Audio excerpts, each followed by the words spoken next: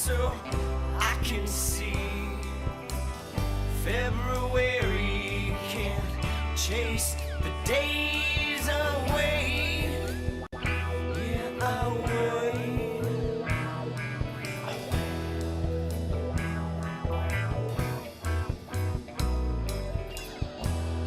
Why listen to what they say? Save yourself for another day. This one's coming, it's gone to the wind again. Yeah, again. Again.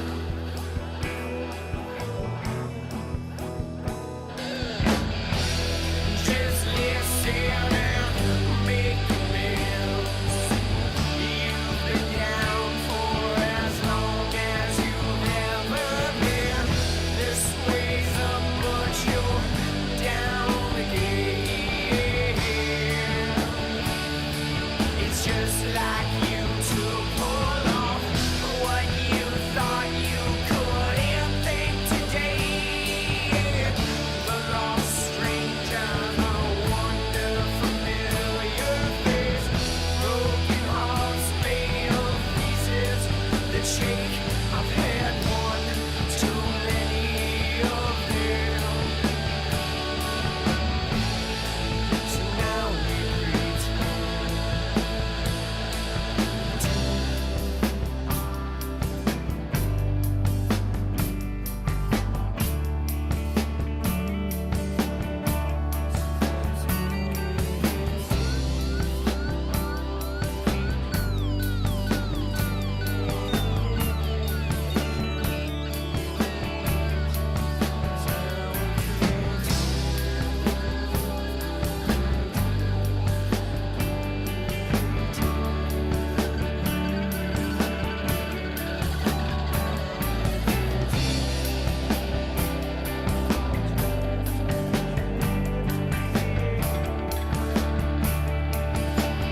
Just like snow can't slow, oh, we drift to the edge.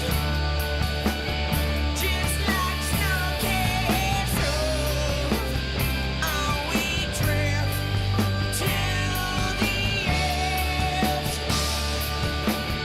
Just like snow can't slow, oh, we drift to the edge. Just like snow can't slow, oh, we drift to the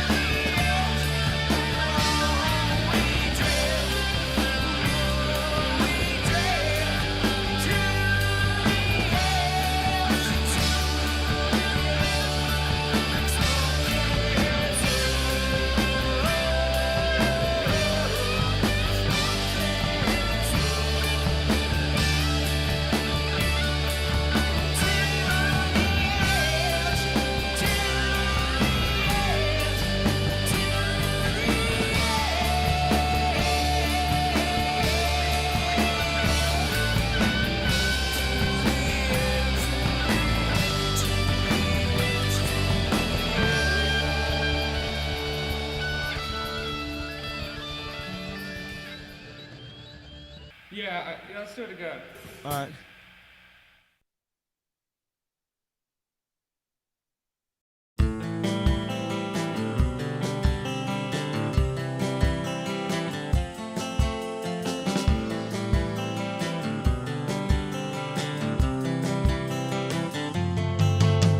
Hey, I just wanna change the world. I just want the perfect girl. I don't wanna hang around, I'd rather be found. It gets better, I wonder, my pleasure together. Everyone's waiting, anticipating.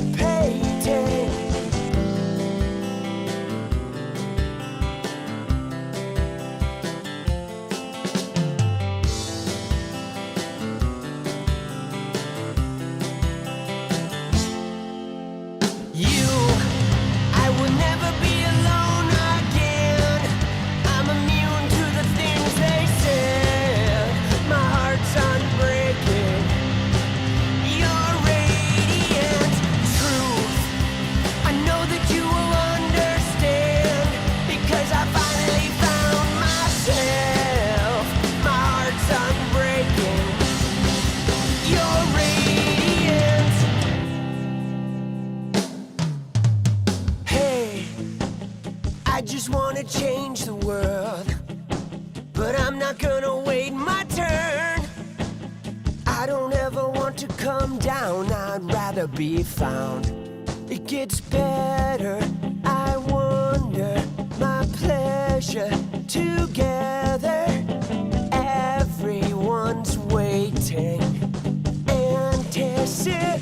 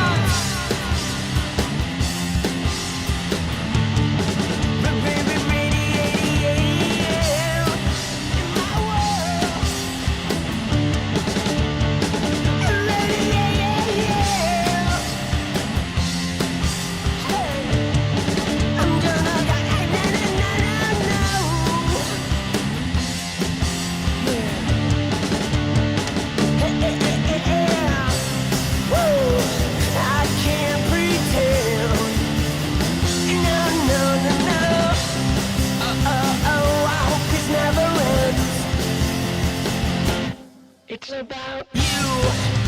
I will never be alone again. I'm immune to the things they said. My heart's unbreaking. You're radiant truth. I know that you will understand, because I finally found myself. My heart's unbreaking. You're radiant. You're radiant.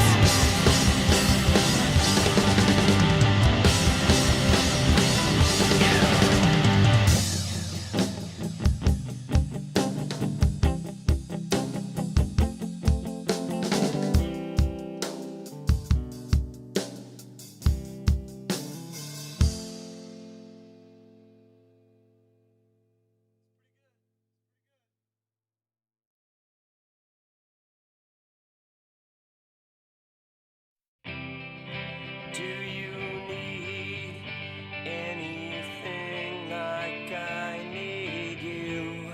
It's over. Do you need anything like I need you?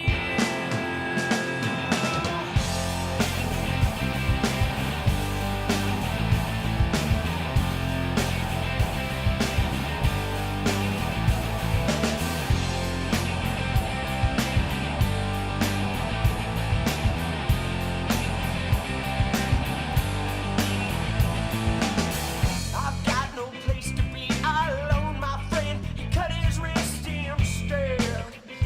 There's your answer. You better save yourself, or else nothing like success. I would rather be in hell than regret. Do you need anything like I need you? It's over. Oh, do you need anything like I need you? Come on. Yo, what up, Wednesday night?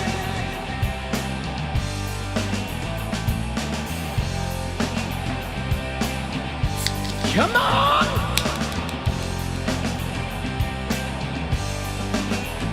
A denial. These are not my words. Let's go. Are mine most of the time. Wet my face with reality and permit me to breathe before I do it again. Do you need anything like It's over. Oh, do you need anything like I need you? Do you need anything like I need you? It's over. Oh, do you need anything like I need you? Hey, oh, here we go. Got a little guitar on a Wednesday evening. Do do do do do. Yo yo yo. Let's go.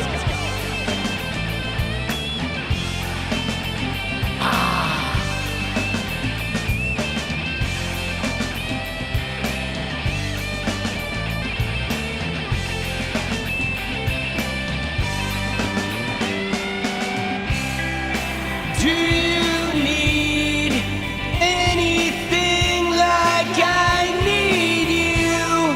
It's over. Oh, do you need anything like I need you? Do you need anything like I need you? It's over. Oh, do you need anything like I need you? Oh, do you need? Oh, let's go. Let's fucking go, baby. All right. All right. That was what a fucking game, bro. Right? What? Dude, just what a crazy sports day. Now, I will admit, I did not watch the Knicks game until literally like 30 seconds left. Okay? I shit you not. I watched the Mariners. The Mariners got destroyed.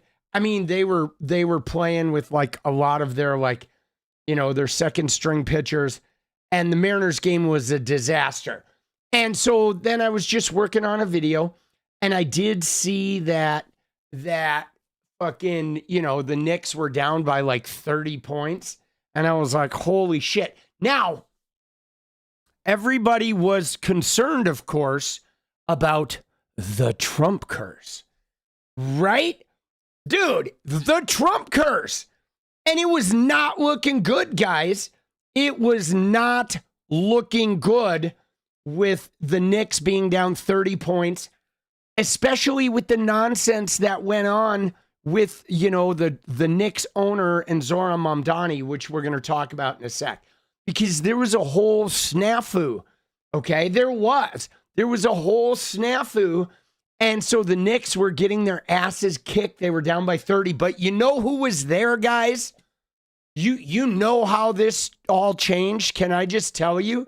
Now, people are not going to necessarily want to like give credit where credit is due. But it is right here, boss. Here you go. Right here, this is why the Knicks won right there, boss. Dude, look at that, dude. Taylor Swift was in the house. Okay, Taylor Swift and a couple of the fucking Haim girls. They were courtside. Dude, they were wearing these shirts that said like Stevie Nicks with a KN and Nicole Kidman, KNICOLE, right? Nicole Kidman. Dude, they were all wearing these Knicks shirts with like, you know, famous like queens' names on them, right? And so Taylor was there bringing the juju, dude. Look at her getting down. And I mean, look at this guy. This guy's like, does Taylor Swift know the Knicks are down 20 plus points? He was all talking smack about it. But I'm telling you, these women brought the vibes, dude. They brought the energy. And because, let me just tell you, this is true, guys. The thing that defeats the rapist is woman. Always. Okay? It just always is. Women are more powerful. So that's the story I'm sticking to. I think Taylor Swift and all the women in attendance at Madison Square Garden, they fucking united. They created an energy ball with the city of New York, which is a very powerful place, and they fucking kicked the Trump curse ass. Let's fucking go, dude. Oh, shit. Isn't that amazing? Dude, I love that clip. I just love that clip, dude. She is grinding, bro. So having such fun, dude. It's like the joy. You know what I'm saying? It's like the joy. Oh, so good. Right? Let's go. I mean, we were worried about it. But so guys, there was some chaos. Okay. Dude, look at Erica Kirk. Oh my God. She's watching basketball now. Dude. Dude, she's watching basketball. Oh, Jesus.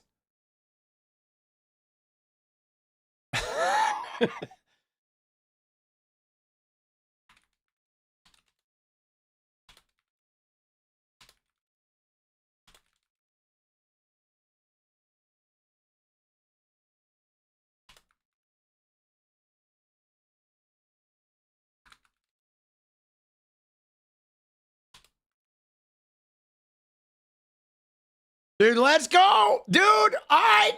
That's cruel. Dude, I had to slam Erica there. Dude, I did it. I did it. Dude, I let her have it. Her, like, trying to chime in on the Knicks game. Dude, get it out. Get it out, boss. Get out. No, there will be no Erica Kirk, like, glomming onto the basketball. All right? But there, dude, there's Taylor. There she is, dude. Look at her. Let's go, dude. Dude, she broke the Knicks curse. Okay? So, guys, there was a big thing. There was a thing before the game, guys. You ready? There was a thing before the game, and it was about the watch party. Okay? It was about the watch party. Okay?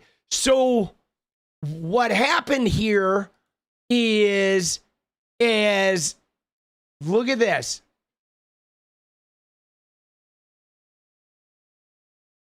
So Trump goes to watch the Knicks, right? Trump goes to watch the Knicks. The Knicks lose. Everything was shitty, right? And then, so what ended up happening was then the owner, Dolan, the owner of the Knicks, requested like a 1,000-person watch party outside Madison Square Garden. And then he canceled it. And then he like blamed it on he blamed it on Mamdani. Okay? He tried to blame it on Mamdani. Is what he did. Right?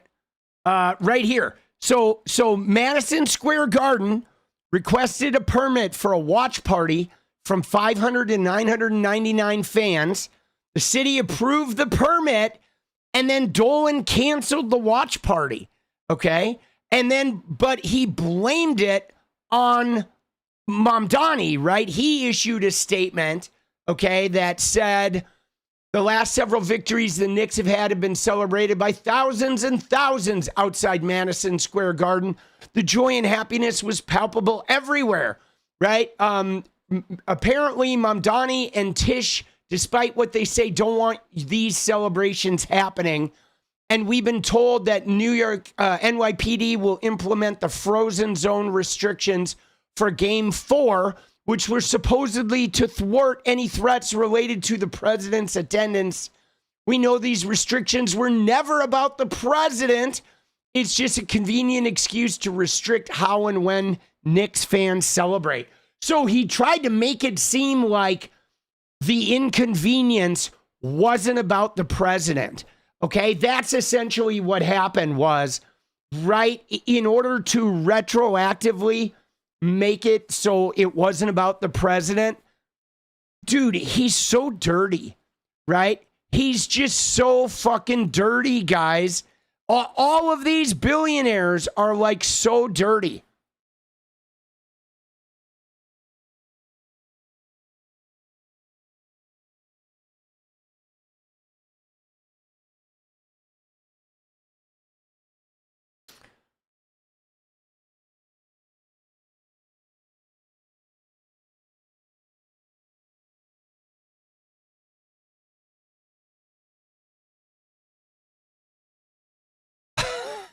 Dude, like that's so shitty, guys. Okay? That the owner requests a permit for a watch party, cancels the watch party, then blames it on the mayor and says, "Oh, like we can't have the watch party because the mayor and the police commissioner have closed down all the blocks around Madison Square Garden." But hey, guys, that's why they closed it down. Like it wasn't even about the president, which it was absolutely about the president,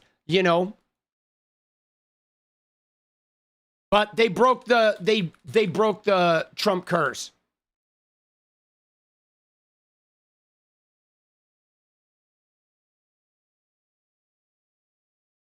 Oh shit, dude. They had a live stream. Right? They put the game on the Link NYC screens. No way, dude. Dude, they put the fucking game on the Link screens, like, right? On the screens that have like public Wi-Fi, the Link, the public Wi-Fi kiosks. They put the game. Let's go. That's so cool. Oh. That is so cool, guys.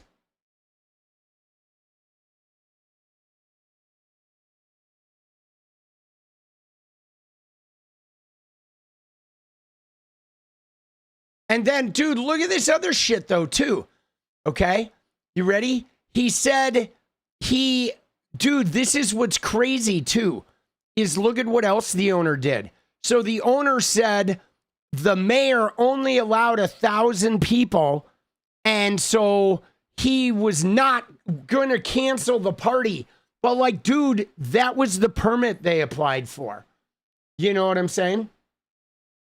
That was the permit that they applied for, right? It's so crazy, dude. Right? The Spurs player missed the breakaway layup. Yeah, run out the clock. I mean, dude, mistakes were made. In the heat of the moment. In the heat of the moment, mistakes were made. And dude, those games, though, sometimes they just come down to like a couple of inches, guys. Right?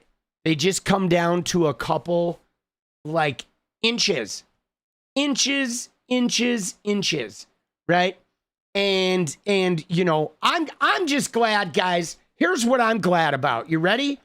What I am glad about is the Trump curse has been broken in New York. Now, I feel like there's a bigger umbrella that we have to look at here, and that's how the Trump curse is affecting America, okay? Because when you think about it, we elected Trump once, and what happened during Trump's first term?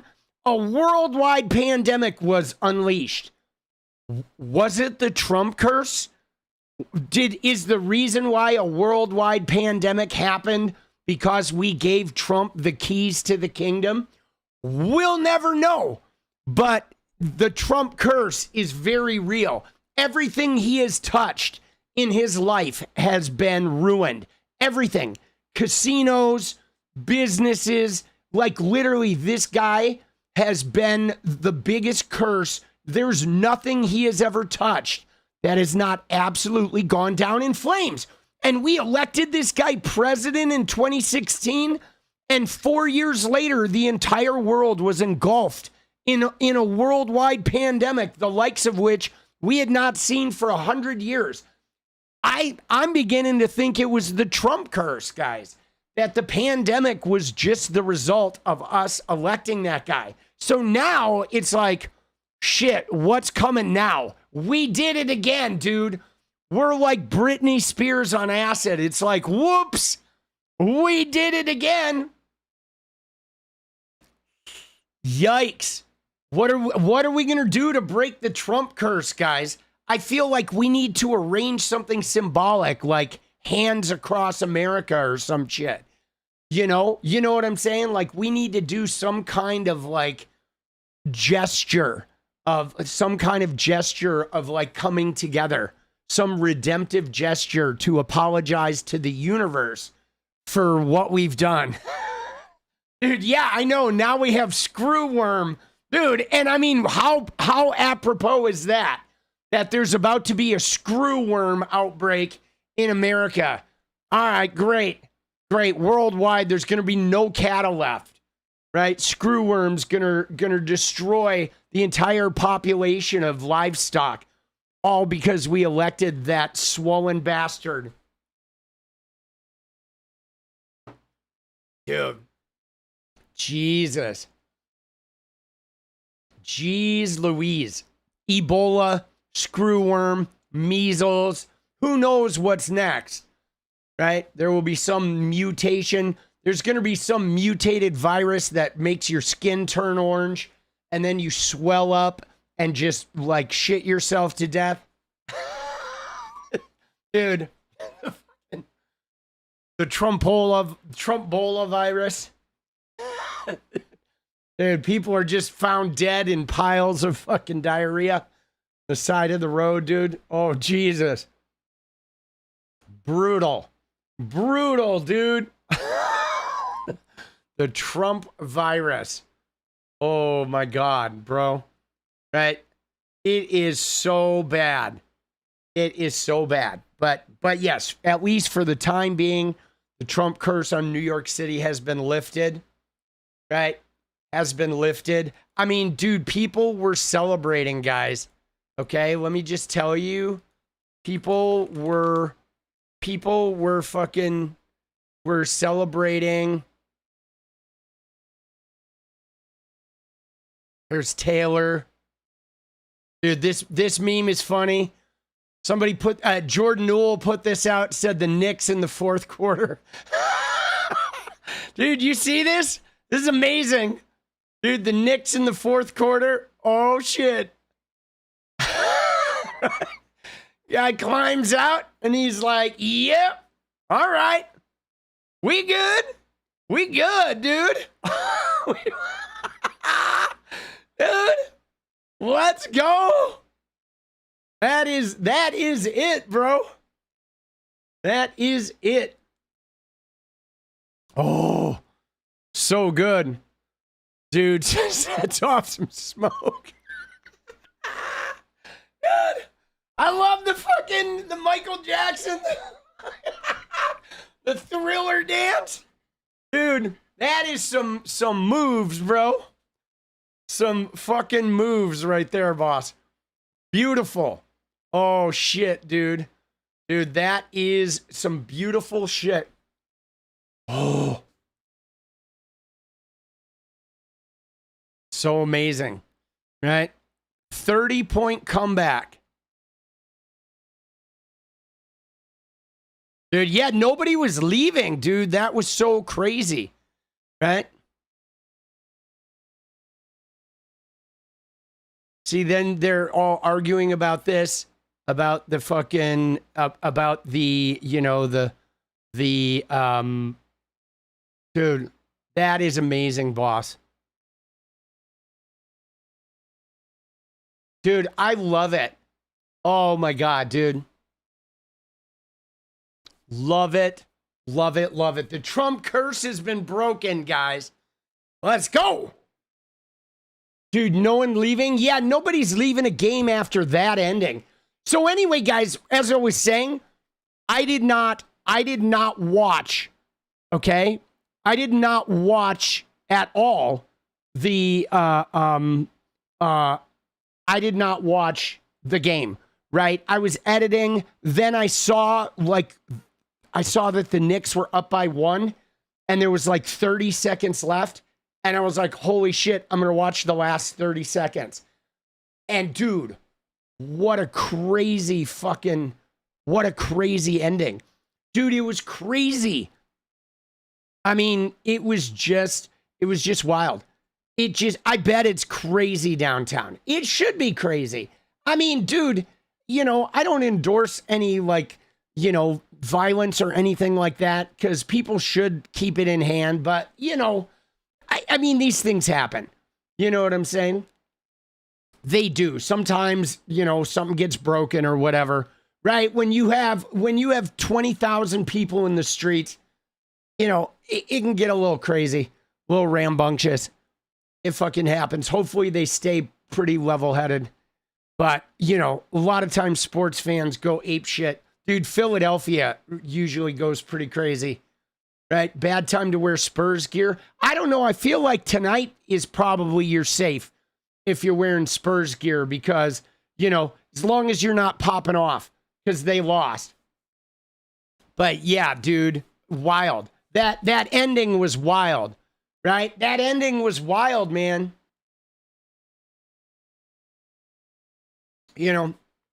I will say this though.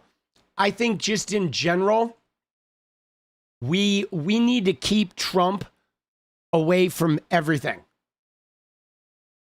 All right? We need to keep Trump. So no, they did not have a watch party outside Madison Square Garden tonight. It got canceled. So in short, Dolan requested a permit for up to 1,000 people. And then he canceled and said that, the mayor would only let him have 1,000 people. And then he blamed it on Mamdani. And then Mamdani was like, no, he canceled it. He selected that permit. And it was a whole fucking hubbub. And then Taylor Swift went and she broke the Trump curse. And now we're back in business, right? Which, dude, I love New York City, okay? I've had a long-standing, 20-some year affair with New York City. It is a beloved place. And now my son's living there. I'm a little jealous, frankly. The Knicks won't go to the White House. I don't think the Knicks would go to the White House. I hope they wouldn't go to the White House. But it's complicated, though, with their owner being friends with Trump. So, you never know.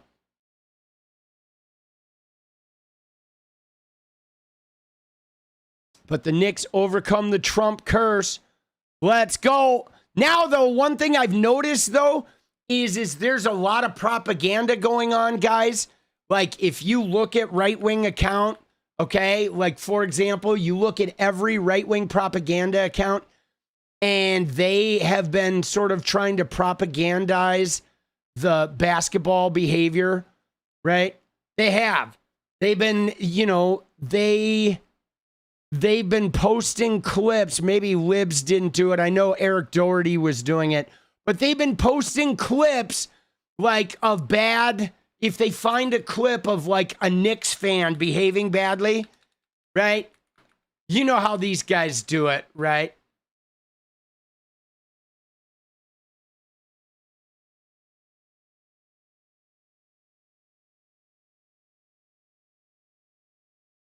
Right? They keep posting clips and trying to make it seem like, oh, right? They make sort of racist fucking overtones about, New Yorkers and shit. I mean, they may have taken the day off because of the Carmelo Anthony verdict. They have enough racist shit to post about the Carmelo Anthony verdict. But Dude, was it? I swore it was him. Maybe it was Nick Sortor. It's one of these guys. Dude, yeah. Dude, that is crazy, though, guys. To come back from 29 points down in a playoff championship is wild, right? Yeah. See? They're like rioters in New York City wearing Knicks jerseys are destroying taxi cabs while waving foreign flags. All right? Like, dude, they're not destroying cabs. Are they dancing on one? Sure. Are they fucking rocking the pro-Palestinian flag? Of course they are. Dude, and good for them, right? Good for them, man. You know what I'm saying? It's like good for them, boss. Dude, but they're trying to do this racist shit. Okay? They are. That's what they do. Right? Yeah, dude, no, New York is so diverse, guys. It is so diverse. It is so, like, incredibly diverse. But they're making a huge deal about this. Look at this. These people should not be in our country. Surge ICE into NYC now. Surge ICE. Oh, dude, he wants them to surge ICE. Bro, fuck you, Nick Sortor. You idiot. They're so dumb, dude. Dude, you know what's so funny, guys? If we got rid of New York and California, this country would be broke. Basically. Okay? I'm serious. I mean, we're already broke because we're $39 trillion in debt.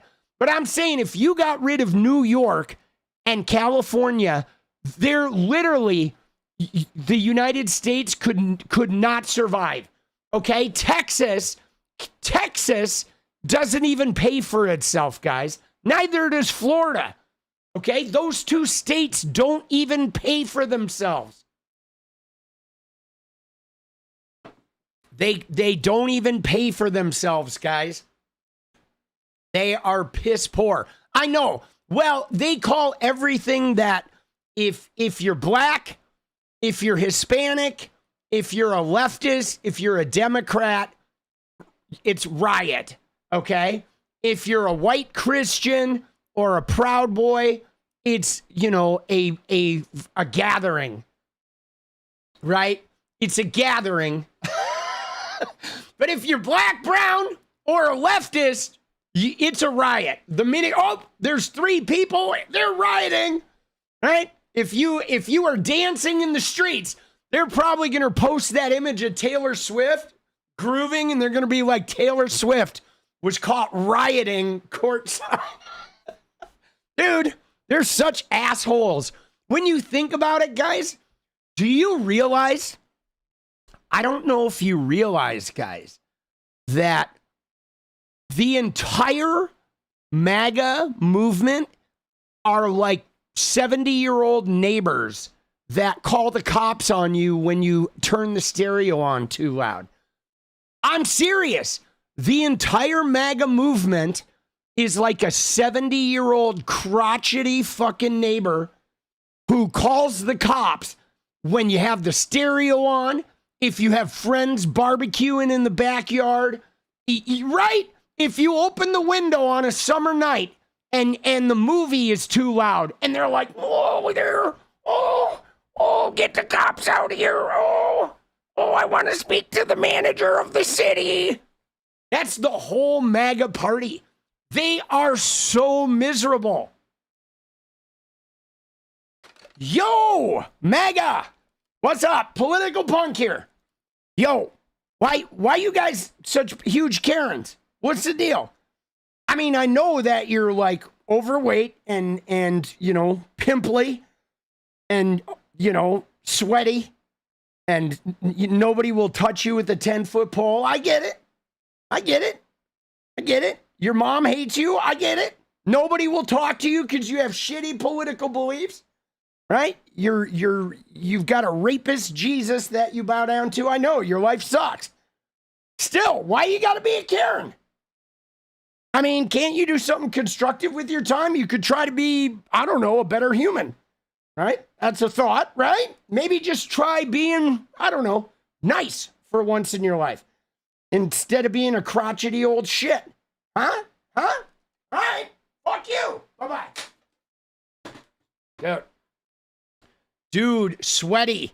That's it. That's what they are, guys. They're sweaty. Dude, sweaty MAGA. Now, as long as we're on the subject here, Trump curse has been broken. There's new life in New York City. New York City, once again, leads the way, guys. How to break the Trump curse. The Trump curse. But, guys, we got to talk about... So Brilyn Hollyhand, okay? Our famous little fucking, what do you call it? Remember this guy? Our little closeted, like, wannabe TPUSA guy, Brilyn Hollyhand. So this kid tweeted something tonight that I feel like is just super indicative to the MAGA movement and their mindset. Okay? You ready for this? Hollyhand. Dude, Brilyn Hollyhand.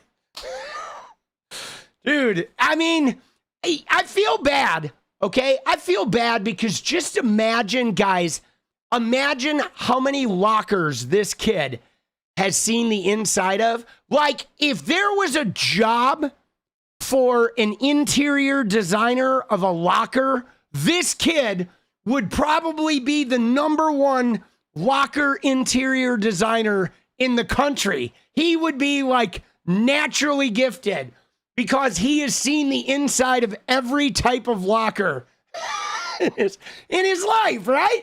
I mean, you know, this kid has probably, I would imagine if we went and looked at his medical records, you would find that there were multiple instances of wedgies needing to be surgically removed. I mean, there's probably a lot. So this kid has had a hard go of it. All right? He has. I'm gonna give him the benefit of the doubt that this guy had a rough go of it as a young person, because his parents named him Brilyn Hollyhand. All right? Jesus, hold on. Oh, I got to take care of my back scratch here. Oh, dude. Oh, dude, the kid. Brilyn. Can you imagine his mom? Brilyn. Come here, Brilyn. Brilyn, come here. Come here, we gotta change Trump's diaper. Oh, come here, Brilyn. Oh, come on, change my diaper. Okay, but guys, you ready? Watch this tweet, okay? This tweet is so crazy because, you know, it's all just propaganda, all right? It's all just whatever, rage baiting. But look at this tweet, guys. He says, "We loathe Obama like you loathed Trump. Except we loathed Obama because he loathed America. You loathe Trump because you loathe America." Dude, 6 loathes. Dude, there's more loathes in this tweet than Trump has in his diaper, bro. 6 loathes. Like, what the fuck, bro? We loathe Obama, right? Because Obama loathed America, but you loathe Trump because you loathe America. All right, he's loving the loathe. But guys, you ready for this? Here's where it gets real, all right?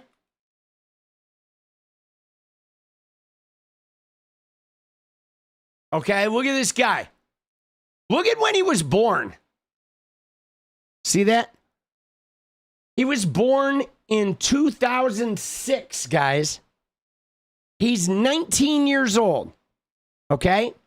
Which means when Obama left office, okay, this kid was 10, all right? He was 10. So, dude, he was 10. Obama's second term was when this kid was age 6 to age 10. And in fact, the only social media back then, guys, there were only two social media platforms back then. Okay? There was Facebook and there was Instagram. And they were even still separated. So this kid never even had social media at that time because we know he didn't have an Instagram account or a Facebook account when he was 6. So the point being is he's talking about like we loathed Obama. But like, dude, how could you possibly even loathe Obama?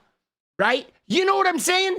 I mean, when I was 6, dude, like, right? Right. You know, I don't know. Did I loathe Gerald Ford? No, I didn't. I loathed Ronald Reagan, but Ronald Reagan was president when I was fucking 17, man. He was president when I was, you know, a politically active, you know, high schooler, right? He was not, but loathing. He loathed Obama. Isn't that wild? Now, I do believe Brilyn Hollyhand is from Alabama. Where was he born? Yeah, there we go. So he was born in good old Tuscaloosa, Alabama. Okay? Now, people in Alabama, if you're 6 years old in Alabama, you probably are hearing a little bit about Obama, but you know, I don't even want to think about, you know, right? You know what I'm saying? I mean, now, to be fair, I did ask him. I said, Obama loved America. So why did you loathe him? Right? Was it because he was a pussy-grabbing rapist and con man who consistently committed adultery? And because he happened to be Epstein's best friend? Is that why you didn't like Obama? Because, I mean, if that was the case, I'd totally understand it. If you didn't like him because he was a pussy-grabbing rapist who was, you know, conning people and best friends with Epstein, I'd totally understand. But, dude, isn't that wild? Isn't that wild? Because what it is, guys, is this is just the party line, okay? It's the party line. It's the party, like, mantra. But they start it at a time, you know, supposedly very, very young, right? It's like you just adopt it, right? Oh, Obama hated America. Now, guys, listen to me here, okay? I don't believe any of the presidents of America, like, hated America. I don't even think Donald Trump hates America. I think Donald Trump loves America. He loves that America allows him to be a total con, right? But I don't think any of the presidents, like, hate America, right? Even the Republicans, they don't hate America, guys. They hate a bunch of different people in America, and they want America to just be one controllable thing that is only approved by them. But they don't, like, nobody hates America. I mean, internationally, there might be some people that hate us because of our foreign policy and shit. But, dude, that whole, like, hating America shtick is pretty crazy. But isn't that wild that this guy is, like, rage baiting about Obama? And it's like, yo, dude, you were, like, you have no knowledge. You know, you didn't even experience the Obama years except idyllically as a 6-year-old. Oh, right. And then people have been giving him shit about it too, right? People got on him. Like, look at this. Dude, look at this. She says, bro, we were in elementary school. Calm the fuck down. That's Olivia Giuliana. And look at what he says. He says, exactly. And Michelle's school lunches ruined my childhood. Like, dude, I'm sorry. I'm sorry, Brilyn. What a pussy, dude. Like, seriously? If school lunches ruined your childhood, like, bro, you need better parents, boss. Like, that is a level of clownery that, like, like, we're calling foul. I hope they are ravaging in here, dude.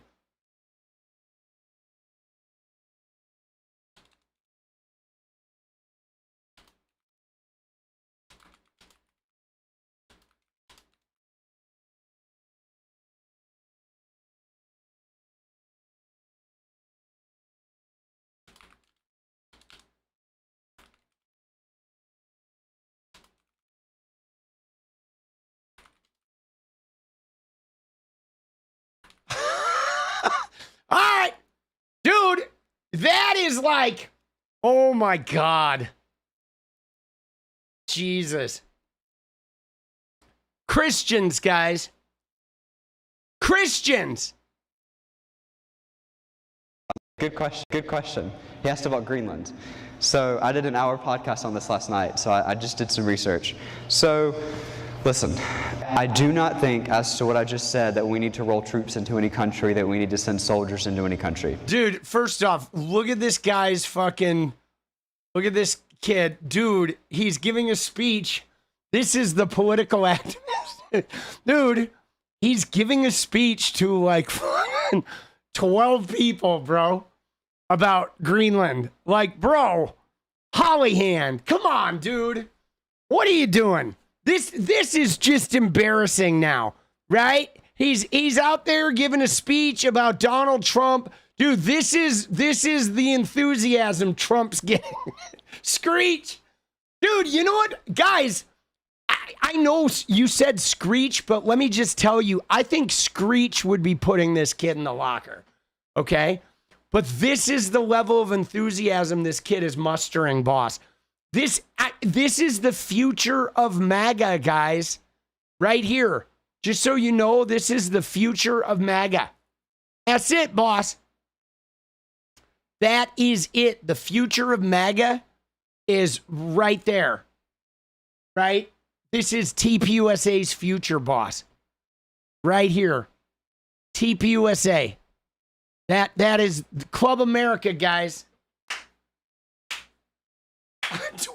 12 people, USA.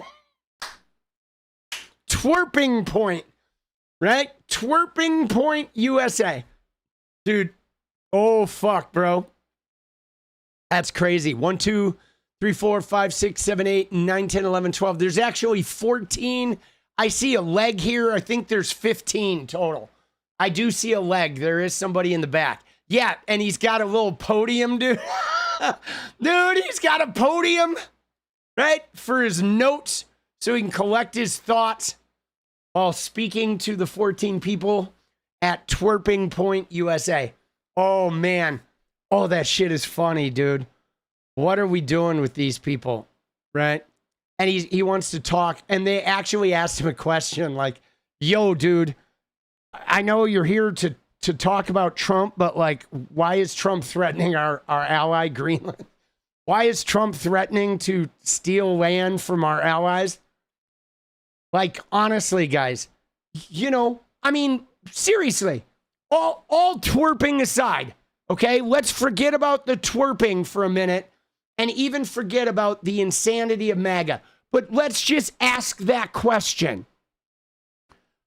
If any American president, okay, if you rolled back the clock 15 years ago and you said, hey, if the American president talked about invading Greenland, invading Canada, right, invading our allies, would you like vote for him? Would you think that was sane? Would you vote for that?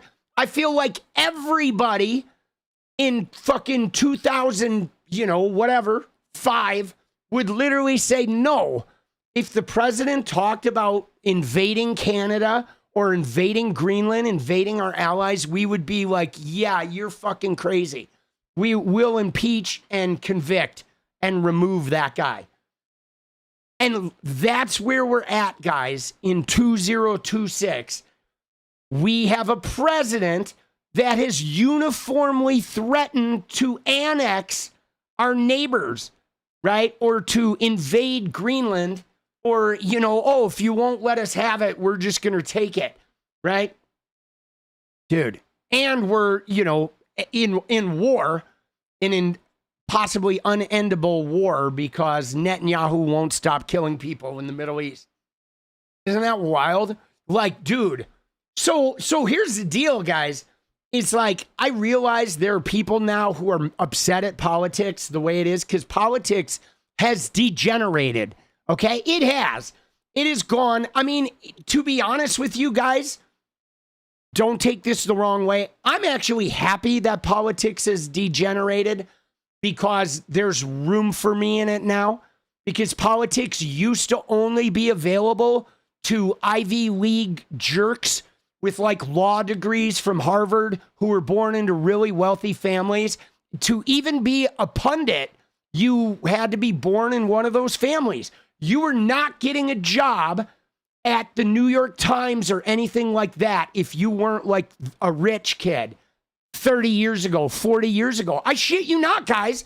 When I was little, when I was 10, all of the news anchors, everybody that talked about politics were like the kids of wealthy, powerful people, uniformly.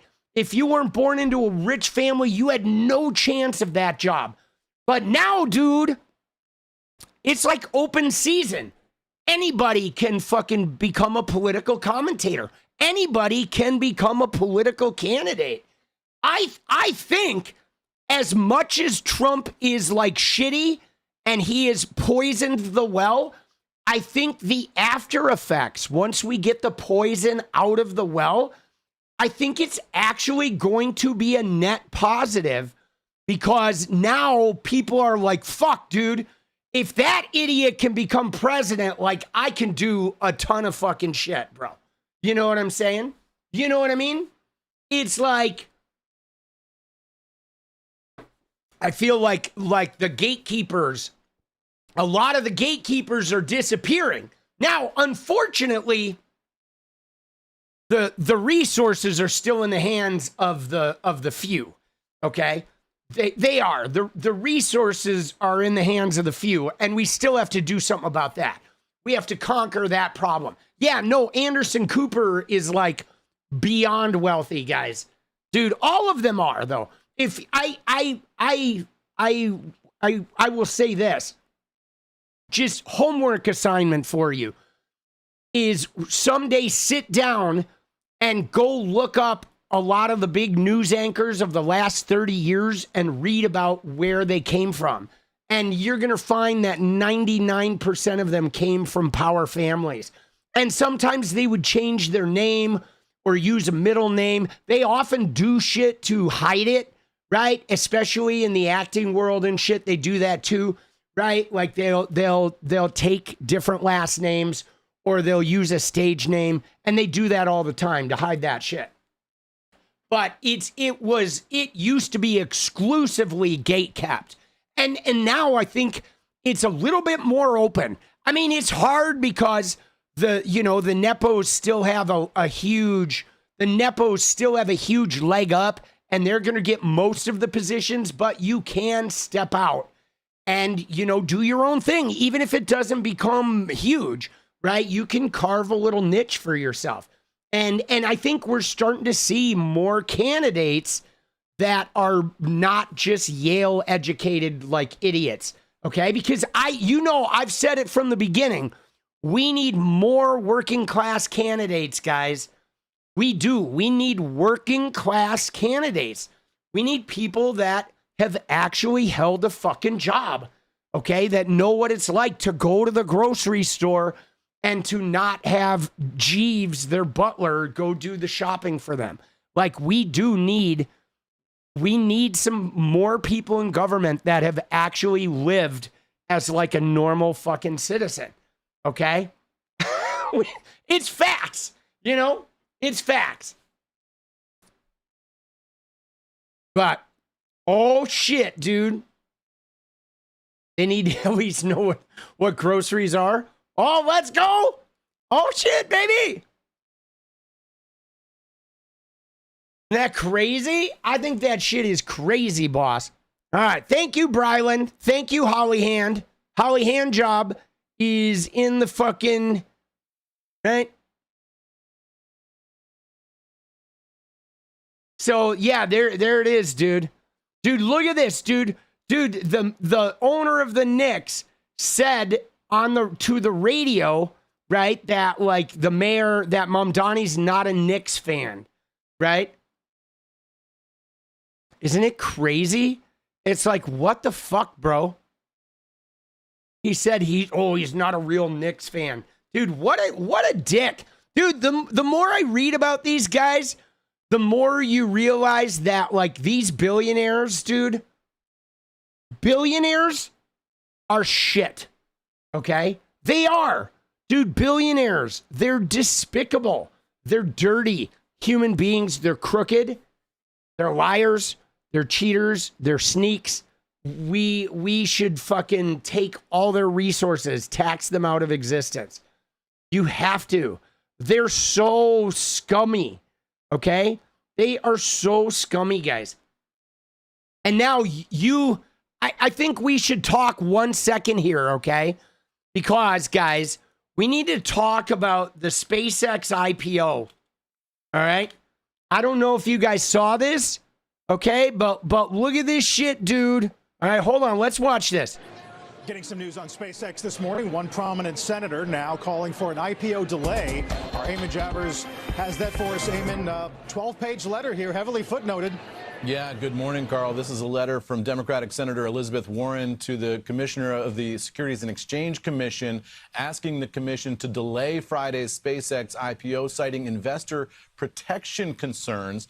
Elizabeth Warren, in this letter, citing a number of factors she says warrant a delay in the IPO, including the company's valuation. She says market analysts have raised concerns about the math underlying SpaceX's target valuation. She raises concerns about governance structure, saying publicly traded companies are meant to be accountable to their shareholders. The SpaceX IPO will flip this model on its head, with shareholders providing billions of dollars in new capital with no accountability measures for Mr. Musk or company leadership. And she's expressing... See, I don't know if you've heard about this, but guys, so he wants to take SpaceX public, which would open it up where people just come in and buy shares based on this valuation of the company. But like, you realize what he's doing here, okay? He is trying to create hundreds of billions of dollars in order to then, what's he going to do? They're going to take loans on it or sell some of it off, but it's about the elections, guys. He is trying to generate hundreds of billions of dollars in order to start its election season, like mass propaganda campaigns, election fuckery worldwide, UK, Germany, here in America. Okay, that's really what I guarantee what this is about. Okay, I guarantee it, because IPOs, look at what Trump did. Okay, Trump did one of these for Trump Media. Trump Media had never made any money. Okay, not it like Truth Social lost like $400 million. And then Trump did that SPAC merger, right? They did the merger, Trump Media, whatever, sold a bunch of stock, and all his little like goons buy this shit. And then all of a sudden it's worth something, even though the company has done nothing but lose money. Okay. And so I believe that this whole IPO is about Elon wanting to simply purchase like all of the elections. All of them. Like I can only imagine that he would fund like every Republican like 5X and probably move a whole bunch of money to who knows where, right? Dude, your cousin's basing his whole retirement on that? No way, dude. I think they're going to get hosed, man. Isn't that crazy? Concerns here about passive investors, saying the SpaceX IPO creates a new concern that major stock market indexes are being rigged in a way that would force millions of investors in passive index funds, a generally lower cost investment option that can be attractive to retail investors, to invest in SpaceX and face exposure to SpaceX's significant risk with no choice in the matter. So that from Elizabeth Warren. The political reality is that Donald Trump's SEC not likely to take Elizabeth Warren's advice here on this IPO on Friday, but I think it does signal some concerns out there in the investing community. And if Democrats are to be successful in the midterms, it could precede some static for the company after November, guys. Dude, isn't that crazy? That is fucking... Dude, that shit is so wild, guys. Right? Look at this. Look at this, though, guys. He wants a SpaceX IPO valuing the company at upwards of $1.75 trillion. Okay? And right? And then look at this though. But the index funds are going to be forced to buy in, which means like people who have had their retirement sitting there for 40 years could be forced, right? Those index funds. I don't know the exact mechanism, right, of how this stuff works, but the fact that they're basically making it so it is like a forced buy-in, okay? And then if everybody inside SpaceX sells, it will like crash all of those retirement fucking things. I'm a guy that's into space. I hope we go to Mars and all that stuff. To see that get turned into a way to transfer wealth from ordinary people who are just trying to save for retirement to people like Elon Musk is just depressing. SpaceX is going public this month. It could be the biggest IPO in history. It could also make Elon Musk the world's first trillionaire. Millions of Americans like you and me are about to become SpaceX shareholders. We won't buy a single share. The reason why I described it as a bag holder situation is because it feels like it's getting engineered to be one. Bag holders, IPO, valuations. Sounds complicated. It's supposed to. But you don't need a finance degree to understand. You need 10 minutes. The whole scheme hinges on something you've probably heard of. Index funds. A good chunk of American retirement savings are tied to them. You pick a fund, it picks an index, which picks the stocks. You don't think about it. That's the point. Index funds are supposed to be safe. Passive. The rules are the rules. Except, if you look closely, the rules seem like they're being rewritten to make people like Elon Musk fabulously wealthy at everyone else's expense. Every piece of evidence we have is that the IPO is being engineered to rise very rapidly after it prices and then fall very dramatically after that. That is a recipe for retail investors especially to take large losses. Yeah, but that's also a recipe for the people that sell it off to make a killing, right? Right? It's going to be a rug pull that's going to allow him to get out of debt. I mean, think about it. Elon's got a lot of debt with Twitter and all this shit. He's got to get out of debt, guys. Okay? So they're going to get out of debt. They're going to pay for a bunch of politicians to get back in office, perhaps maybe even help hold the House. And he's going to do that while sinking the retirement of like millions of fucking Americans, guys. Here's how the scheme works and what you can do about it. So are there really 3 hours of questions? Or has it? Are you fucking serious? Yeah.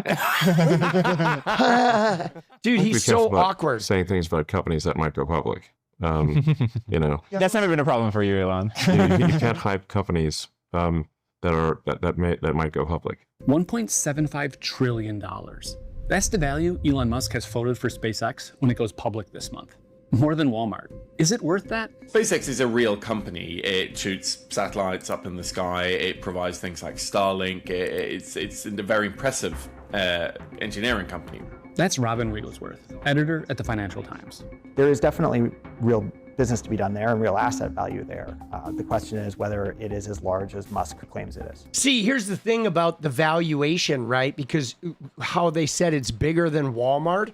But guys, think about what Walmart has, okay? Walmart, how many Walmart stores are there, okay? So in the US, there are 4,600 stores. So that means Walmart owns the 4,000 buildings, right?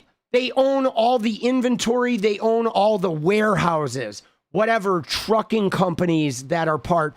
Think about that. Think about all just the real estate that Walmart owns if you take their stores, their warehouses, their distribution centers, right? I mean, Walmart is this massive value because it has so much real estate. Then there's factories and all this other shit for the products they make, okay? And there's no way that SpaceX is like, has more assets than Walmart does. Like, there's no fucking way, dude. It's not even possible, man. It is not even possible. Just the real estate alone it dwarfs anything that they have. It's like insane to think about. George Perkins advises investors where to put their money. Last year, SpaceX made about $19 billion, most of it from Starlink and government contracts. But a company's market value is partially a bet on what that company will earn in the future. That bet is called a revenue multiple. Facebook went public at roughly 10 times its projected revenue. SpaceX is asking for over 50 times. Yikes. The combination of sheer size and this extreme multiple is completely unprecedented. Based on the numbers that we know, that is absolutely batshit. This valuation seems too good to be true. Some investors may need it to be. In 2022, Elon Musk raised $44 billion and bought Twitter. His backers, Andreessen Horowitz, a Saudi prince, the co-founder of Palantir, and Jack Dorsey, the guy who founded Twitter in the first place. Musk renamed it X, and within a year, it's worth less than half he paid. That's a problem. There was also a solution. AI was hot. Musk owned an AI company, so he merged X into XAI. No cash changed hands. X investors received XAI stock. But that solution raised another problem. XAI is essentially a money furnace. The solution? Musk has a rocket ship company. Dude. He uses it to buy XAI. Again, no cash exchanged. 3 companies, 2 mergers, $0 actually paid. Everyone who helped take Twitter private now holds SpaceX shares. Dude. Now, SpaceX isn't just a rocket company that sells so internet. dirty, According to Musk, it's the future. Data centers in space. If some of my predictions come true. Yeah, but guys, see, here's the problem. Right here. You see that? Assuming my predictions come true, right? Elon Musk is now promising data centers in space, on the moon, whatever, solar-powered, revolutionary, right? If we do this merger, if everybody buys in. But guys, he's the same guy who said we were going to Mars. We were going to have flying cars. We were going to have the fucking tunnel in fucking Vegas. We were going to have the fucking, right?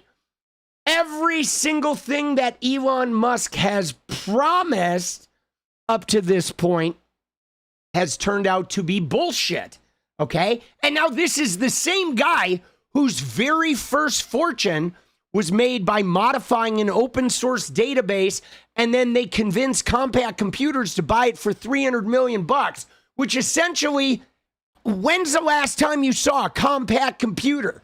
I'll give you a hint, you haven't, because they bankrupted the fucking company, bro, right? Elon Musk and his Joy Boys. The reason why Compaq Computers ain't around anymore is because of those guys, okay? Because they sold them dog shit for hundreds of millions of dollars. You know? I mean, this shit is like, it is messed up. But now he's going to like try to get billions. Yikes, dude. SpaceX will launch more AI than the cumulative amount on Earth of everything else combined. I see no evidence that it's a viable business opportunity. There are far too many physical challenges with doing this. But the value has to hold, because so far, no one has been paid. Investor shares are only worth something on paper. To turn paper into cash, SpaceX has to go public. When a company goes public, it opens its doors. Early investors cash out, get paid for the risk they took.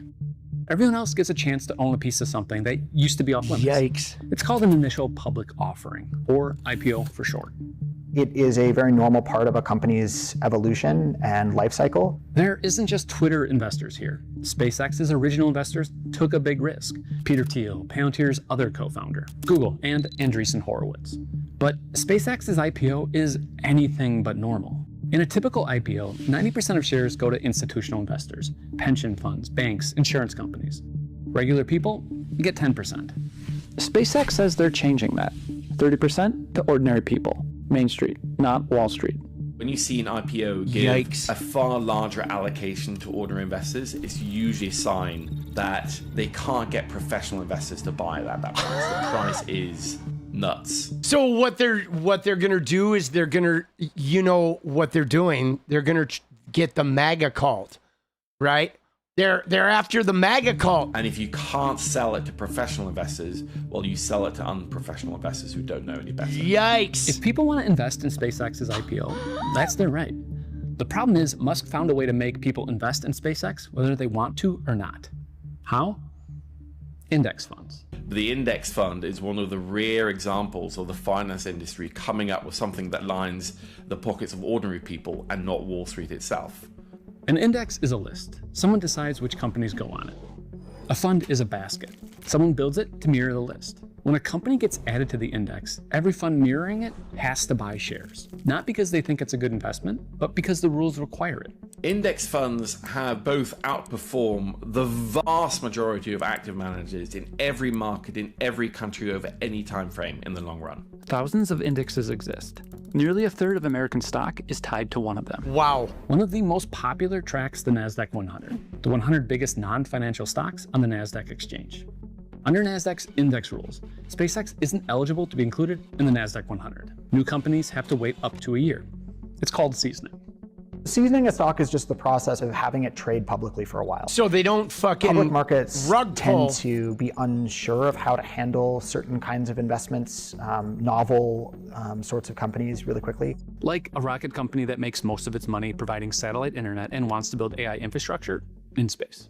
If Musk could change that rule, he could trigger mandatory buying of SpaceX stock by every fund that tracks the index. This spring, NASDAQ changed their rules. This document outlines the proposed changes to the NASDAQ 100 index. The most important, a fast entry rule. If a huge company goes public, it gets into the index in 15 trading days. No seasoning.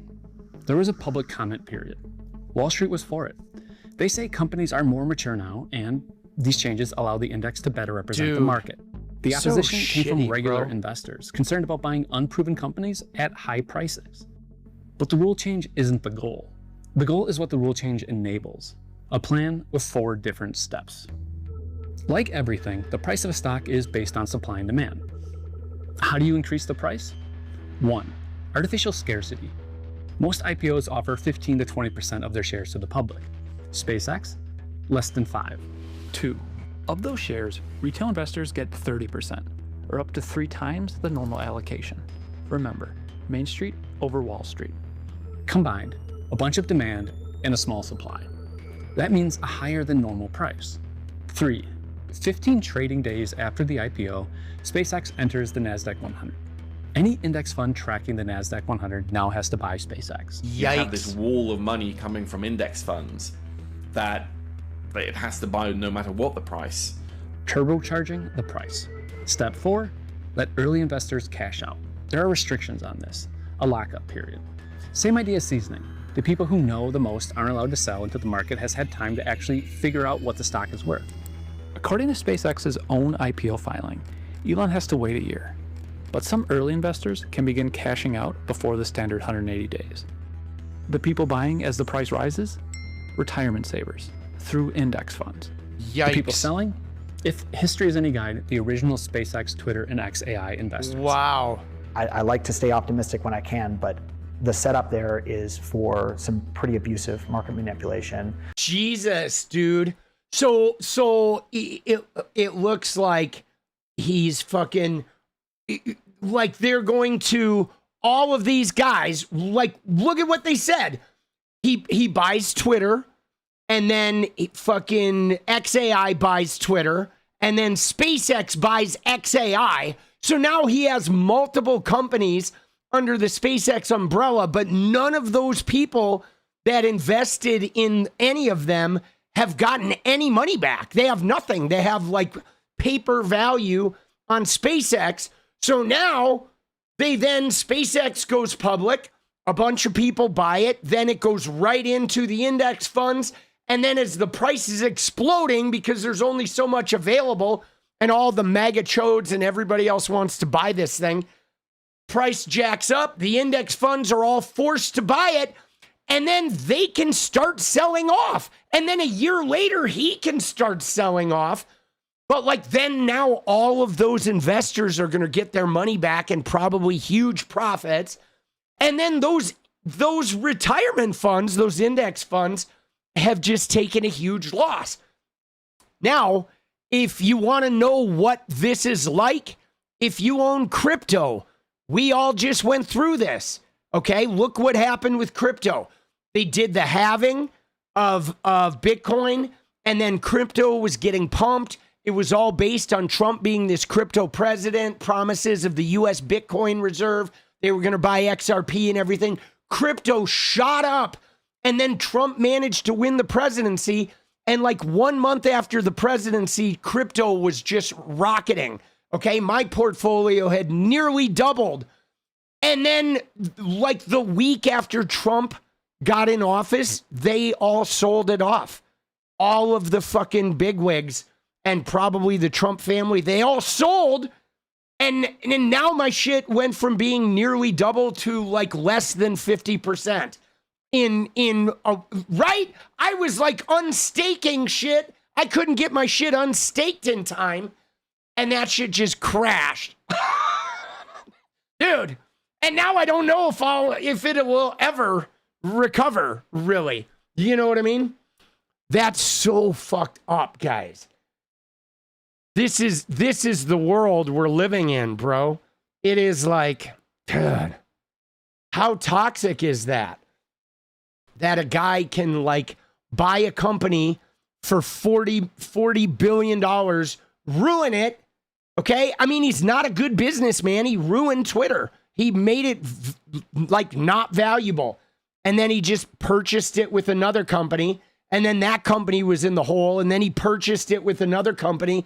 And now he's going to get like the public and the index funds to pay for all of that shit. Like, dude, I see this shit. This is why I don't like our financial system. I know it's free, but when you look at it, guys, this is why we're screwed. Because there's a system set up that lets these wealthy people do this shit. Okay? They do this shit all the time, man. They do this shit all the fucking time, and we're left with the tab, dude. We are left with the tab. And then it's, you know, it's even worse when you add private equity, because then you have, you know, a whole bunch of wealthy people all pooling their money until it's like market moving amounts of money, or market like controlling amounts of money, buying up all the houses, right? That's private equity goes in and says, hey, we're buying up all the houses. Or what they did with Red Lobster, right? Red Lobster, they just private equity bought the company. Then they sold the land, all the land under Red Lobster. They sold it to another company they created. And then those companies charged rent to the Red Lobsters, and they saddled Red Lobster with debt. And they walked away with the land and just bankrupted the company, right? That's what private equity did. They do that all the time. They buy companies, they get the land, and then they rent the land back to the company, load it up with debt until the company's gone. And now they got a whole bunch of land and a whole bunch of money for like nothing. And the company's ruined. The employees have nothing. They've lost all their shit. They don't have a job, right? They fucking do this all the time, guys. I mean, it is crazy. Okay. They just are allowed to steal and transfer all the debt to a corporate entity and then walk away from it, because corporations are not people, and they're right. That's what you do. You create a corporation, you saddle it with debt, you walk away with all the money. If you hide it, move it around, and then fucking the corporation just goes under. And yes, this affects housing like greatly because of that.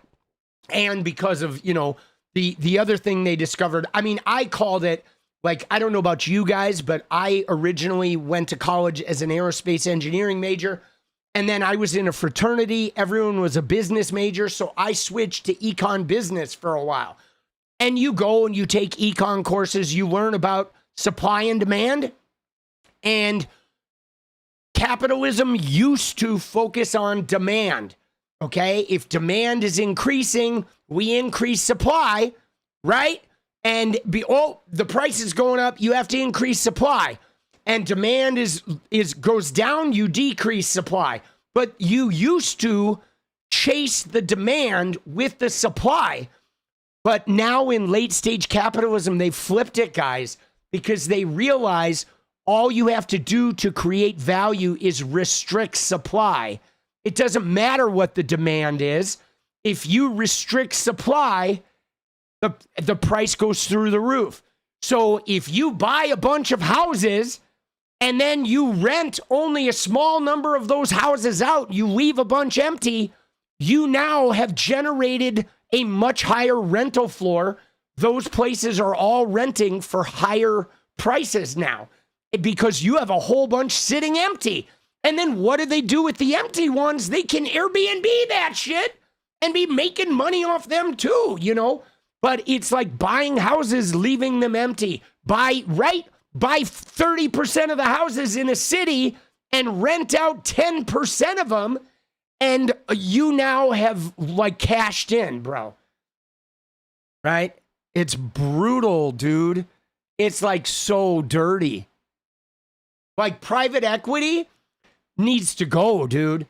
Private equity is one of the main devastators.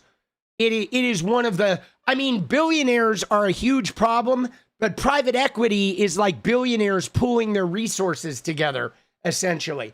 And the thing about it is the sole purpose of private equity is to extract as much money out of the utility, right? Whatever mechanism they're using, whether it's buying companies or buying houses or buying fucking technology or whatever, private equity's sole purpose is to extract as much wealth out of the endeavor as possible.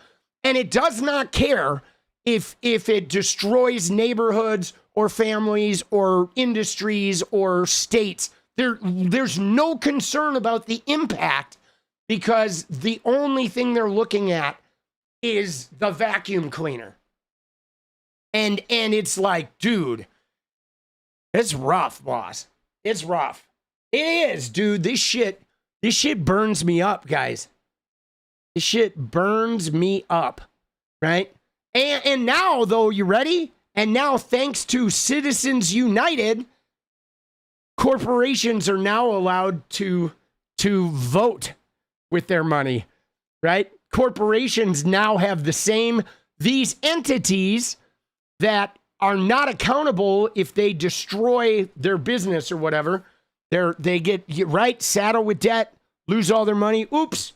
Well, nobody can be held responsible. Those entities now get to pay for, political campaigns too, just like the rest of us. Bro, it's like, I mean, it's hard to not get down thinking about it. Like when I think about this shit, I'm just sitting here thinking, I think I'm ready to change topics. I know we got on this one accidentally, but like this stuff really gets me steamed, guys. It really gets me steamed. It does. The American financial system is so predatory. And it's, the thing that's really hard is that, you have these people like fucking Kevin O'Leary, right? You know what I'm saying? You have the people like Kevin O'Leary, okay, that this guy will tell you, right, that like, you need to stop going to Starbucks and no lunches for you and how dare you have Netflix and you eat too much avocado toast or whatever his fucking bullshit line is. Meanwhile, he lives in a world that like makes it so easy for him. Okay, this guy doesn't even have to work. He just gets to dance on a financial jungle gym that the more he swings on the bars, like millions of dollars end up in his pocket. And the brunt of it, the consequences of all that money extraction lands on us, the working people. And then he tells us, you'd be like me if you just put $20 a month into the fucking stock market, bro. But he's fucking lying, dude. He needs a swift kick in the fucking index, boss. Dude. A swift kick in the in the NASDAQ. Right? You ready? You ready? Swift kick in the NASDAQ, buddy. Oh, you just kicked me in the NASDAQ. Dude. Fuck me, bro. Dude, fuck Benny Johnson. Ooh. All right, you ready? We're moving on, though, guys. It's in the index. In the S&P. A swift kick in the S&P. All right. Dude, but, guys, we can't be down forever. All right? We can't. We can't be down forever. You know why? Because the Trump curse has been broken. And, you know, dude, Rye Love, let's go. Hey, boss. Love your channel. Appreciate you. Always locked in. Tabitha sent me last year. Let's go, dude. Thank you, Rye Love. Let's go. Dude, that reminds me. Somebody mentioned fucking the dance party goal. Dude, let's go. We're going to get it. Let's get a dance party, guys. We got to fucking shake this off, dude. Dude, the Trump curse has been lifted. And Rye Love has got us off on the Pine Box. Fucking the quest for the Pine Box.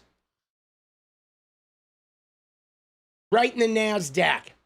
Dude, let's go. Dude, we're getting it, dude. Dance party. We are going to dance like it's fucking like NASDAQery, boss. Oh, shit. Dude, can I just show you? I know we looked at Jenny Short the other day, right? When it had like 1 million. Can I just show you guys? Look at this shit. Look at Jenny Short, guys. You ready? Look at this shit. Dude, her short has, where is it? Right there. You ready? Look at this, guys. 2.7 million views. Isn't that crazy? Kudos to Jenny. 2.7 million. I've never had, guys, I've never had fucking an Instagram short. Even when I was a gamer, it was only, my biggest gaming short was like 180,000. And even on TikTok, I was like big on fucking TikTok. Okay. And that is like top 15 of my TikToks. I had like a bunch of TikToks get like 5, 6 million, 7 million views. I had some really big TikToks, but like, dude, 2.7 million on Instagram is like huge, dude. I've been celebrating her every day, just so you know. I'm serious cheerleader for her. And now she's got a YouTube short that's like blowing up too. That's like bigger than her biggest YouTube short anywhere. When is Jenny starting her channel? Dude, I don't think Jenny's gonna start a channel. She doesn't really want to start a channel. She doesn't like social media algorithms like I do. Right? She doesn't like it. I mean, she likes editing. She said, I got this, Tommy, hold my purse. Let's go, Lady B. Right? Like she likes editing and she likes making the stuff, but she doesn't like the tethering that comes, because in order to start a channel, you have to live the channel. You know what I'm saying? You know what I mean? It's like you can't just do it a little bit. You have to do it like around the clock, and you have to like insert yourself in the algorithms around the clock, and you have to like interact with it and immerse with it. And she doesn't really use social media that much. Okay. The counter's still broke. No, the counter's been working. Counter's been working fine. Right? I don't know why the counter is not working, but we'll fucking, right? We'll manually count it, but it's working. I think it'll fucking catch up, right? So that's like 28. Let's go. Dude, let's go. I think it'll manually catch up. LFG and get her dance twerp on. Dude, I don't care. The Trump curse has been broken. Yeah, the counter's been working fine, dude. It's been working fine. The Trump curse has been broken, and that's all that matters. But guys, we do have to celebrate this, okay? We have to celebrate Nancy Mace. All right? Nancy Mace, guys. Okay? Because the coping that has been coming, hold on. The coping that has been coming from Nancy Mace is unreal. Unreal. All right? Let's just do this first. All right? Let's go to the New York Times primary calendar. Let's go look at the South Carolina primary that just happened. Let's go look at the primary winners. Look at the governor primary, guys. South Carolina governor. Look at Nancy Mace, dude. Last fucking place, right? I know that technically 𝗙𝗍𝗃 and 𝗡𝗎𝗄 got last place, but guys, they weren't even candidates, okay? They don't even have pictures. They were names on the ballot, but nobody who knew who they were. Nancy Mace came in last place. Nancy! Oh! Yo, Nancy! I hear you came in last place. Back to the Waffle House for you, huh? You idiot. How's it feel? You getting drunk? What are you wearing? Just kidding. All right, never mind. Fuck you. Bye-bye. Dude, last place, guys. Isn't that spectacular? So, all right, I mean, I'm excited. You're excited. Everybody's excited because we know Nancy's going to be done. And because Donald Trump endorsed Pamela Yvette and has ostracized Nancy Mace, I don't think Nancy Mace is going to be returning in like a Fox News role either. I think the bridge is burned. Okay, so I think Nancy's going to be like gone. Okay, she is. I think she's going to be gone as far as public life goes. Okay, now, I have said that my prediction was she's going to get a DUI. I think she's going to go out of Washington, right? Dude, let's go. Hey, 𝗙cie𝗶𝗃𝗏, we'll hit that deal. Right now, everybody in Washington, they live in a bubble. Okay, they do. They live in a bubble. They have drivers, etc. I think once she goes back to South Carolina, and gets out of the bubble, I think she's going to drink, and I think she's going to get a DUI. That's my prediction. There will be an alcohol-related incident within a year, okay? I think there is. By 2027 or by 2028, there's going to be some type of alcohol-related incident, either a DUI or a car crash or something. I think something's going to happen. But anyway, so she got last place. But guys, you ready for this? Look at her place. First, second, third, fourth. She got 5th place. Okay? Now, why is this special? This is special because of this, guys. Look at what Nancy was doing in 2024. Okay? This is October of 2024. Nancy did a Riley Gaines approved, RG approved, little whatever photo shoot and, did a little PR. And dude, Riley Gaines came in 5th place. Nancy Mace did this to sort of secure the anti-trans people because 2024, all the elections, Trump's election was all about the anti-trans. They, them was his big scare tactic. And so she did the Riley Gaines approved. And now, a mere 2 years later, Nancy Mace is out of government and she too tied for 5th place. Just like Riley Gaines. Well, Riley tied, but she too ended up in 5th place, just like Riley Gaines. Isn't that wild? I mean, think about it. Think about the just desserts here. And what's more, you ready? Sarah McBride, the transgender representative that Nancy spent the last year harassing, Sarah McBride is still in Congress, guys. Okay? Sarah McBride is still in Congress.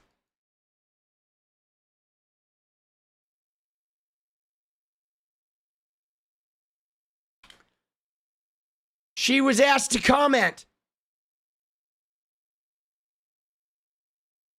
First, she said, thoughts and prayers. Conservative women who placed fifth, but she was asked to comment about Nancy Mace. Let's find it. Right? She wished her a happy pride. Today is the South Carolina Republican gubernatorial primary. And for those of you who aren't aware, my colleague and Congress's top bathroom sheriff, Nancy Mace, is on the ballot. Bathroom sheriff. And while not all of the votes have been counted yet, she is in a respectful fifth place.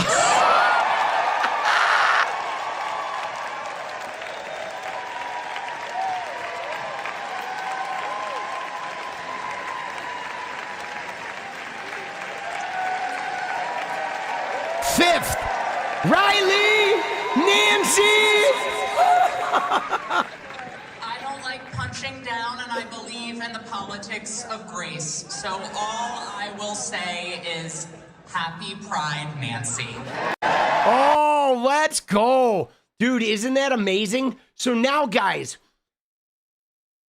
what's powerful about this is, on the one hand, fifth place, I mean, you couldn't have scripted it better, right? The bathroom sheriff, Nancy Mace, Riley Gain Endorse gets fifth place, loser, out of government, lost your job.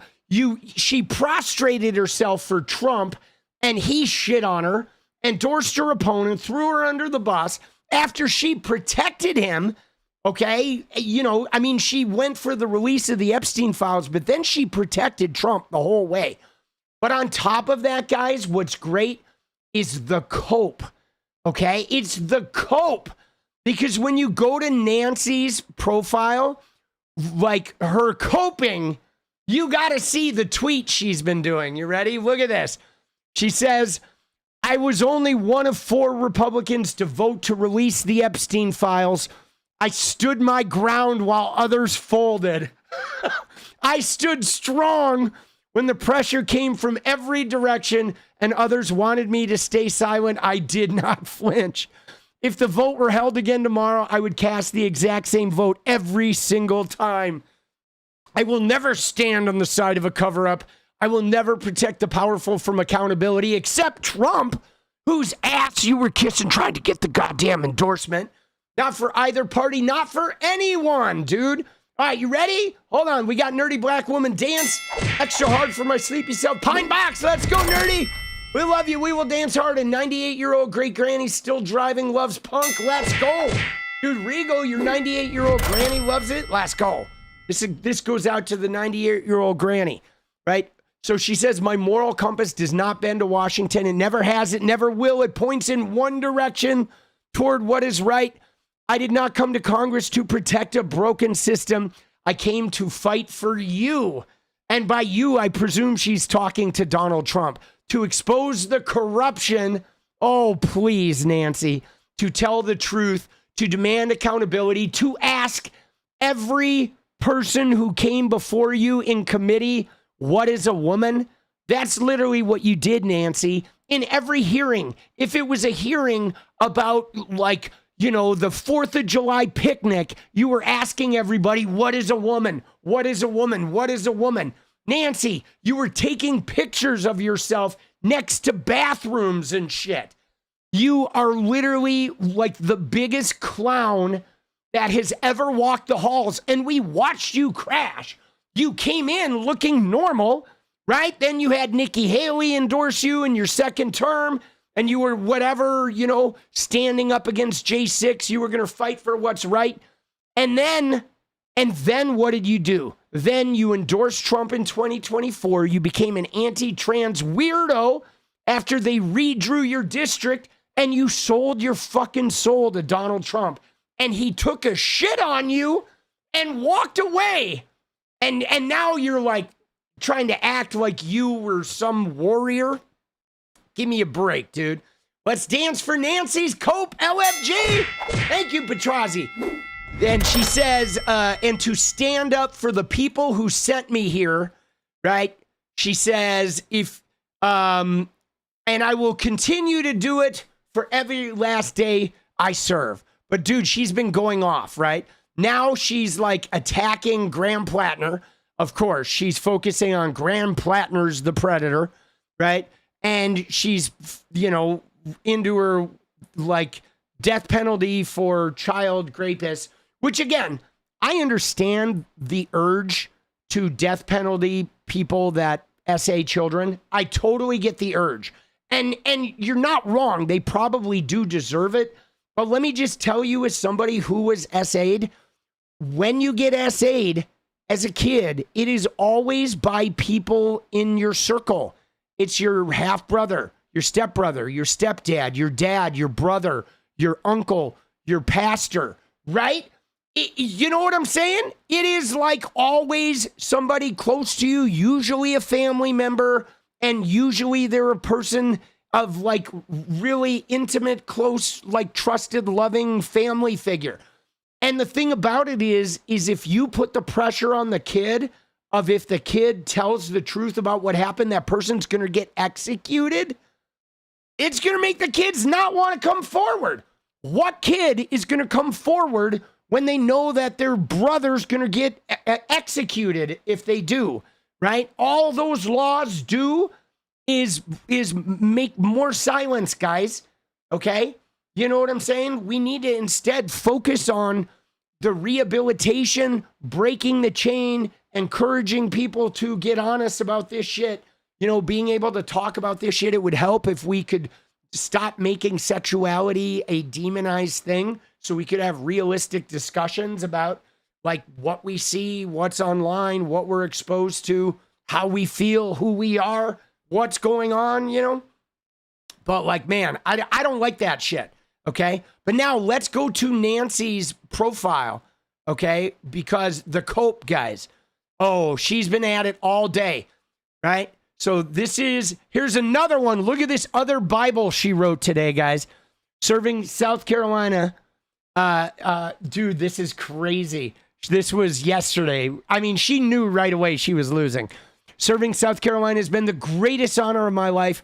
Every vote I cast, every hearing I called, every fight I picked, every time I asked somebody, what is a woman? It was always for you. I've seen what happens when good people stay quiet. I've seen what happens when they don't. I would choose the latter every single time. Look at this. I've taken on the rich and powerful. Dude, what is she even talking about, bro? Right? What is she even talking about here? Where she says, I've taken on the rich and powerful in both parties.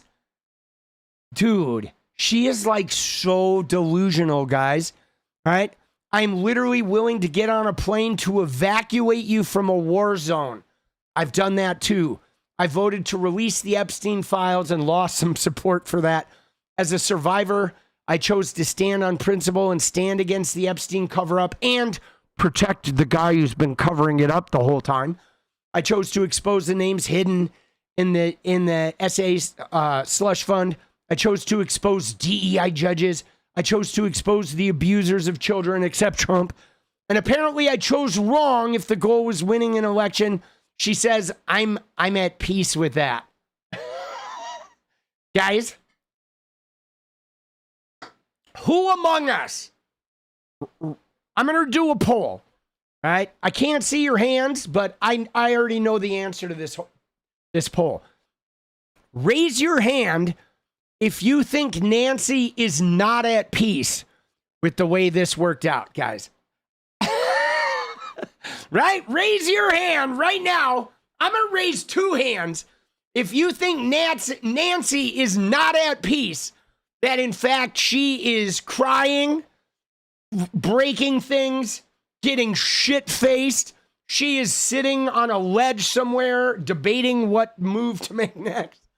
Dude, she is crashing out, okay?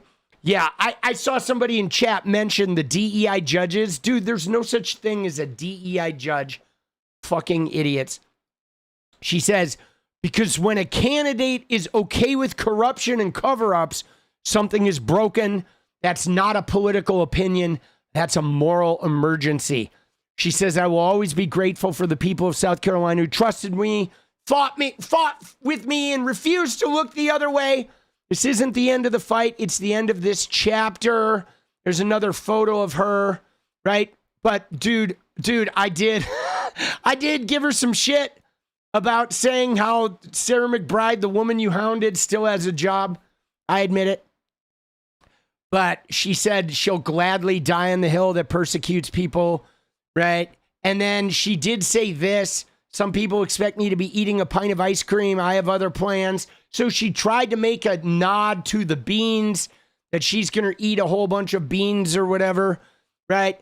And she said, enjoying my first cup of coffee since getting my ass kicked last night and reading about how Dems nominated the guy with the Nazi tattoo, blah, blah, blah, right?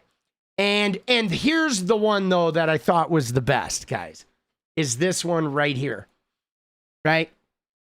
This is the money shot, okay? This is the money shot, guys. Headed back to the private sector at the end of this term, as the founders intended. When I ran in 2020, I said I'd only serve 3 terms, and my time is up. It's truly been an immense honor, and I wouldn't trade it for anything else. So she basically did a, well, when I ran, I said I'd only do 3. So now I'm leaving after 3 like I said I would. This was all part of my master plan. Dude, when you know what happened, guys. You know what happened, okay? You know what happened. I'll tell you. You want to know what happened to Nancy Mace, guys? Here's what happened, okay? She gets into Congress. Trump is a shitter. She's like, fuck him. I'm going to try and moderate the Republican Party. I'm going to try and be a fucking person. Nikki Haley runs for president and shit. Endorses her in her second primary, right? Nikki Haley, the future presidential candidate. And so Nancy Mace has this big, powerful support. The women, the high heels, yes, whatever. She wins. Then they redrew her district to make her district solid Republican. Okay, now at that point, when they redrew her district, she could now be primaried, okay, because it was a Republican guaranteed win, which means they could run an extremist against her and she could be primaried out of Congress because the extremist would be guaranteed to win. That's what happens in the fully unwinnable. If that district is red and a blue can't win it, then Trump can put an extremist in there and it's a guaranteed win. Okay? That's the play of that district. All right? Now, so Nancy then decided to become pro-Trump and, right, she endorsed Trump in New Hampshire in 2024. Then he endorsed her. Good job, buddy. She became, and then she won big.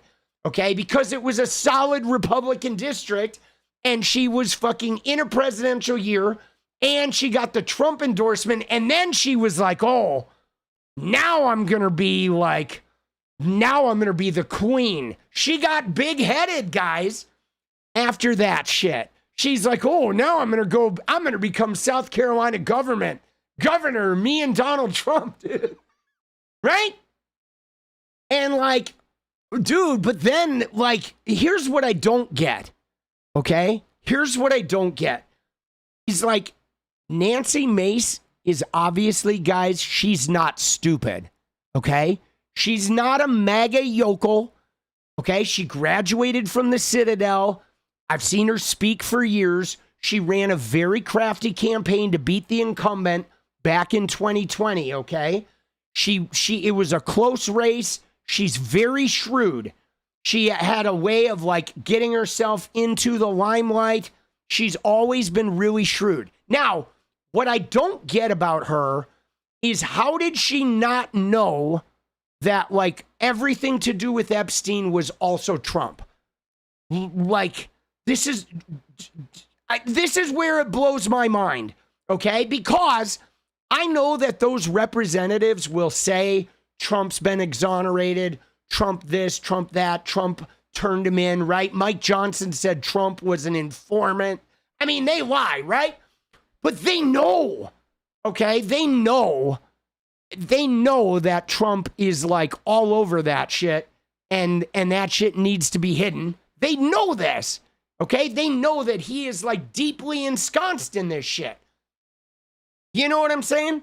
So I don't understand how she fucked up like that.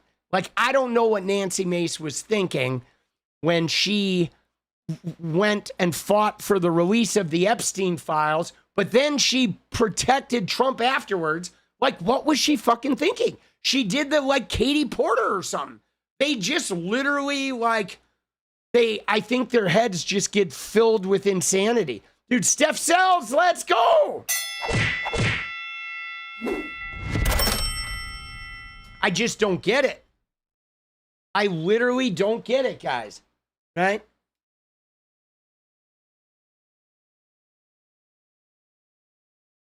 Oh. But yeah, she's done. I thought this one was great. The 𝗏𝗃. Oh, the 𝗏𝗃, guys. Dude, the memes. Private sector, aka OnlyFans. All right. Dude, I'll be honest, guys.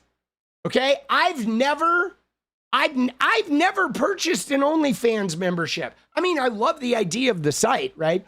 But I just don't, you know, I don't purchase OnlyFans memberships. But dude, I don't know, dude. If Nancy had an OnlyFans, I might ask somebody for their password.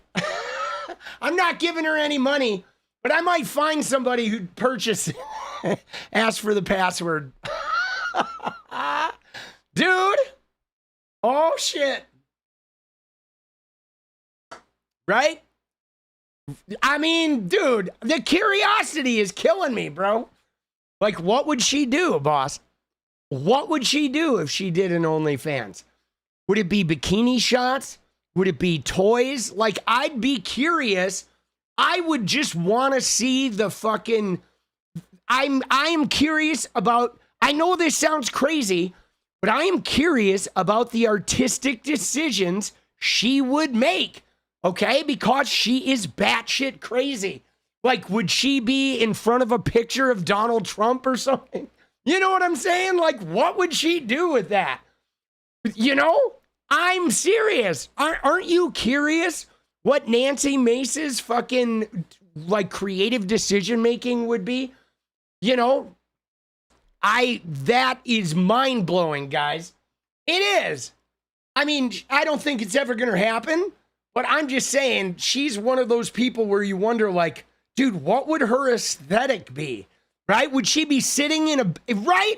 Would she be sitting in a bathtub full of beans? I mean, think about it, guys. Seriously. I could absolutely see her sitting in a bathtub full of beans, guys. Shit you not. Like, that would be insane. Reset time. 𝗙𝗪𝗏𝗃, let's go. Dude, it's all about the beans, guys. We need 23-3, baby. Let's get this dance party. 23-3. Dude, Nancy Mace, bathtub of beans. That shit would be wild, guys. All right, let's get it. 3 minutes, guys. It's go time. Do it for Mamdani. Do it for Platner. Do it for Nancy Mace. If we get the dance party goal, Nancy Mace will not do an OnlyFans. I have a promise. Oh, dude. Dude, she is so crazy. She is so nuts. I'm so glad, though, guys. I mean, I knew she was going to lose South Carolina. I knew it. But I'm so glad that she's going to be out of government because she's rotten. She is rotten. This discussion is almost as unhinged as Nancy. It's a tribute to her. So, you know, that's not a surprise that discussing Nancy makes you as unhinged as Nancy. 1 minute. Let's go, baby.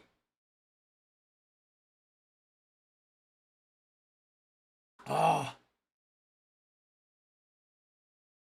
Oh, dude. Yeah, no, she's crazy. I mean, let's just take a brief, let's do a brief photo essay of Nancy. Okay, because here's a Nancy before and after, guys.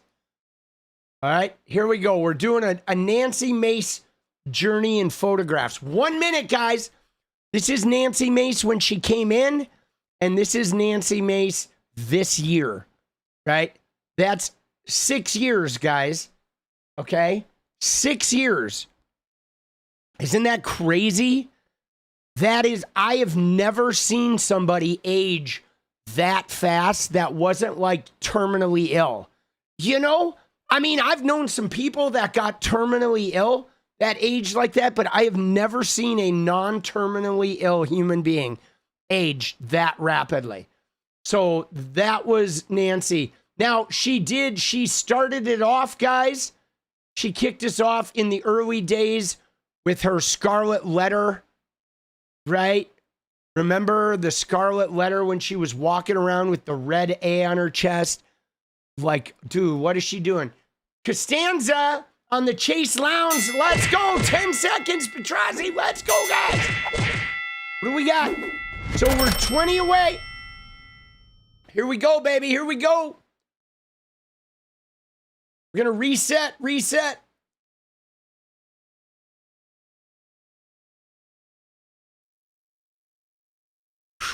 Yeah, she does look like Perry Farrell.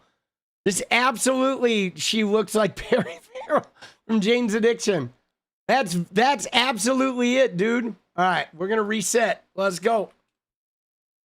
Craziness, boss.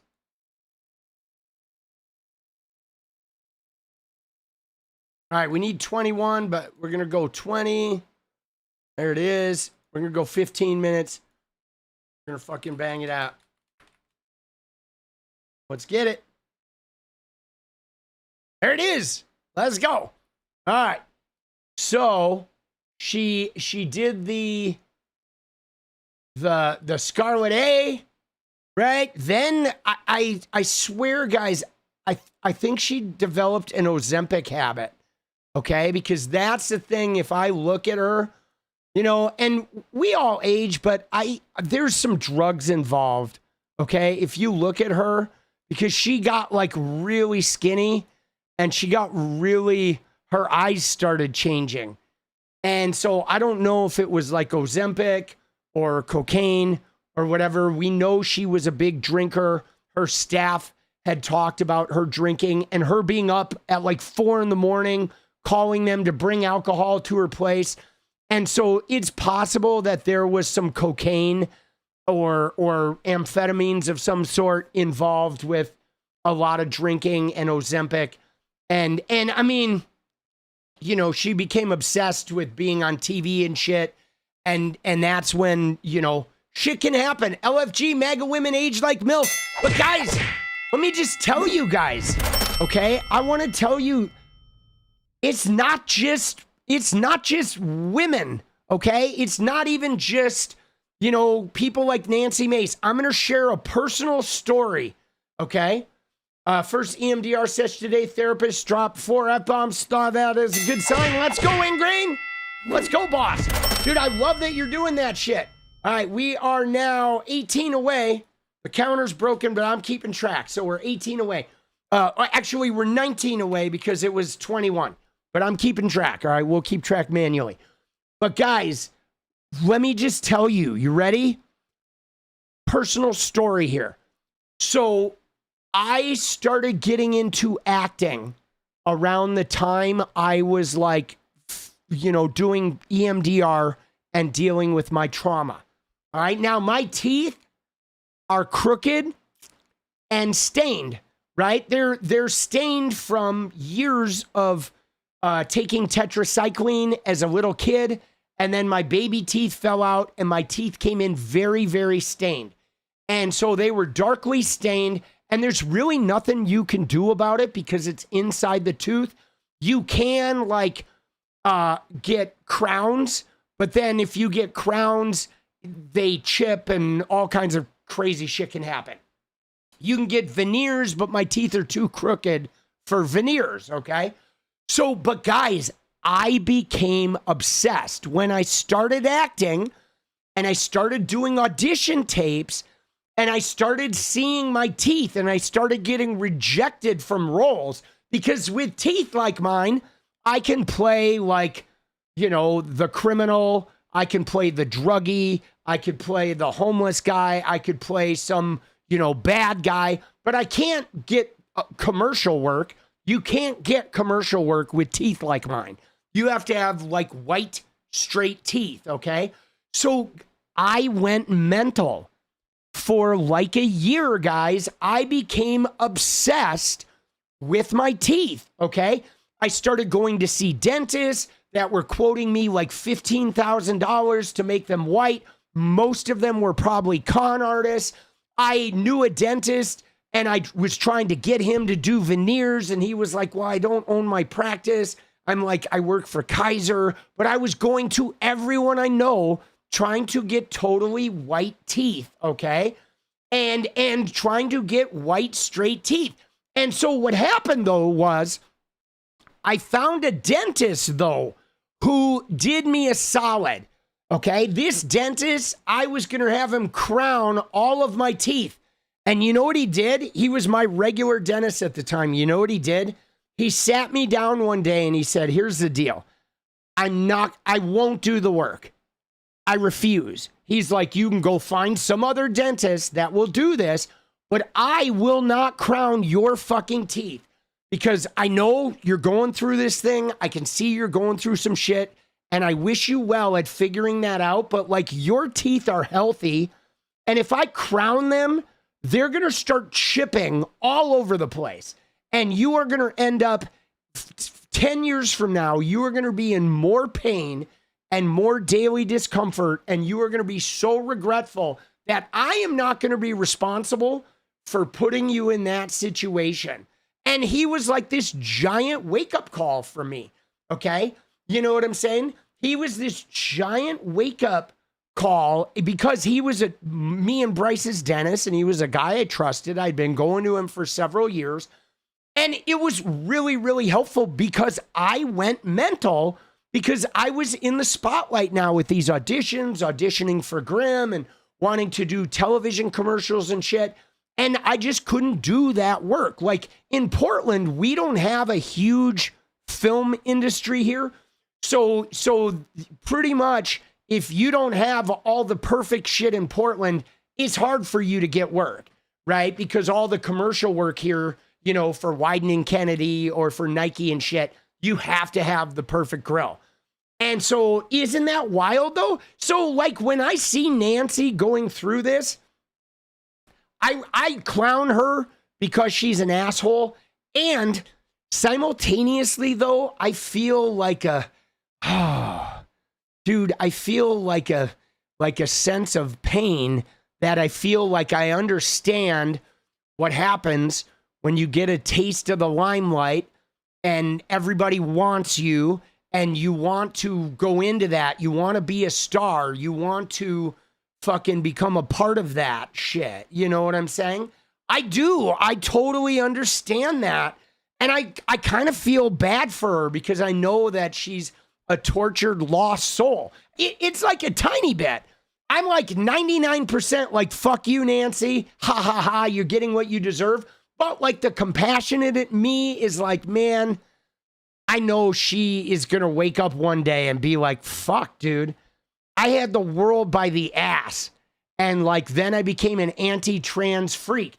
And so I wonder, guys, if there's going to be a redemption arc. Okay. Seriously.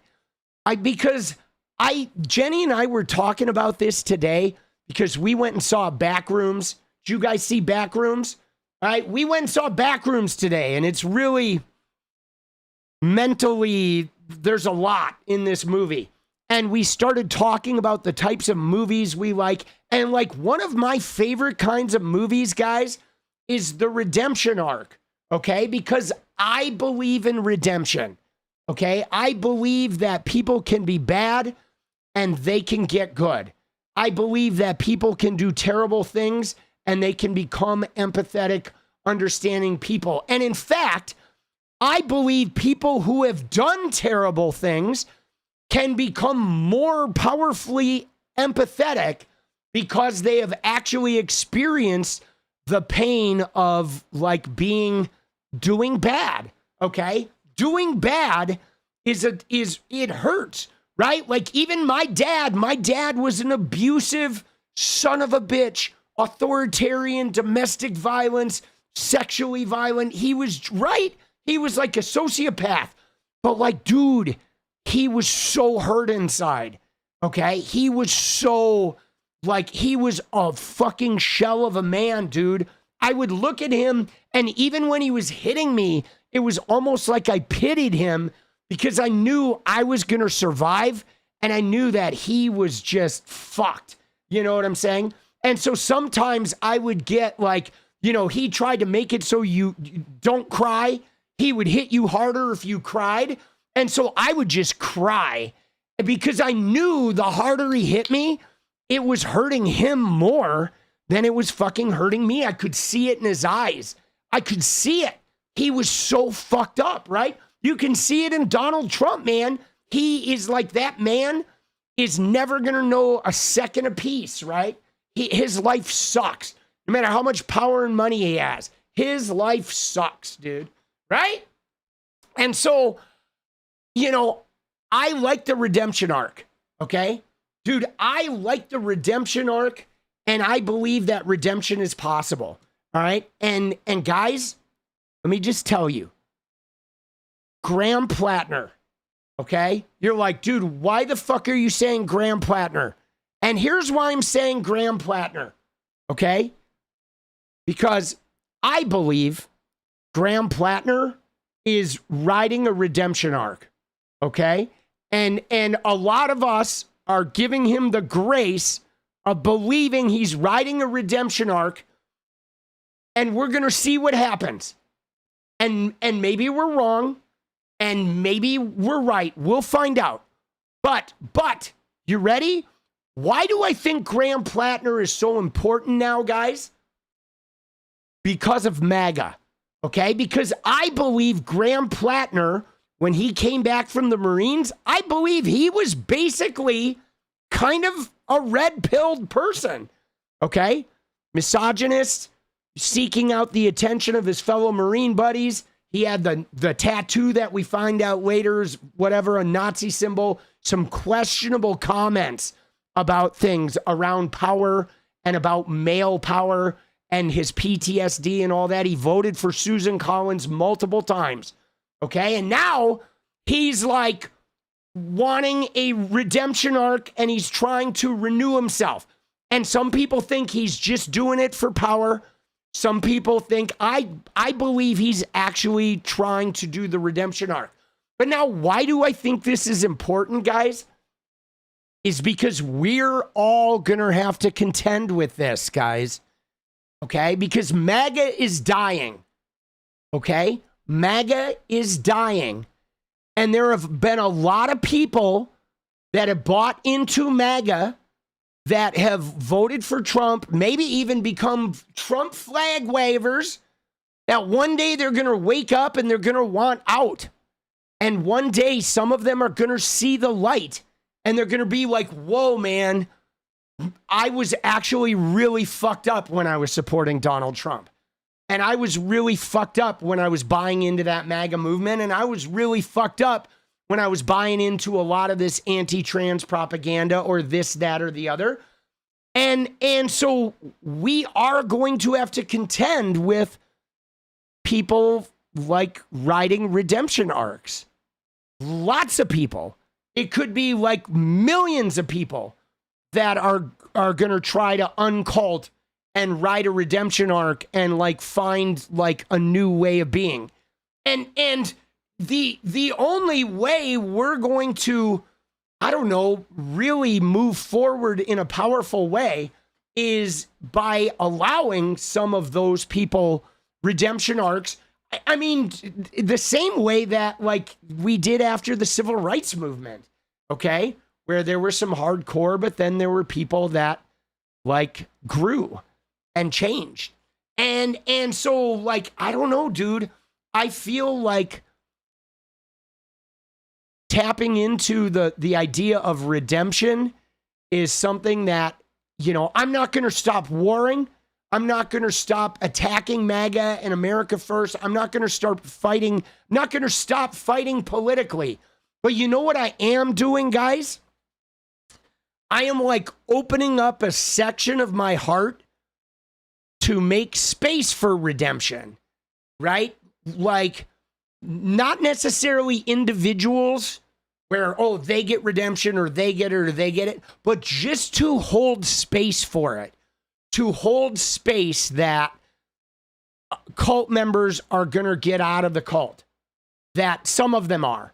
It's not going to be all of them. It may not even be a lot of them, but some of them are going to get out, and I'm going to make room for them to have a chance to become better human beings, you know? And I think we need to consider that.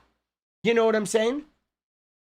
We do. Like, as a society, we're going to have to deal with this. 𝗙𝗏𝗏𝗏𝗏, let's go, baby.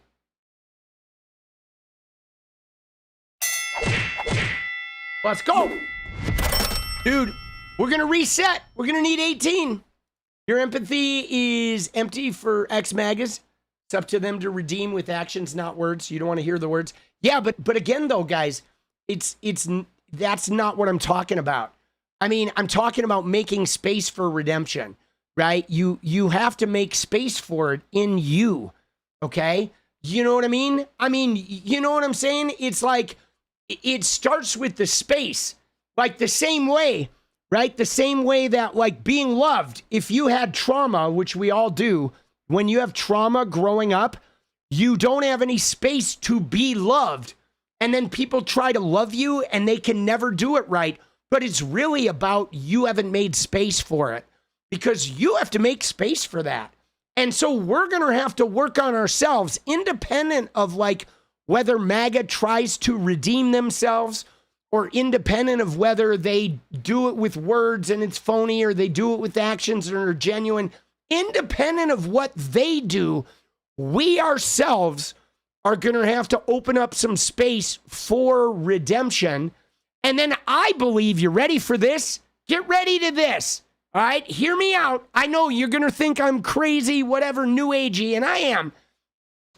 I think we have to open the space first, okay? I think we can still go after MAGA, browbeat them, hold them accountable, but I think as we open space for the idea of redemption, I think people who want to get out will find that space, even if you don't know them, right? It's like if 20 million people in America open space for redemption, it's going to create a pocket of space in our social fabric for cult members to get out of that cult, even if they're getting out of it in a different state. That's what I'm talking about. I'm talking about energetically making space for the next evolution of empathy and fucking, you know, like being better, man. Dude, I'm doing it. I'm doing it, guys. You know why I'm doing it? Because I want a better world. And I know we're not going to get a better world without it.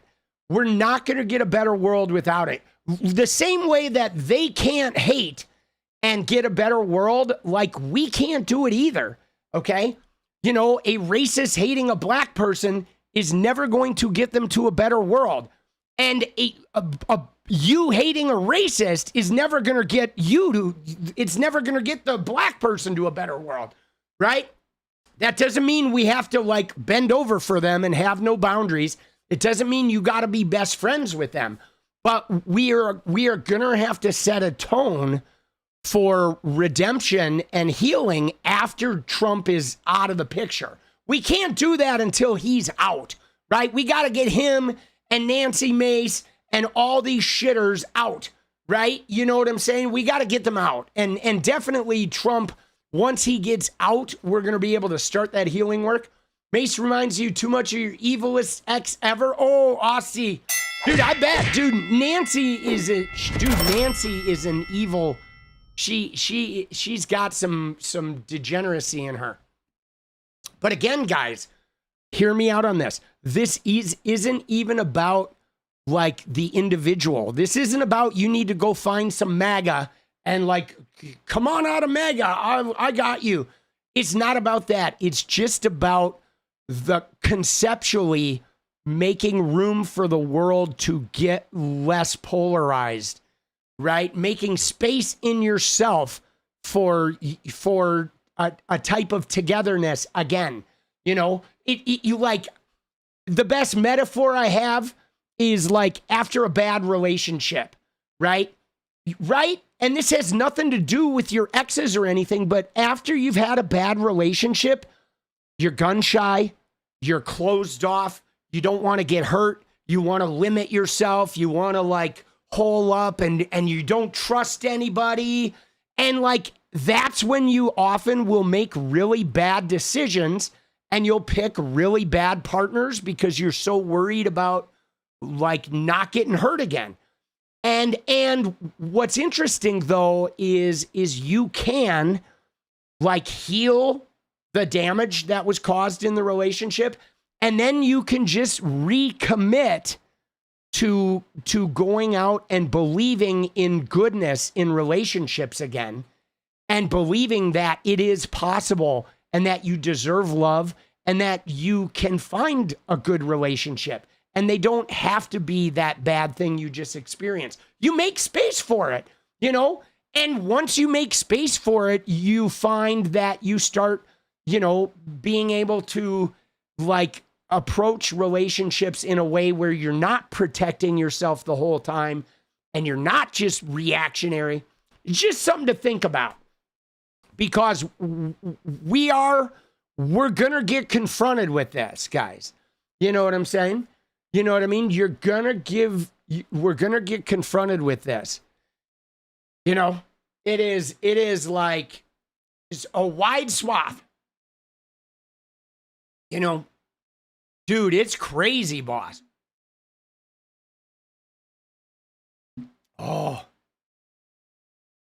White guys are obviously the problem. I mean, dude, white guys are a big part of the problem. Just white people. Right? And I mean, you could go above that and just say, instead of even saying white guys are the problem or white women are the problem, you could just say white supremacy is the problem, right? And so then everyone who benefits from the white supremacy is part of the problem, right? It's like, you know what I mean? I mean, it's just hard. It's hard when there's white supremacy.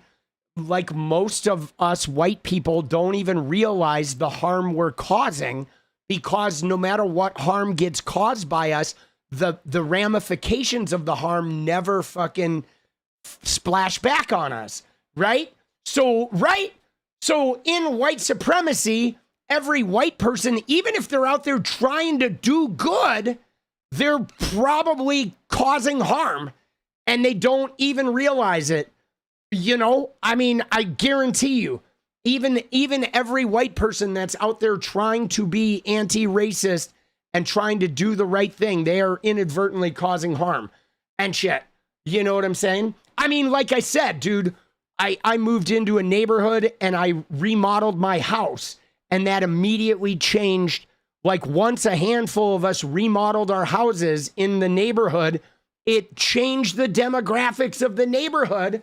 I was just trying to make the neighborhood, I bought a dilapidated house and I decided, I'm going to fix this up. It's going to make the neighborhood better. And then inadvertently, it just completely changed the fucking neighborhood, boss.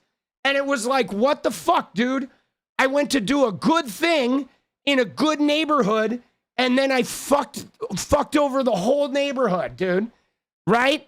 And that's literally like, you know what I'm saying? When they say the path to hell is paved with good intentions, there you go, right?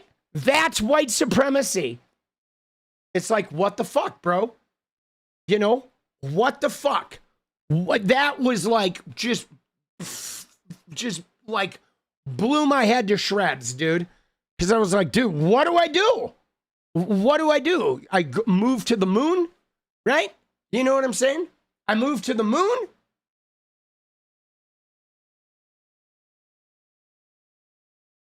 What are you going to do, boss? Your wife and I did that? Yeah. I mean, dude, it's like, I've been sort of racking my head to try and figure out, like, how do we fix that? You know what I'm saying? Like, how do we detangle that? Like, man, I wish I could think the recipe of that. Hold on, we're gonna try and get the dance party goal again. Dude, I'm being a very bad dance party goal person. I'm not keeping an eye on the timer. But it's frustrating. It is frustrating to, like, figure out how to unpack that shit. You know, like, is it like financial reform? Does it start with reparations? Does it start with, you know, like, you know what I mean? Like, I don't know. I mean, I know that I think something, to me, it seems like something that would be good would just be a simple, to start, even forget, before we even crack into the racial and the gender aspects of the economy, right?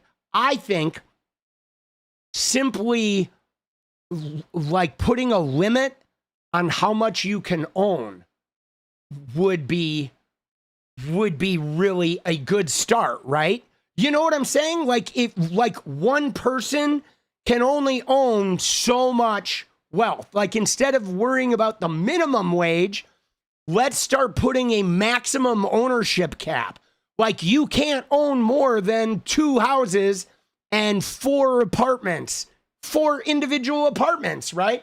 So if there's like an 8-unit apartment building, 2 people got to share the ownership of that building, right? Something like that, right? Or you can own 1 apartment building up to, 8 units and 2 houses, and that's it.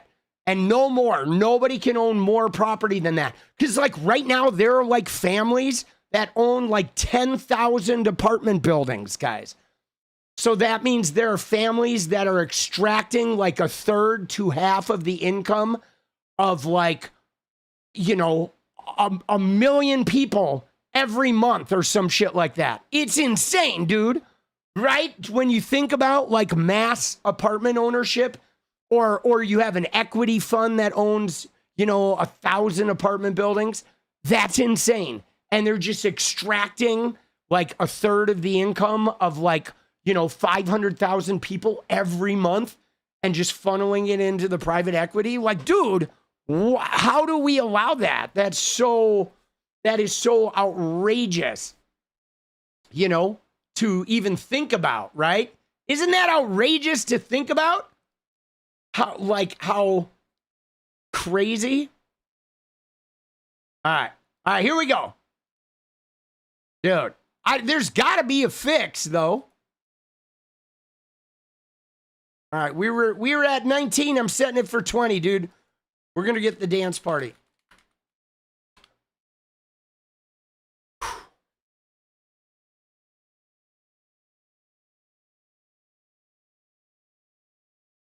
John Lewis Voting Act. Dude, John Lewis Voting Act would be nice.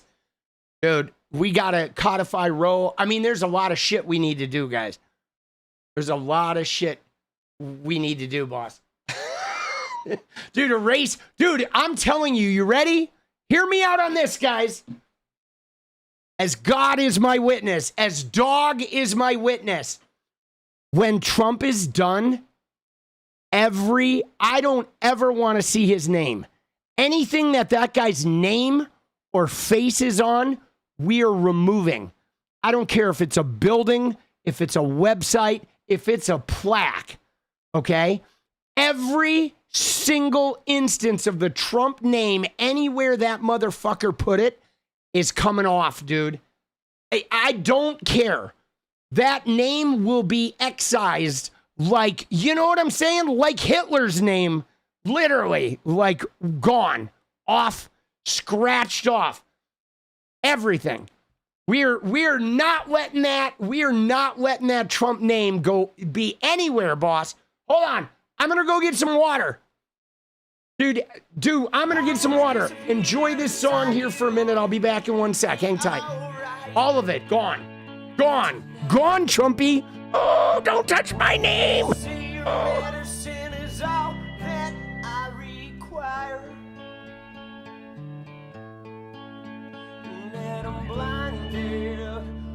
the stars in my eyes.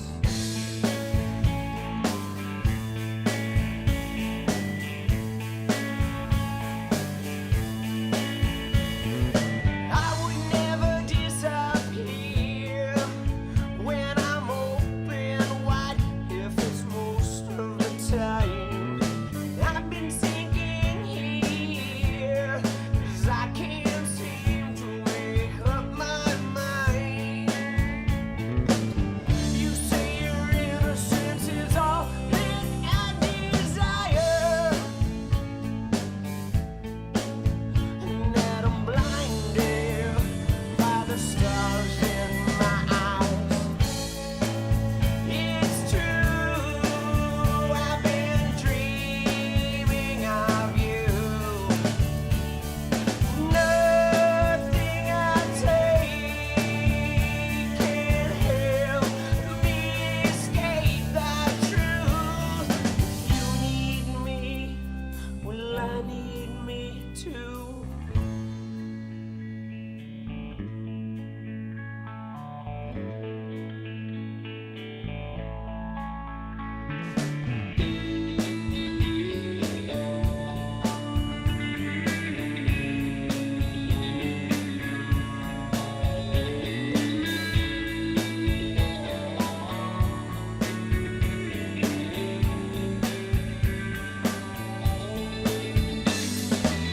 You say the evidence is found in my denial,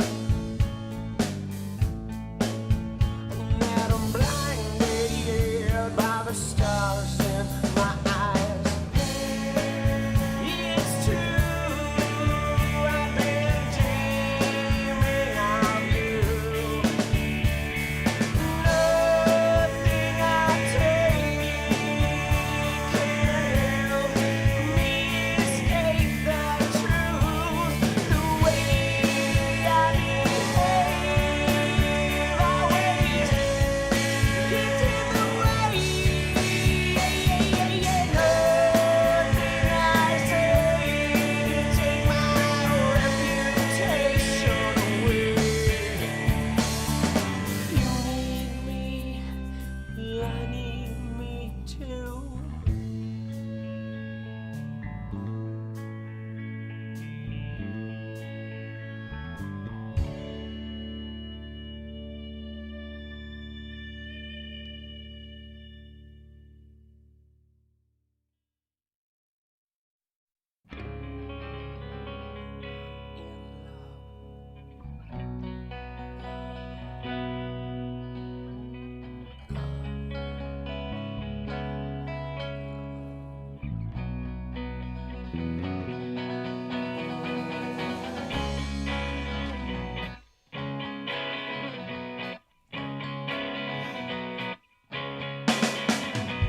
I've been so overcritical of myself.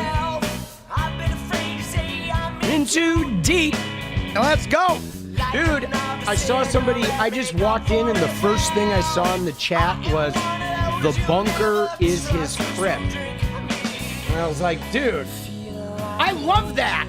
Dude, the bunker is his crypt. Dude, Pretty Kate, punk stands for a better future. Let's go, guys. Let's go.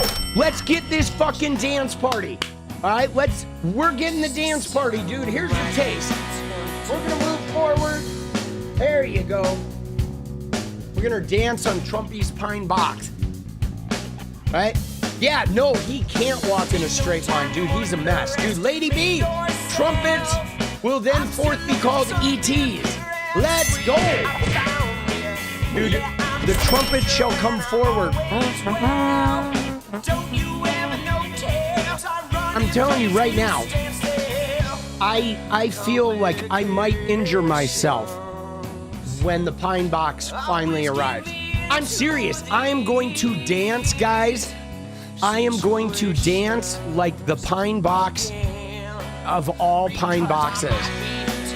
I shit you not. It is going to be the craziest pine box dance in the history of mankind.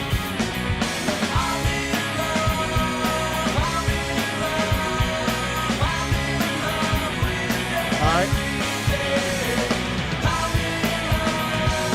So let's go, baby. Let's go. All right, so there's somebody that is warning about Graham Platner, some Canadian person, right? Is this about, I presume that this is about Graham Platner that he's talking about? Or is it Trump? What is this guy talking about? It says it's over. Oh, shit. Look at this, though. Dude, this is crazy. All right? Oh, shit. I thought it was Platner. I'm wrong. It's not even about Platner, guys. Whoa. Hold on. It's about Trump. Lock him up in the bunker with Melania. Let's go. Petrozzi, let's go. Dude, Melania is going down, boss. Dude, we got Petrozzi with the Melania bunker. Dude, DL, let's start small, one dance party at a time. That's what it is, guys. Go local. Go local, baby. Oh, shit. Sorry. I didn't realize the music was on. All right. Thank you. I forgot to turn the music off. Sorry. All right. My bad.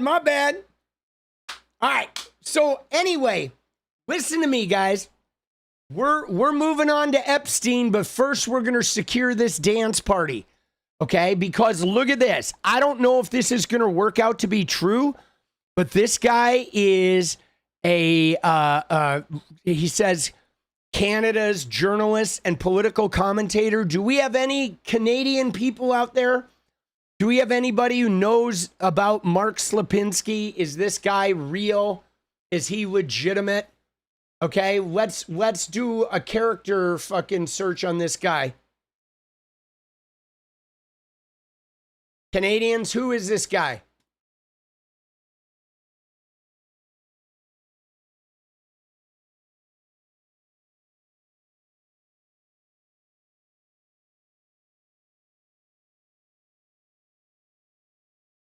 Who is this guy? Who is Slapinski? Says he often blends factual reporting with personal interpretation or speculation. So he is what is he? We're talking about this guy, okay? This Mark Slapinski guy. He says Canada's leading journalist and political commentator, but he also, when I look at him and I look at, like, I don't know, his presentation, I feel like this guy is a fucking shyster, okay? But like, we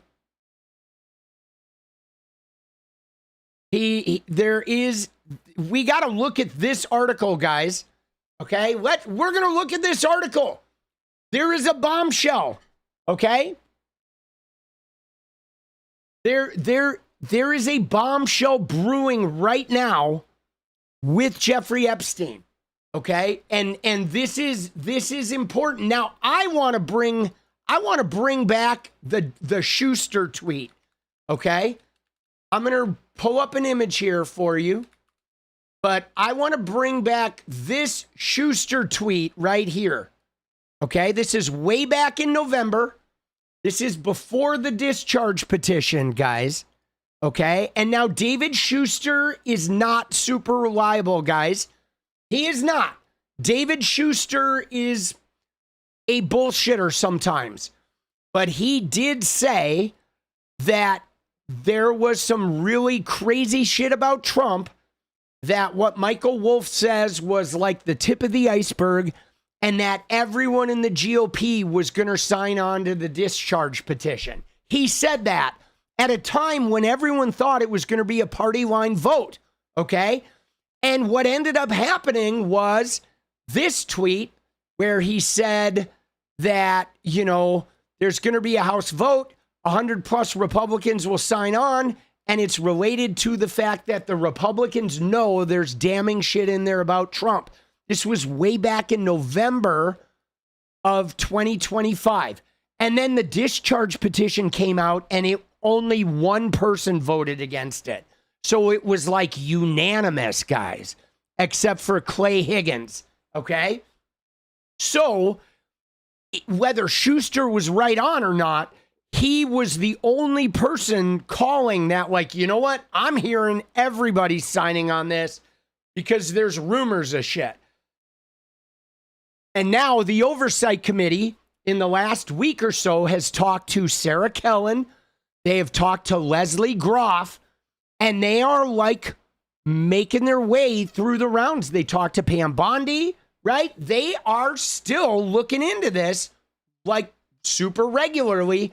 And now this New York Times article came out, and this shit, guys, is a bombshell, okay? It came out fucking this morning inside the White House freakout over the Epstein files. And this is a big one, guys. Look at this. Look at this fucking image, bro. I mean, this image is like, whoa. All right. And this is what we're going to look at as soon as we secure the dance party. There's some shit in there where it is, you know, now rumors are flying. Okay? Trump has ruined all their careers. It makes sense. They've been trying to get him out behind the scenes. I mean, yeah, I don't know, guys. I can't help but feel on a personal level that, you know, 90% of Trump's behavior is motivated by like shit that's in the Epstein files, right? Either shit that he's on the run from, shit that he has that's dirt on people, or people have dirt on him, so he has to like do what they say, or people he's covering for internationally that are throwing massive amounts of money at him to make sure this shit never sees the light of day. Like, seriously, I think if we could see all of the Epstein files and get that whole Epstein story, we'd look at a lot of Trump's insane behavior and be like, oh, fuck, of course. That's why he's doing it that way. Like, that's what I think. Let's go, baby. All right, guys. 15, 16, and 15. I mean, there's a lot of people implicated in this shit, guys. There is, you know, Ehud Barak, you know, the Israeli, everyone in high levels of the Israeli government, including Netanyahu, because Barak was Netanyahu's defense minister. Okay. So then there's an untold number of Mossad and IDF related, you know, people, and whatever big capitalists are in the Middle East, including the people in Dubai, and like, I'm sure there's Saudi princes and the whole 9 yards. We know that it goes into the royal family with Andrew. We know that it goes into high levels government families in Norway, in Germany. I mean, we don't even know what the Putin connection could be behind this shit. But the finances go into Deutsche Bank and stuff. And then here in America, dude, it's everybody. It was like Larry Summers, it's Bill Gates, it's Bill Clinton, it's Donald Trump. It is like maybe the intelligence agencies, certainly high level, as far as high enough level to get an immunity deal from the government attorney, Alex Acosta, right? It is, you know, Fortune 500 companies. It is, you know, the Sergey Brin, Elon Musk, Palantir, Peter Thiel, right? I mean, like, it's like everybody, guys. Everybody. Obama? I'm not sure if it's Obama, right? I know it's some people in Obama's administration. I don't know if it's Obama, right? I mean, I don't know. I mean, in most administrations, there's a firewall between the president and the DOJ.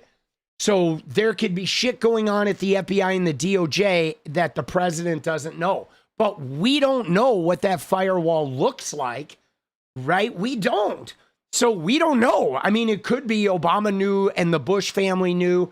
Like, it could be all of them. I mean, I don't know what the firewall looks like in a normal government right? I don't know if Obama knows what the FBI is looking at in the DOJ. I know in Trump's DOJ, those people are all his fucking like circle jerks. So he knows everything. But I know in a normal DOJ, LFG dance party, let's go, 𝗙𝗧𝗏𝗧. In a normal DOJ, the president and the attorney general never really fucking talk to each other. Okay? They don't. There's a separation there. The attorney general handles that shit, and the president handles his shit. And right in a normal, that's the way it's supposed to be. You appoint somebody, they may be investigating you for all you know, right? And so in a normal administration, there's supposed to be that firewall. But I don't know. I just don't see Obama being a child abuser. Like Trump, he abuses everybody. I don't know if I believe that Obama was a child abuser, right? You know what I mean? You know, I'm not really buying that. But I don't know what they knew of what was behind, you know, what they knew about that information. You know, because like, let me just tell you, right? As far as the FBI goes, the FBI has like hundreds, thousands of cases. So the president doesn't know everything the FBI is doing. The president doesn't know everything the CIA is doing. I mean, they're doing so much. It's not possible for anybody. I don't even know how many people, right? I don't even know how that shit works, right? You know, like how many people at the CIA are even aware. Obviously, the director of the CIA knows everything the CIA is doing, but how many other people do, man? You know, like, I don't know. It's weird. I would love to have a roadmap of how classified information and the people who have it and know about it. I would love to know more about how that web looks. It's just so secretive. Dude, Putin knows who Barron's real mom is? Dude, oh shit. Dude, Putin has something on Trump. Let me just say, I know for a fact that Putin has something on Trump. There's no doubt. And so does Netanyahu. Okay? Netanyahu has something on Trump. The director of the CIA doesn't know everything. Probably not. Right? But I mean, I would think he would know, like the director of the CIA should know. I mean, you would think he would know like most of where their tendrils are going, right? I mean, you know, but who knows? Who knows? I mean, it's, you know, he would at least have access. He would have security clearance to find out, right? I would think. I don't know. I don't know what any of that looks like. Because, you know, in spy movies, they make it so there's like some secret, you know, whatever. There's 5 guys in a room from all around the country that have information that not even the president knows and yada, yada, yada. And like, so I don't know, dude. Right? And it's true. That's right. No, that's true. It is compartmentalized. So you can't capture one guy and get all the answers. That is true. Like that they do compartmentalize, like certain things that they don't want to get out will be held from certain people. So that way, if you kidnap that person, they just don't have any information about it. Of course, you know, everything uses cells to some degree, right? But, you know, I mean, cells are purposeful, right? All like the mafia operated the same way, where the mafia you have cells and only certain people have certain information, right? Dude, all right, guys, 15 and 8. Let's go.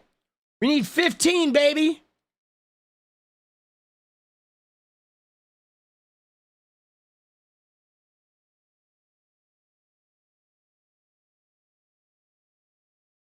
Let's get it. Let's get it. 15. And then we're going to dig into this Epstein, into this Epstein article, boss. Oh, shit, dude. Dude, that is. This is. I'm curious. I am curious about cross-referencing this with the Sarah Kellen and the Leslie Groff, because Leslie Groff's interview was pretty damning for Trump. Okay, because Trump has insisted, guys. Okay, Trump insisted that he had no contact with Epstein right after Jeffrey Epstein and Ghislaine Maxwell had found Virginia Giuffre, right? Which is like around 2000, right? Or right before they took her and she was spotted on Naomi Campbell at her birthday party on that yacht in like the French Riviera. Come on, punks, LFG, LF go. Let's go, Steph. All right, guys, 14, guys. So Trump had said, oh, I ended it. When he took someone from the club, Virginia Giuffre, oh, bad guy, I ended my relationship. But here's the problem, guys. Leslie Groff just testified before the Oversight Committee that Donald Trump, she set up several like meetings and phone calls with Trump and Epstein. But you ready for this? She didn't start working for Epstein until 2001. So Trump, again, it's another lie. Because he said, oh, in 2000, when Virginia Giuffre, when he did that, I was done. No, you weren't. You were still setting up meetings. And you were still, like, talking to Epstein often. And, right? So he's in another pickle. Right? He's in a huge fucking pickle with this. Dude, Jason, shrimp on the bobby. Let's fucking go. 13 left. We got 13 shrimps on the bobby. So that's a problem. Because now we have multiple lies for Trump. Another shrimp on the bobby. Let's go. Let's go. Let's go. Thank you, Jasons. Appreciate you, boss. So we have another, it's like there's another fucking, he lied about the plane. He lied about like his contact, right? Post Virginia Giuffre. That's another huge lie. And now they're catching his other associates, Lutnick, Elon Musk, all these other people in lies. But that's another major lie that literally just happened, guys. All right, we got 12, guys, 12 and 5. Let's get it. Here we go.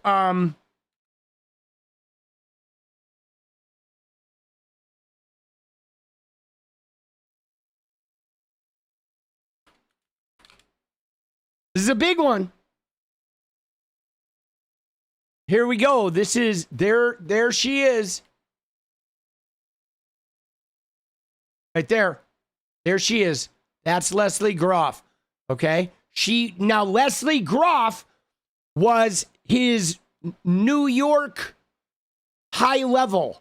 Okay? He had a couple of assistants. He had Nadia Marcinkova, he had Sarah Kellen, he had Adriana Ross, and he had Leslie Groff. Okay? Sarah Kellen managed the girls out of Palm Beach and managed the girls and everybody who went to the island and appeared on the plane. So Sarah Kellen arranged girls and handled their travel.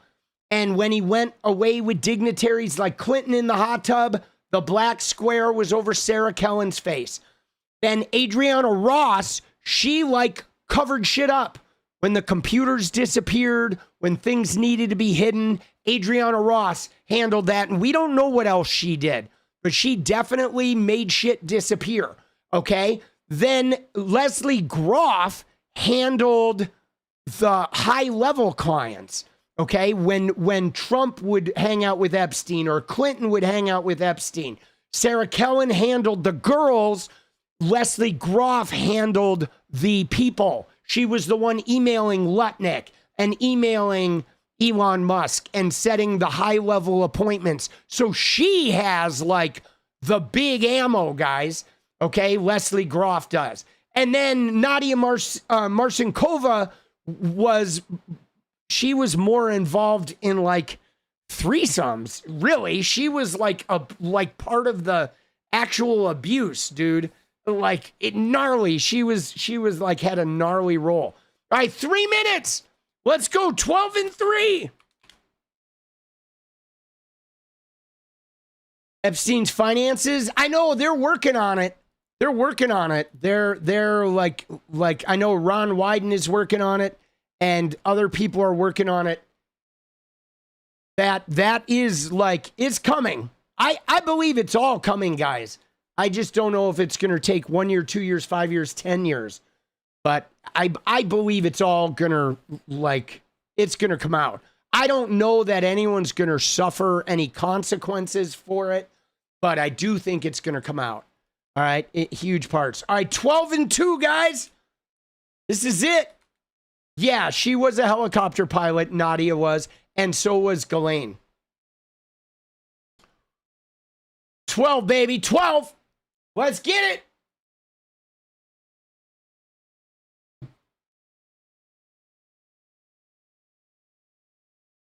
It's way too slow going. I mean, it is, but it just kind of works out that way. You know, these kinds of things. This thing was, you know, was 2 decades in, right? Like it existed. The network existed for like almost 3 decades. So I think it's going to take a while to unravel. Let's go. 1 minute, guys. 1 minute. It is coming. It is coming.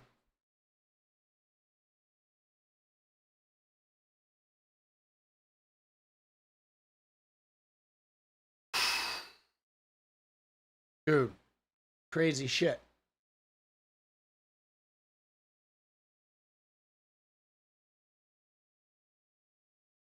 Helicopters are chosen because there's no flight logs, guys. Right? Does yours count? They do. It does. Yeah. They're all in there.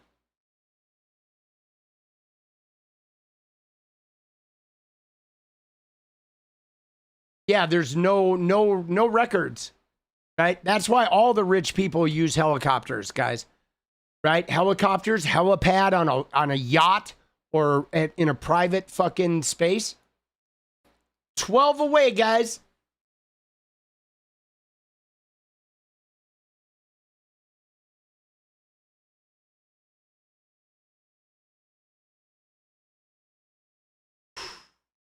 All right.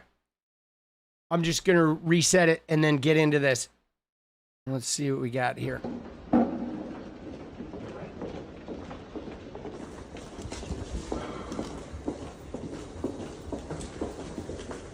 There she is.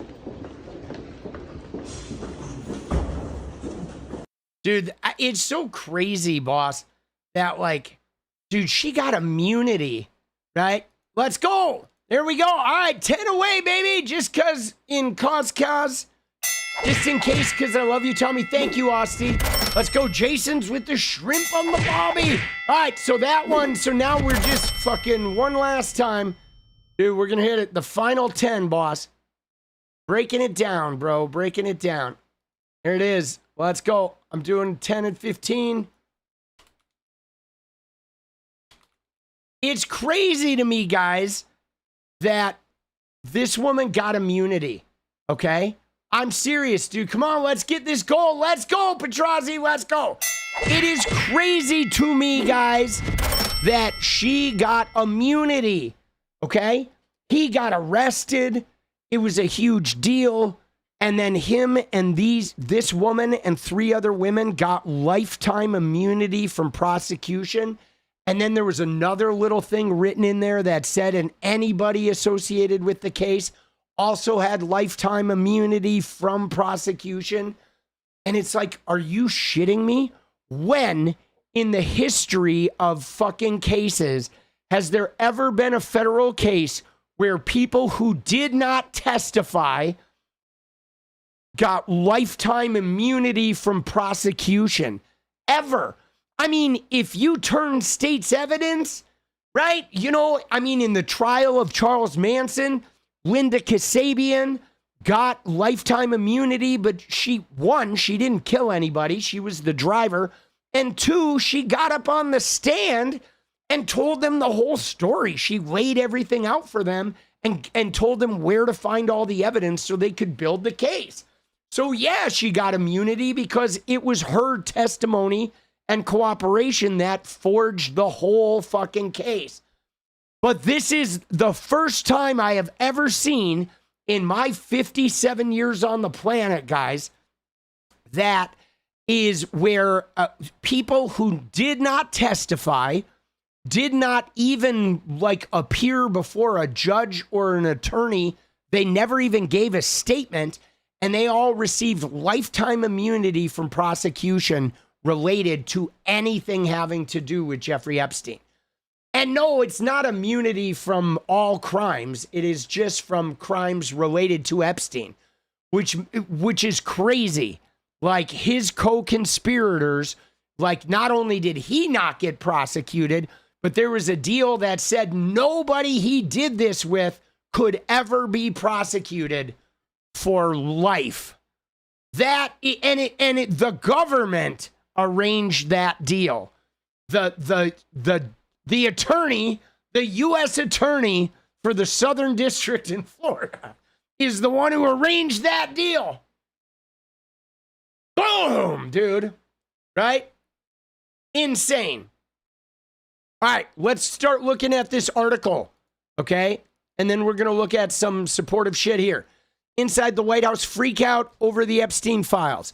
The president's top advisors gathered in a series of situation room meetings as they struggled to contain a scandal engulfing Donald Trump himself.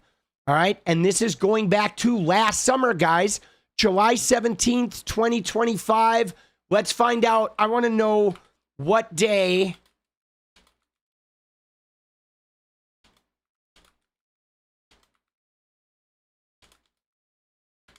Trump said. So it was July 16th was when Trump said the Epstein files were a hoax. Dude, look at this, guys. They're right. They're going into the situation room the day after he made that statement. That was like the first thing I thought of. Okay, they're having a situation room. It was the day after Trump said the Epstein files are a hoax. Right? That's nuts.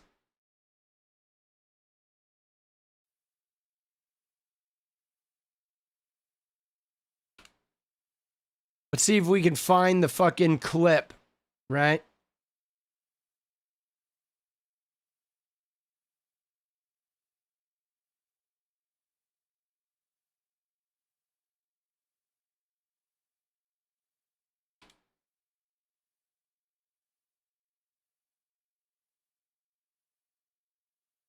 Here it is.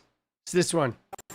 No, she's given us just a very quick briefing, and in terms of the credibility of the different things that they've seen, and I would say that, you know, these files were made up by Comey, they were made up by Obama, they were made up by the Biden, we went through years of that with the Russia hoax, with all of the different things that we had to go through. We've gone through years of it, but she's handled it very well. And it's going to be up to her. Whatever she thinks is credible, she should release, yeah. See, that was when they were asking him, this is on July 15th, that's when they were asking him about, did Pam Bondi say your name appeared in these files, okay? And so that's where the time period we're looking at with this, okay, is right around this time, they're now having White House Situation Room meetings. Let's go, guys. 9 in 9, baby. 9 in 9, guys. All right. On July 17th, around 6 in the evening, Trump's top officials filed into the White House Situation Room. The secure bunker where classified and high-stakes national security matters are discussed and decided. This was where Barack Obama, along with Joe Biden and Hillary Clinton, watched the raid that ended with the death of Osama bin Laden in 2011. Let's go, 𝗙𝗹𝗹𝗪𝗀. Thank you. 8 away, guys. 8 away. 8 and 8.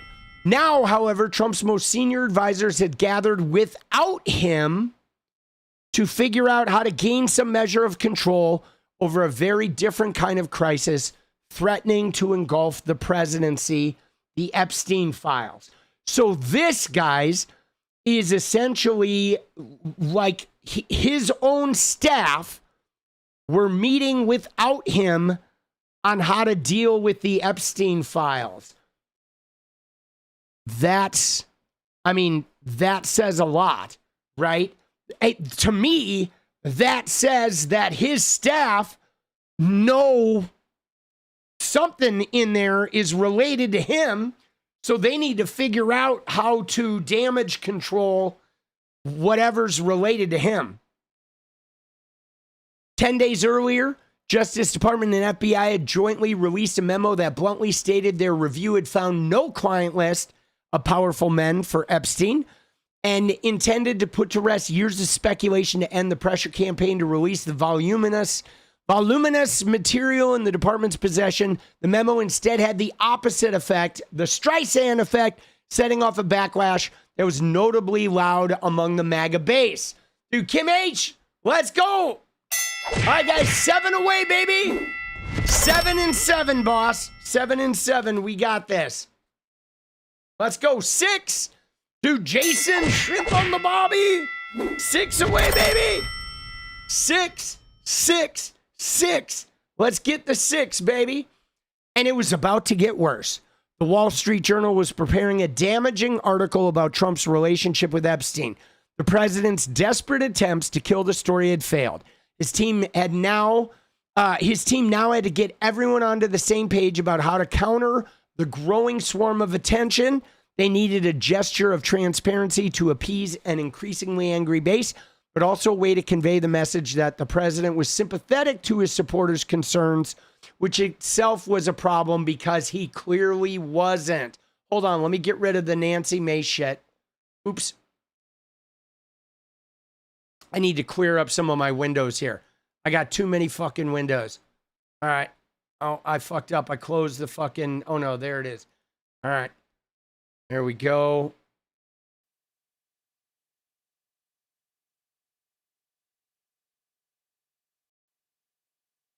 Let's see something here.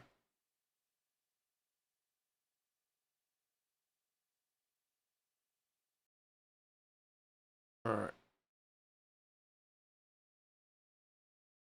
All right. All right.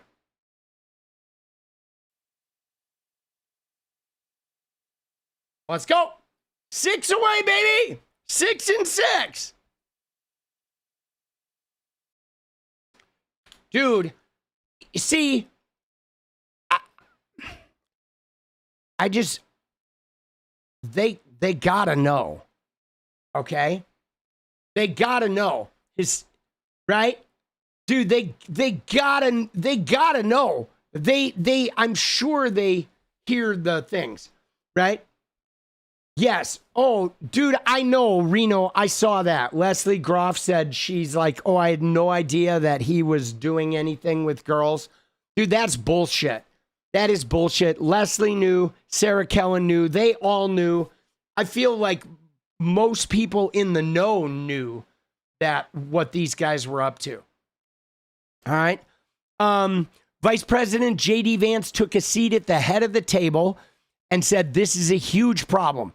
Arrayed around him were the White House Chief of Staff, 𝗙cie 𝗶𝗃, White House Counsel David Warrington, Caroline Leavitt, the press secretary, Deputy Chief of Staff Taylor 𝗙𝗢𝗄, and Communications Director fucking Jabba the Hutt. Dude, Kim, let's go! Let's go. 4 minutes, guys. 6 and 4. Come on, let's hit this. Dude, we're so close, guys. We are so close. Let's get the dance party. Secure the dance party. All right. And also the Deputy Attorney General, Todd Blanche, a.k.a. Trump's personal attorney, the Associate Attorney General Stanley Woodward Jr., Deputy Chief of Staff James Blair, Attorney General Pam Bondi, and the FBI Director 𝗙cie 𝗶𝗹𝗀 joined on speakerphone. Okay, so Bondi and Patel were on the speakerphone, so they know, like they certainly know. You know, give me a fucking break, dude. The vice president appeared panicked to others in the room about the way the subject of Epstein was already dividing the MAGA coalition. Yeah, I bet he was, dude, because they all were. That was when Trump's power died that day. Some senior officials had the impression that Vance had bought into the darkest theories about Epstein and a cabal of predators hidden within the country's ruling class. Wiles would tell others that the VP had proved himself to be a major conspiracy theorist. Another top official said later Vance had been pounding on the Epstein issue since the release of the memo. He was privately pressing for the administration to release all the Epstein files, everything in the Justice Department's possession, even encouraging a congressional investigation. Well, gee, I wonder why J.D. Vance would do that, guys. 𝗙𝗏𝗏𝗏, let's go. You know why, guys. Why do you think J.D. Vance would do that, guys? Because if something happened and it just crashed Trump and he got removed, who would be president, dude? Dude, J.D. Vance. Oh, my God. I wonder if that's how Marco Rubio came into vogue, right? Did Trump go to Rubio because he found out that Vance was trying to fucking, like, expose him in the Epstein files to get the presidency? And so Trump, because Trump used to be all like Vance to the hilt. And now he's like, oh, I don't think Vance could run the country. Dude, what? Oh, man, dude. All right, guys, 2 minutes. 5 and 2. Let's go. Let's go, baby. Come on. Oh, we need the dance. Let's go, baby. 5. And then there were 5. That is wild. Okay, Vance had also floated to colleagues an extraordinary PR gambit that the White House enlists Tucker Carlson to interview Epstein's longtime girlfriend and co-conspirator Ghislaine Maxwell in prison. It might help the president if Maxwell was willing to state that Trump had not been part of any wrongdoing with Epstein.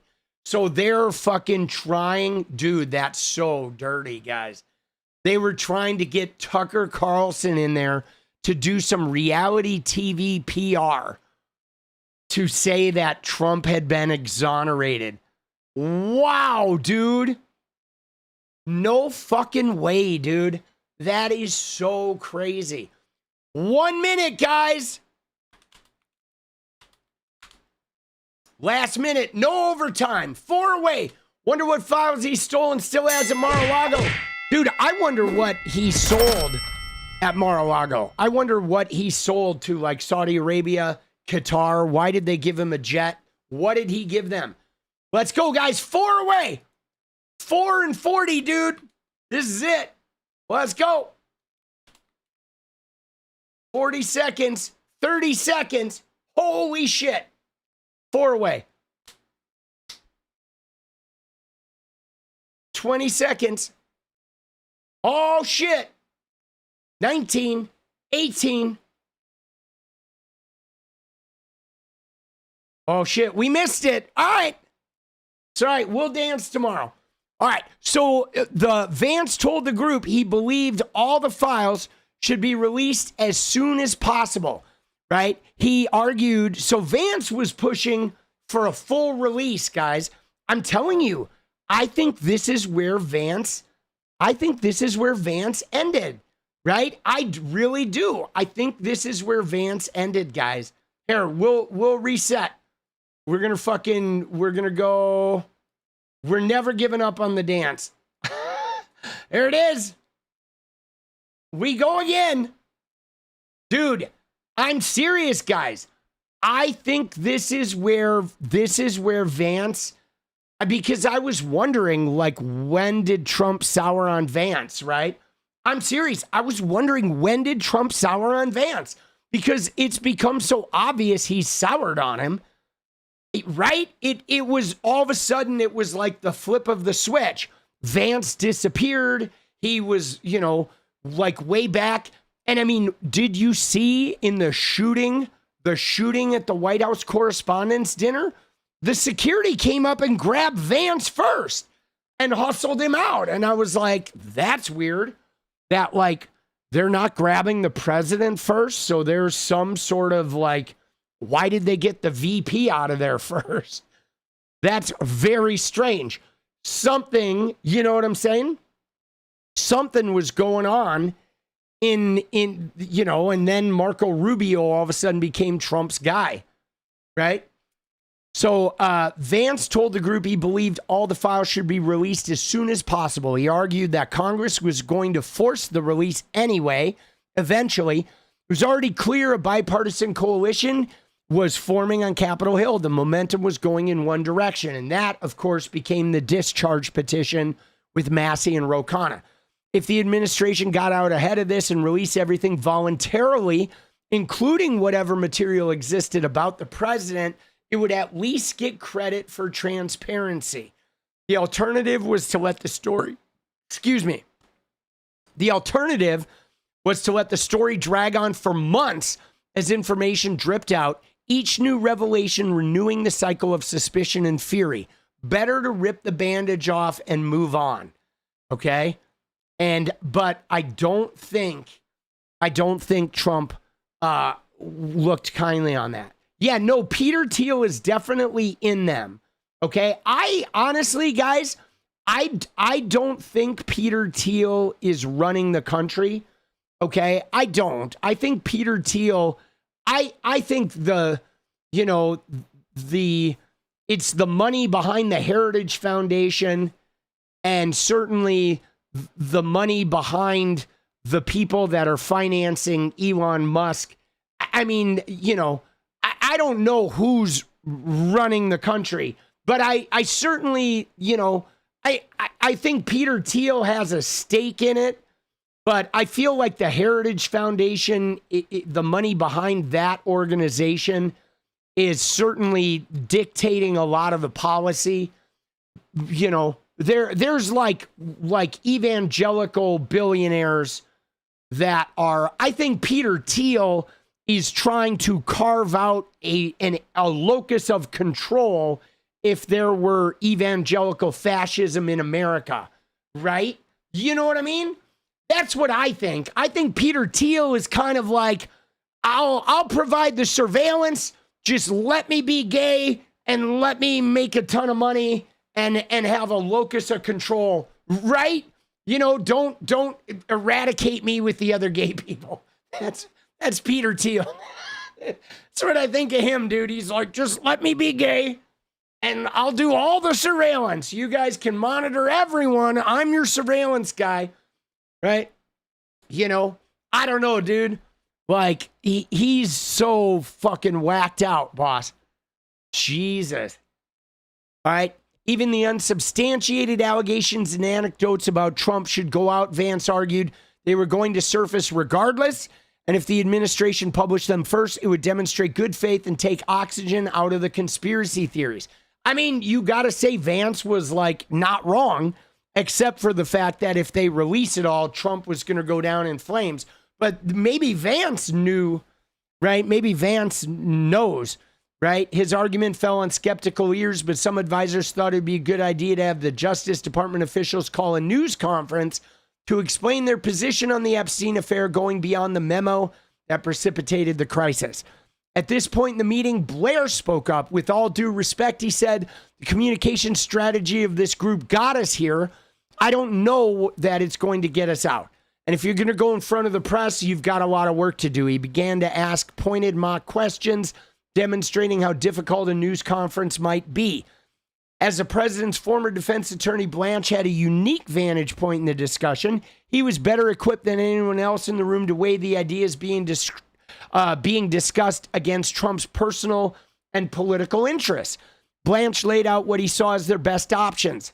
Option one was to petition federal district courts in Florida and New York to unseal the grand jury testimonies secret transcripts of prosecutors' presentations of witness and evidence in their efforts to obtain indictments in past Epstein-related cases. As those were almost certain to contain no significant new information, everyone agreed this option was a good idea, and not only because a release was unlikely to damage the president, right?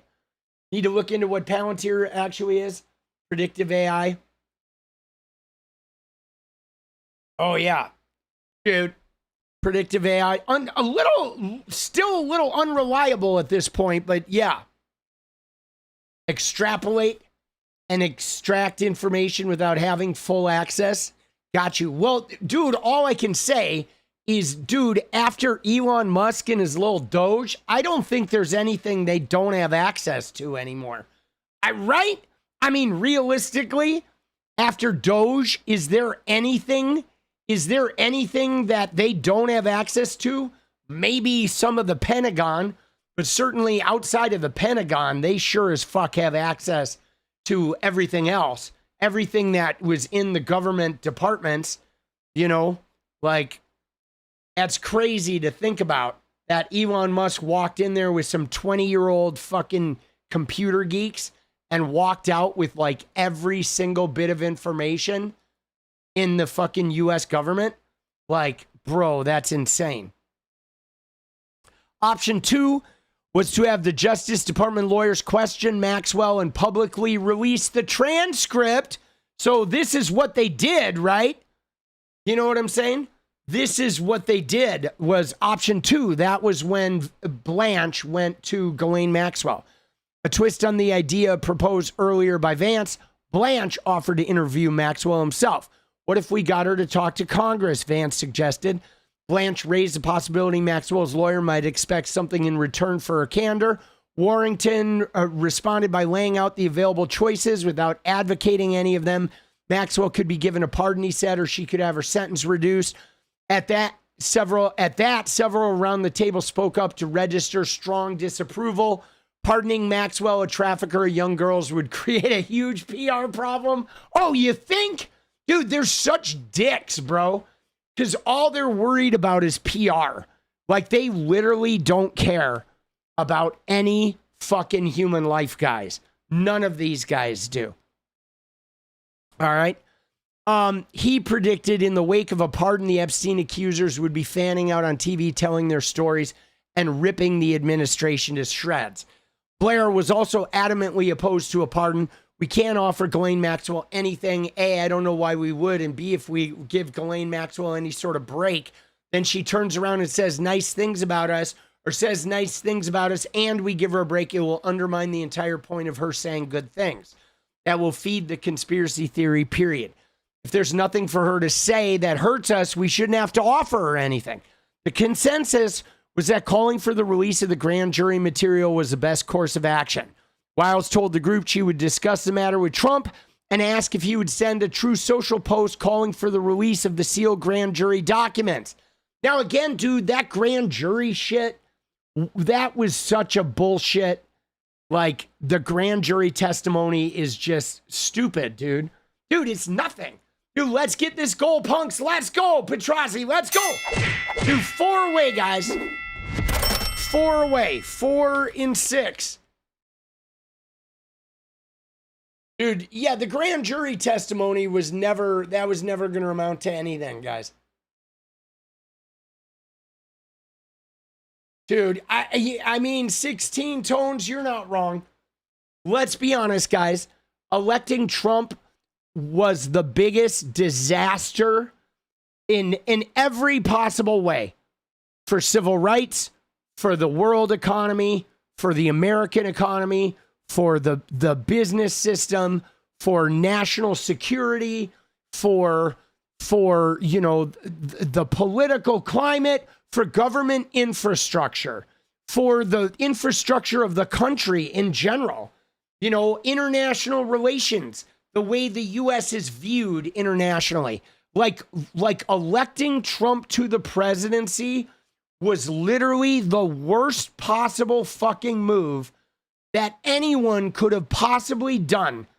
I mean, if you wanted to just set off a neutron bomb that was going to weaken everything about the world globally, electing that dumb motherfucker to the presidency again was like tantamount to slamming an asteroid into the world, except we won't see the damage. Like the damage we're going to see in bits and pieces. Yeah, we literally, America did. We failed the entire fucking world, bro. We literally took the whole world and just lined them up and just threw human feces in their faces. Like, I shit you not. Guys, 4-4. Let's go. Come on, guys. Dig deep. We need 4, guys. 4. 4 away. Let's go. Dude, yeah, we fucked up, guys. We fucked up, bro. I'm serious. We did. We fucked up. Like, America, you know what I'm saying? I keep that fucking, right? Dude, Steph, let's go 3, guys. 3 away, baby. I can't help but fucking this. This is what I see, dude. Dude, Kelly, let's go 2 away. It's this, guys. Right? Right here, dude. Yeah, listen. We fucked up. Dude, that is like, that's America right there, bro. Dude, that is literally America, dude. That is right there. 2 away, guys. Let's fucking go, baby. And then there were 2. Oh, there's 1 away. Dude, Steph came in hot. Let's go. 1 more. Let's get this shit. Dude, we fucked up.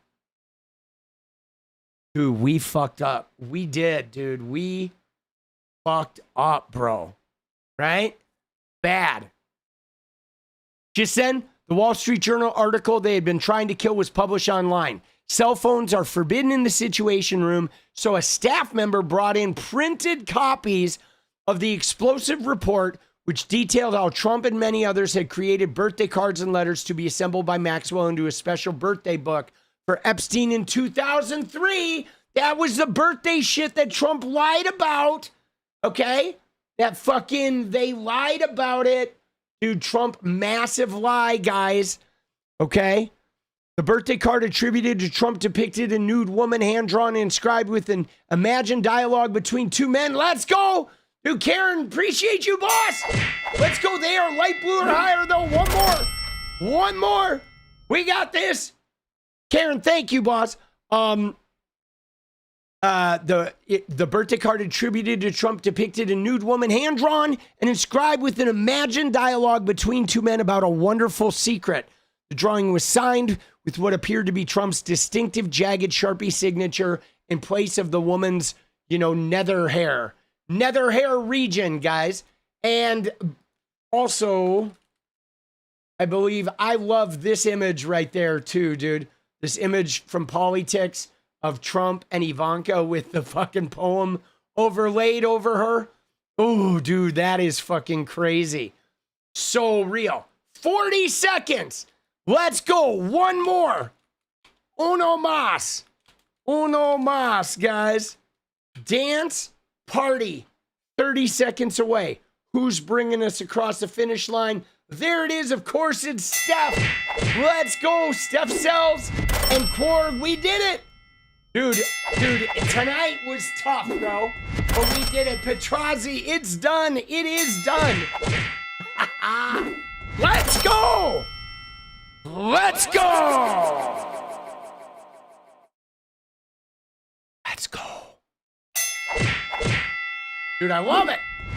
Uno más. Paula for the squad. 𝗙cie𝗶𝗹𝗀. Oh, yeah. All right. So, in the days before the publication, Trump, in an effort to quash the story, had called News Corp's chief executive, Robert Thompson, the owner, Rupert Murdoch, and the Journal's editor-in-chief, Emma Tucker, practically shouting the president told Tucker, who is British, that she must hate America. He told her he would file a lawsuit. Dude, that is crazy, guys. That is crazy that, like, Trump is calling, like, Rupert Murdoch and the head of the fucking everybody and telling them, like, I'm gonna fucking sue. Like, you gotta kill this story. These people are so dirty. But none of his bullying had worked. And now as the group sat quietly reading the full story in the Situation Room, Wiles readied a public denial for the president, which he soon posted on social media. Shortly after this, the president posted again. He was going along with the plan his advisors hashed out, even though it was clear he didn't like doing it. Okay. And then he asked for the grand jury testimony, right? The scam perpetuated by the Democrats should end right now. Still, though, he went into that scam shit. And then in response to a request for comment, a White House spokeswoman, Abigail Jackson, repeated Trump's claims that he was innocent in all Epstein matters, adding that by releasing thousands of pages of documents, cooperating with House Oversight Committee subpoena requests, signing the EFTA, and calling for more investigations, Trump had done more for Epstein victims than anyone had done before. Okay? And then there's an author's note that a bunch of this is part of their book and 1,000 interviews, a book that they're releasing to. All right? They're releasing about this. That's how he earns money? Yeah, I mean, he definitely earns some money that way. And that is also how he wields, you know, how he gets people, he browbeats people into doing what he wants. Right? Hold on. Let's see where we're at here. We're at here at the start of last summer. Let's see how long. Dude, this is a fucking crazy article, guys. Jesus. This shit is nuts. All right. So they're doing some background, right? The Epstein crisis was paralyzing. Justice Department didn't know how to dispose of the Epstein matter. Let's get to the goods. They're giving us sort of a play-by-play here. This is just sort of setting the stage. The Epstein files, Musk. Yeah, Musk. This was a big one, guys. Elon Musk's tweet. I'm going to say, obviously, this, right? Those of you, this tweet is literally going to go down as one of the big moments, right? This tweet. I mean, it's crazy no matter what happens, but this tweet really fucked Trump up, dude. Right? Time to drop the really big bomb. Trump is in the Epstein files. That's why they didn't make it public. Mark this post for the future. Dude, this shit, like, was huge. Okay? Huge. Huge. It's literally almost to the day, guys. 1 year ago. Right? It was to the day.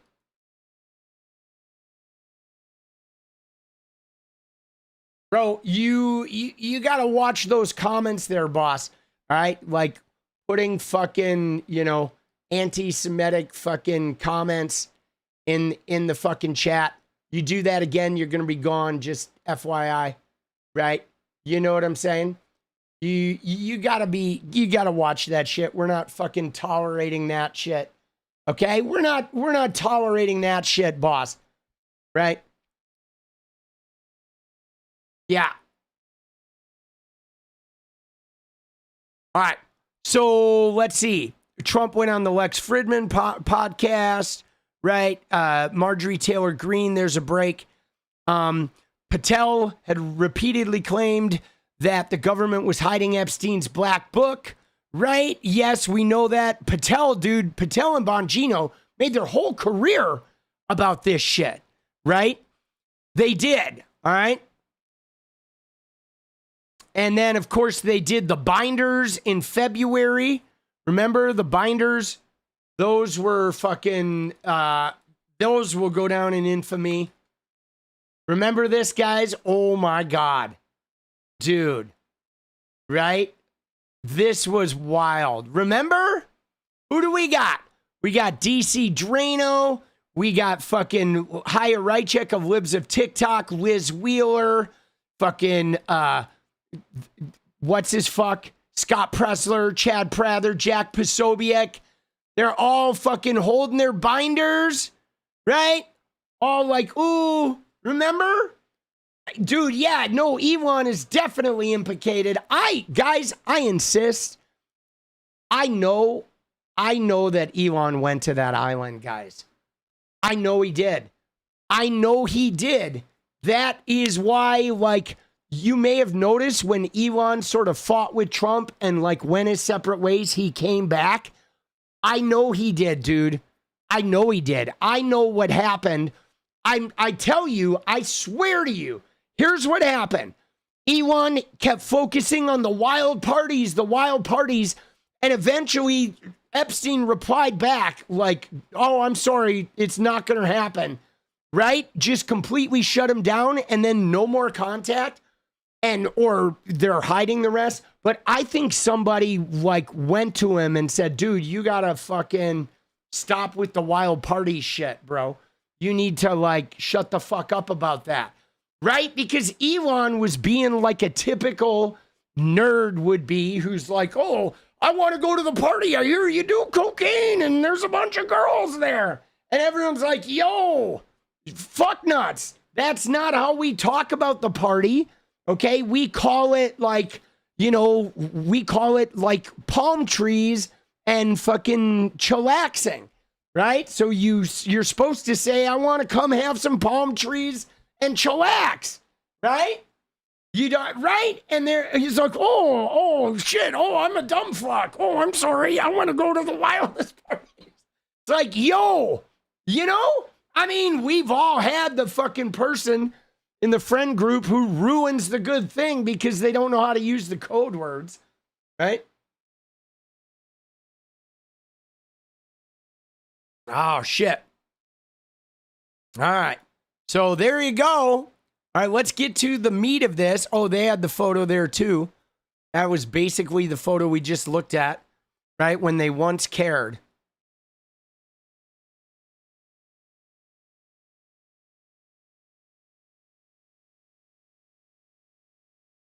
All right, let's see. Fucking going through the meat. We got the Patel and Bongino. For weeks, Patel and Bongino, deputy FBI director, had grown more infuriated. They realized the scale of the mess for which they were now being blamed.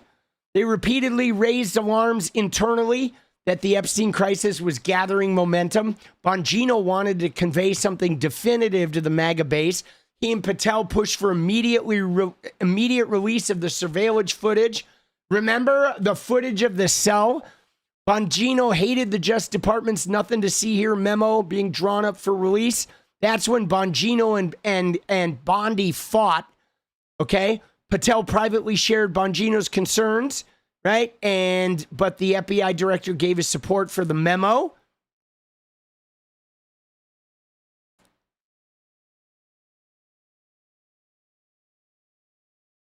Let's see. Right? Wiles, Blair, and others had seen him weather every storm imaginable. And in their views, this wasn't a storm. It was passing clouds at most. So that's crazy, guys. Because we have all wondered, like, how could they be so dumb to have made the moves they made with this shit? Right? How could they be so dumb? Right? And now it's like, it looks like, they're so dumb because Trump is an idiot and everybody he hired was just not smart. Of course, the idiot hired a bunch of idiots and now they're all drowning in idiocy. Right? And this was, of course, the devastating thing where they closed the case. And they said, oh, we looked through everything and there's nothing in there, right? Case closed. We can't prosecute anyone.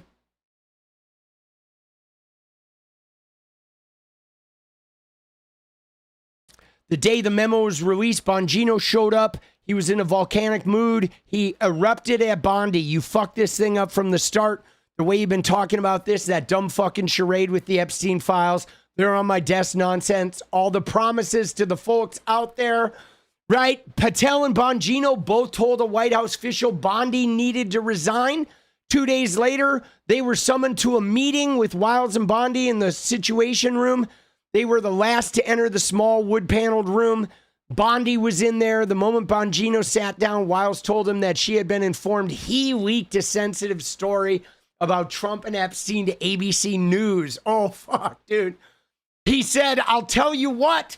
I'll give you $100,000 cash right now. I'm not kidding. Walk out to West Exec, put that reporter on speaker, and get him to admit I leaked it, $100,000. And then she said, well, we all got ourselves into this. No. We didn't get ourselves into anything. I warned you guys about this. You ignored me. And now you're pretending I was in on this. I was never in on this. Oh, shit. So, dude, that's so funny, bro. So they fucking sacrificed Bongino? Dude, screw all these people. I'm serious, dude. You read this shit. I want them all in jail, guys. I want every last motherfucker of these guys in jail. All of them. All of them.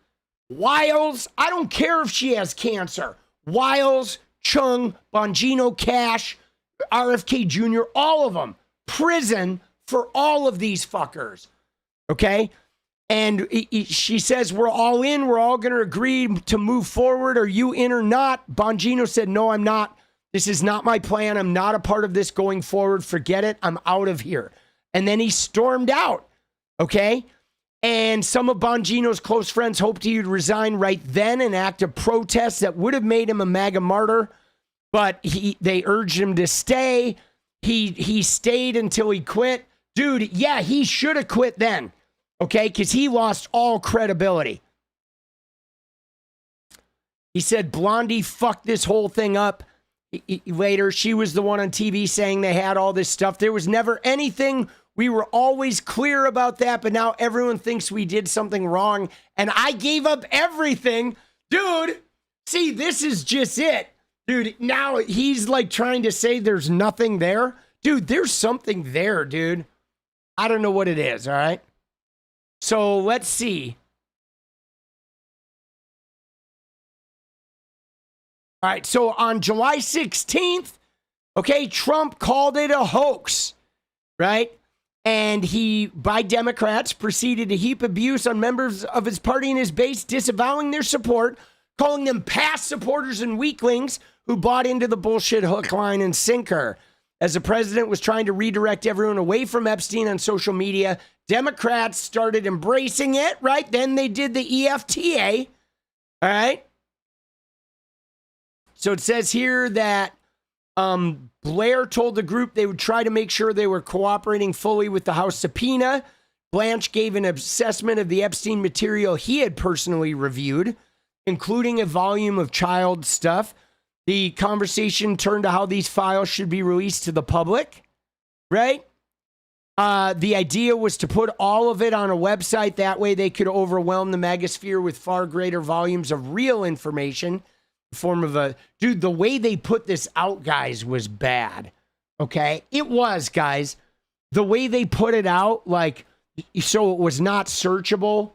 Dude, I don't care if there's pardons. If there are blanket pardons... We're going to bury the pardons, okay? We're going to make a law that all pardons Trump fucking said are null and void because he had felony charges. A felon cannot pardon felons, okay? Right? He's a felon. Fuck him, bro.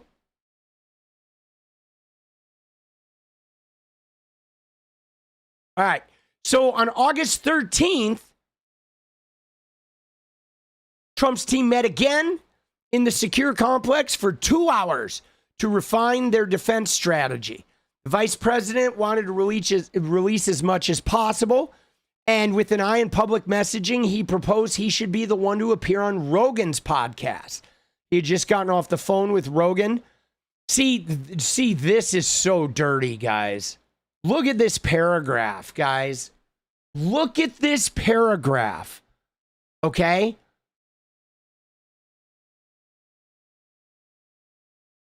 This is so fucking problematic. The fact that the vice president of the United States is on the phone with Joe Rogan, strategizing how to, like, you know, well, I'm going to come on the show, right? I mean, essentially, Joe Rogan is just a fucking arm of the state media, guys.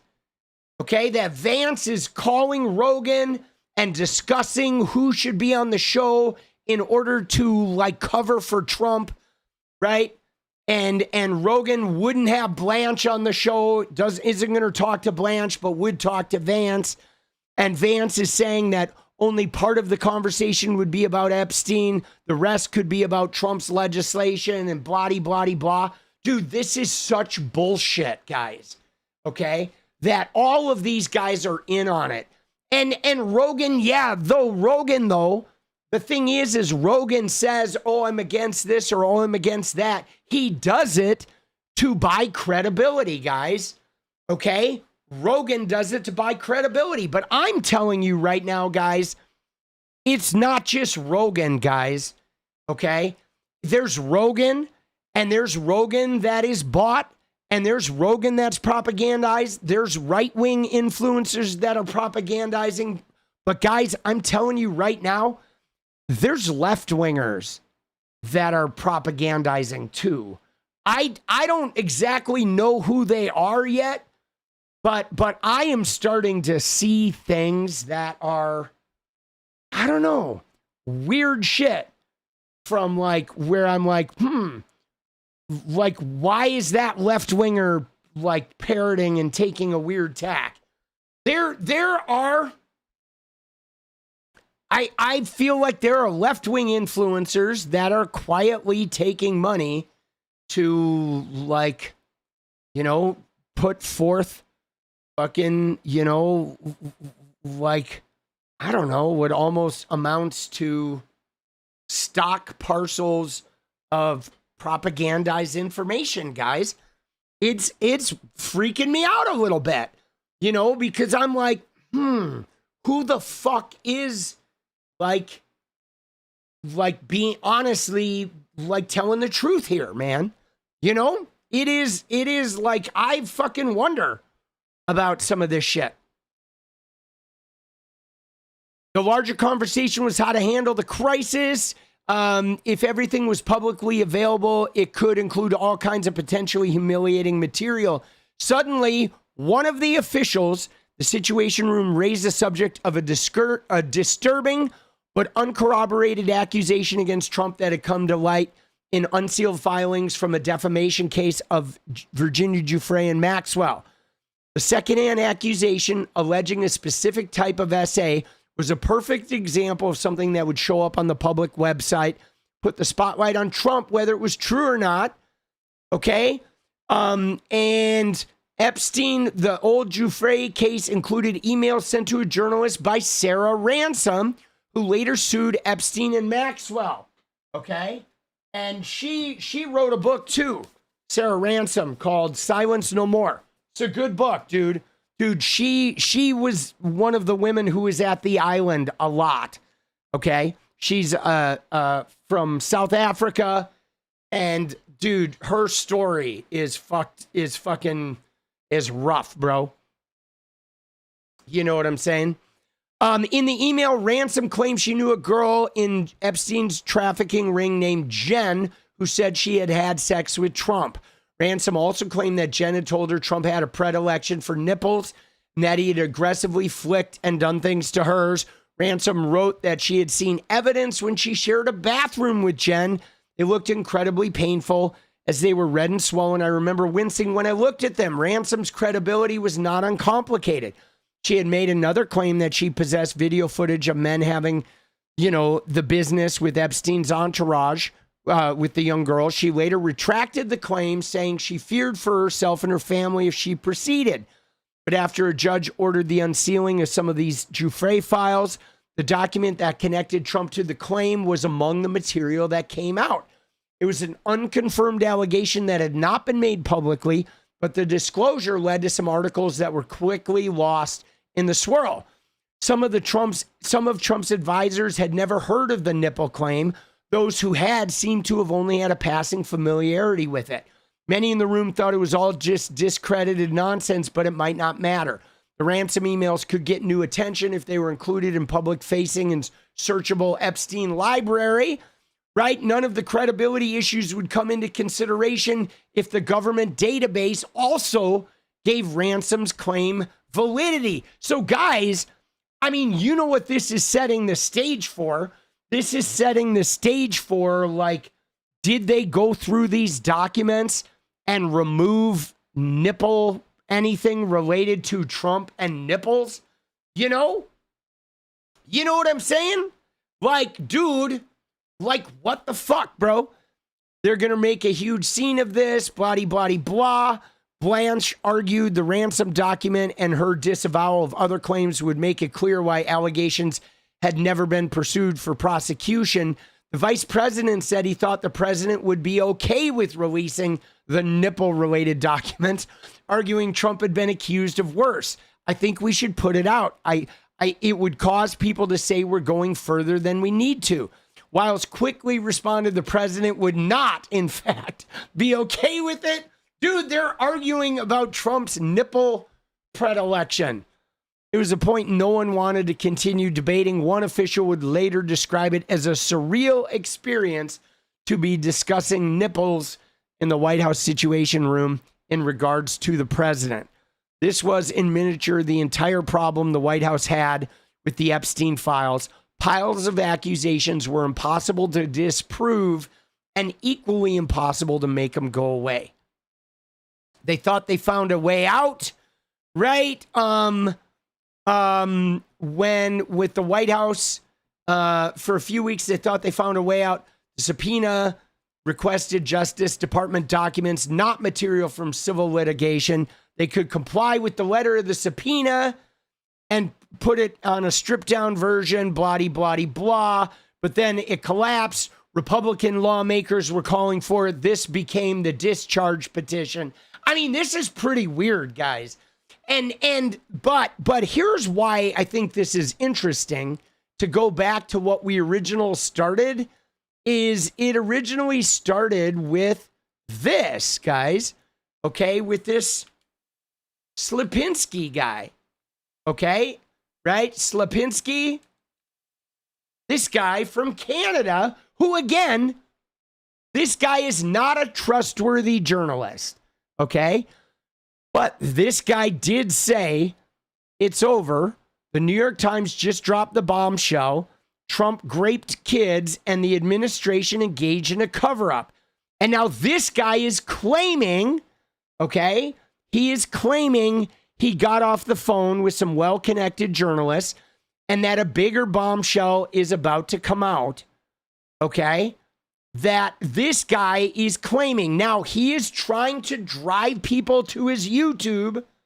So naturally, there's a strong possibility that this is bullshit.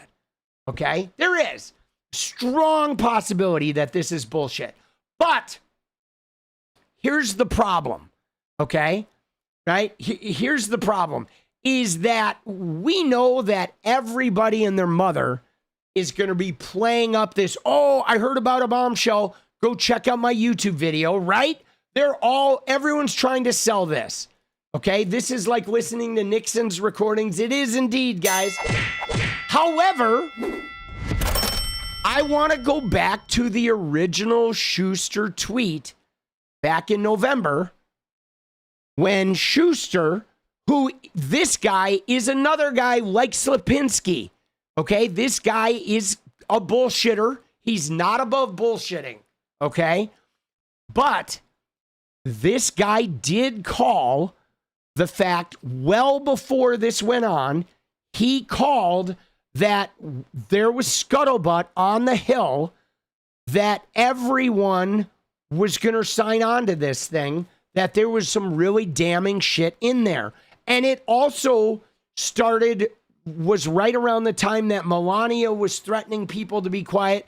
So my point being is I don't believe necessarily that 𝗙ecie here is talking to the Times and has this fucking information and that, this big bombshell is coming out tomorrow, right? But I swear to you guys, I fucking swear to you that there is something about the behavior with everyone here that is not simply people like, because even in the end, like, even how bad could it be? Right? You know what I'm saying? Like, how bad could it possibly be compared to everything Trump, like they said, like 𝗙cie 𝗹𝗪 said in this article, all his advisors were like, Trump has weathered everything. Okay? Multiple grape accusations, the Access Hollywood grabbing the pussy tape. He was Epstein's best friend. This guy was like Teflon, man.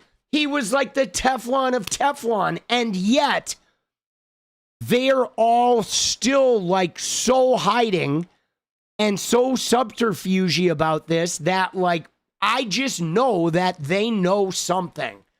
That there is I don't know what it is, but there is something that is enough to sink Trump that is potentially could sink all of them.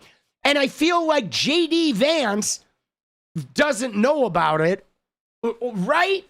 You know what I mean? Like, or J.D. Vance knows about it and they don't know about it, but like somebody in that Situation Room knows about it. Bongino didn't know, but I don't think Bongino as deputy director, I don't think his clearance went all that high. I think Dan Bongino had, like Dan Bongino, I mean, think about this, guys. You ready for this? Think about the trajectory of Dan Bongino, because Dan Bongino's whole career was about the Epstein files. And then he gets a role in the DOJ, but his role was to say, yeah, man, we saw it all. And there's nothing there. Like, oh, I was wrong. Like, here, we're releasing it all. His role was to cover for that Epstein file audience. And like, he failed miserably. I mean, they all failed miserably.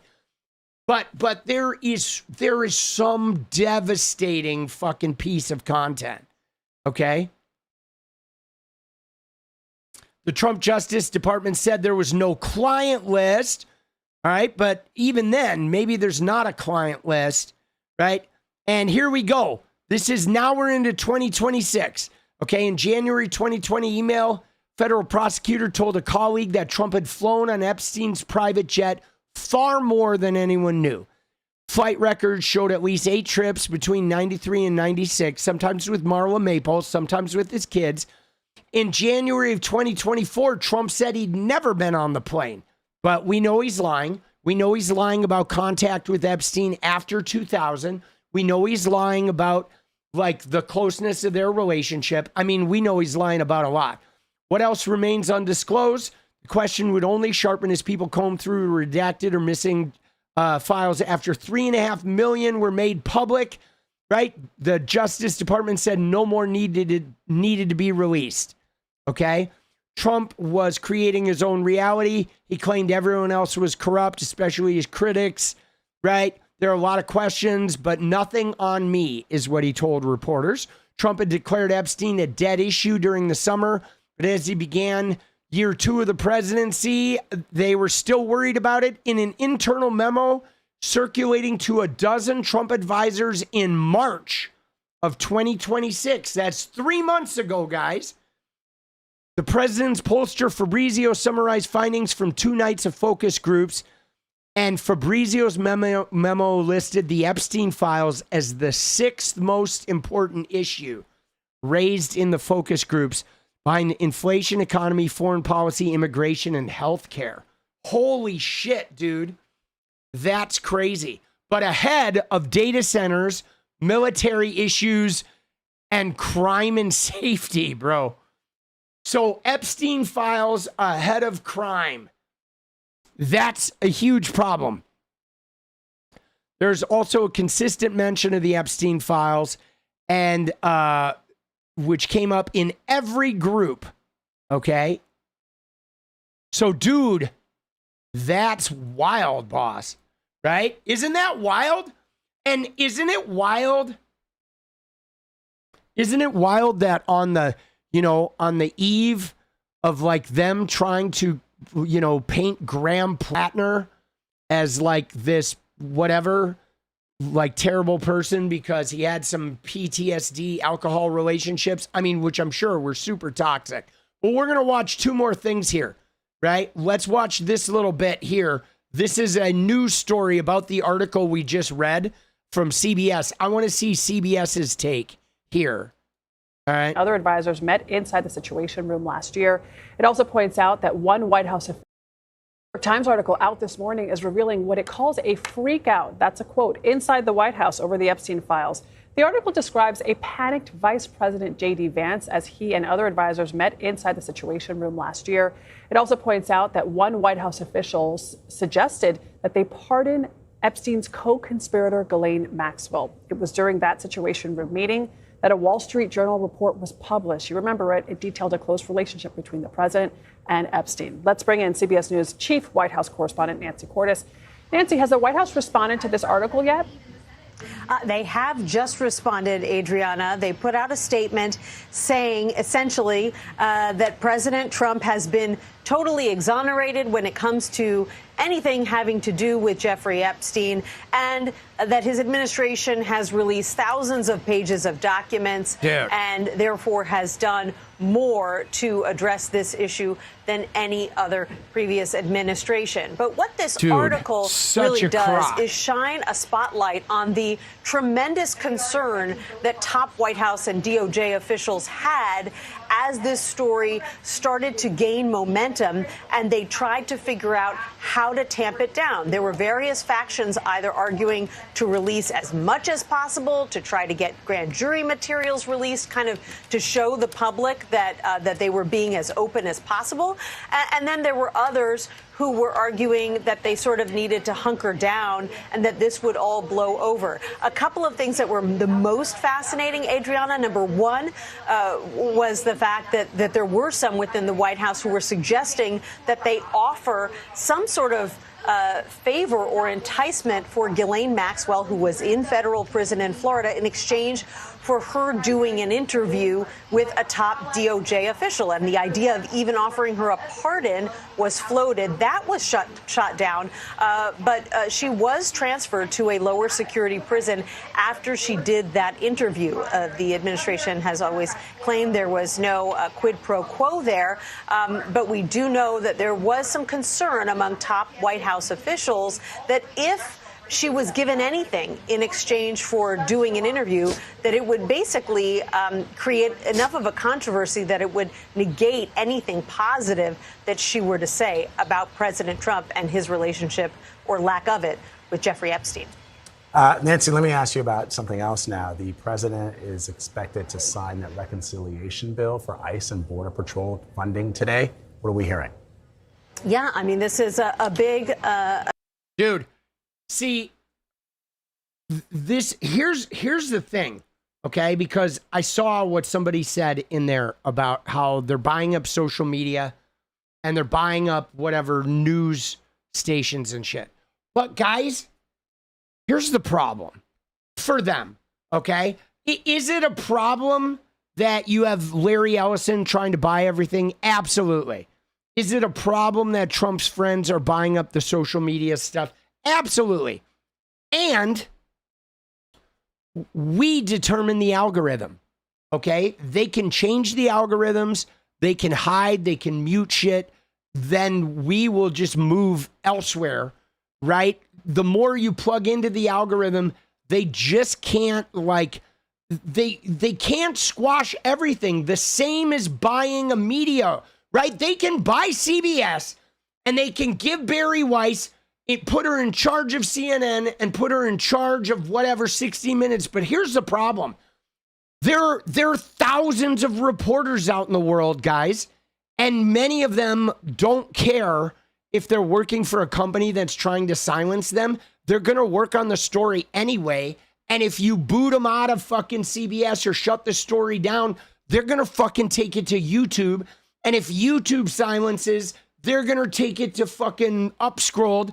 And like, the thing is somebody said it, they can slow it, but they just can't put a lid on it. They just can't make it disappear, guys. And that's why I think it is up to us to continue to be mouthpieces. That's why I encourage, and I've said this before, when you're on social media, guys, interact, okay? Don't just doom scroll. Don't just take it in. Make sure you're interacting. If you see misinformation, correct it. If you have a link to correct information, post the link under the misinformation, right? I think the more we inject ourselves into like putting the truth in the algorithm and putting the seeking, us, not the reporters, the general public that are part of this vast swath, like we have an impact. You don't just need to be a Times reporter to uncover this shit by sharing and putting information out there and continuing to ask the questions and correct misinformation. They just cannot make this go away, guys. And you know, I don't know. I feel like if we stay vigilant and it stays important to us, it will crack it open, man. You know what I'm saying? It will fucking crack it open, boss. Put a URL into a YouTube comment that gets filtered. Yeah. I think you just got to keep putting it in there, right? You got to just keep doing it, even if it gets filtered, right? We have to, the thing about it is, and let me just tell you guys, because I get this as a content creator, right? When I post about Epstein, shit gets muted. And so then I have to change the way I post about it. I have to change the way I talk about it. I change my language. I start using lingo that allows me to put stuff in the algorithm without getting caught by the censors. And so the thing is what they do is they try to censor you so then you self-censor. And my point is even if I post a comment and they remove it, I will continue posting those comments and let them remove them because one of them's going to get through, right? Or somebody will see it before it gets removed, or enough people keep posting that shit. And right? You know what I'm saying? I think the energy is don't ever start self-censoring. Okay? We don't want to self-censor because that's what they try to get us to do. They try to thwart you and fuck you off and delete the comment, delete this and delete that. So eventually you just stop talking about it. And so I think like the information, we just have to keep putting it out there even while they're censoring us because they can't censor us all. Okay? They just can't do it. You know, they just can't do it. Right? Is that why she uses a weird voice when she says scary words? I don't know. Maybe, I mean, you know, some of it could be just for the drama. But I've learned to use wordplay, and I've learned also to know how to when to blur things and when to remove things, how to talk about certain subjects. You know, there's some things you have to dance around by. You have to dance around and say things, you know? And I mean, we do some of it here when we talk about the pine box. You know what I'm saying? I mean, we talk about the pine box and we know what we're talking about. And that's one of those ways of putting shit out there where you're like, pine box, Pine box. But that is a safe phrase, right? You know, it is a safe phrase. And you know, the internet, it doesn't matter though, guys, don't believe people when they say the internet is bought. I mean, sure, you can post it IRL and shit, but the internet is important too because the users are the algorithm, guys. I've been making a living on the internet now for like 10 years. And let me just tell you that the algorithm is the users, okay? The companies control the framework of the algorithm, but the algorithm is us, okay? They cannot control the internet. They can't. I mean, as long as you keep correcting misinformation, they can't.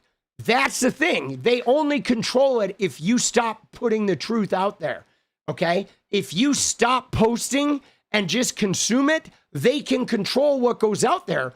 But the thing about this, though, is that the truth, like everything you put into an algorithm, changes that algorithm. The algorithm is a living, breathing thing that is not in control of the AI that generate it. Okay, it's like a screenplay, guys. When you learn about screenplays, the words and the characters and the scenes and the acts are just, there's a framework, okay?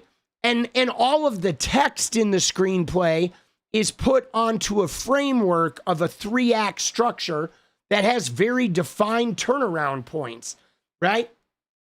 And so the point being that the algorithm that the AI creates and generates and modifies and the exposure it provides is a framework, but the actual like core pieces of that algorithmic sort of truth are us, the users, okay? The users determine the truth, right? And so if you are a social, that doesn't mean if you're like, oh, fuck, that doesn't mean stop talking to people, right? Like there's someone in chat right now that's, oh, stop using the internet. No, you do not want to stop using the internet. That is going to be a very bad thing. Do not stop using the internet. Certainly make sure you're out in the real world too, talking to people. But like all the people who said, leave Twitter. No, you don't want to leave Twitter. I mean, if it's bad for your mental health, yeah. But if it's not bad for your mental health, we need people on Twitter so Twitter does not become a created algorithm. Like we need, the truth needs to be out there, guys, right? If you stop putting the truth into the world, eventually the only thing left is the lie, right? Let's go. Let's go. Oh shit. You gotta, I'm just saying there's a difference with social media between consuming and participating. And the same way, guys, I think it's hard because in the town square, if you think about communication, if you go into a room full of people, you don't get the best benefit out of that group unless you talk to some of the people, right? You have to participate. You can people watch, but if you go out every single time, if you go to a networking party and you just sit and people watch, you're going to walk out of there with no new connections. You're not going to find any connections at that networking party unless you talk to a couple people, right? Participating is important. And we forget that on social media because if you're alone and scrolling, it's real easy to just consume it. And I'm just telling you, it is way healthier for you and for the system at large if you don't just consume, but if you also participate in the conversation, in the activity, in the whatever it is. Just make sure you're inputting too. I think, and that goes for, input in government, input in social media, input in your community, input in your family, input in your relationship.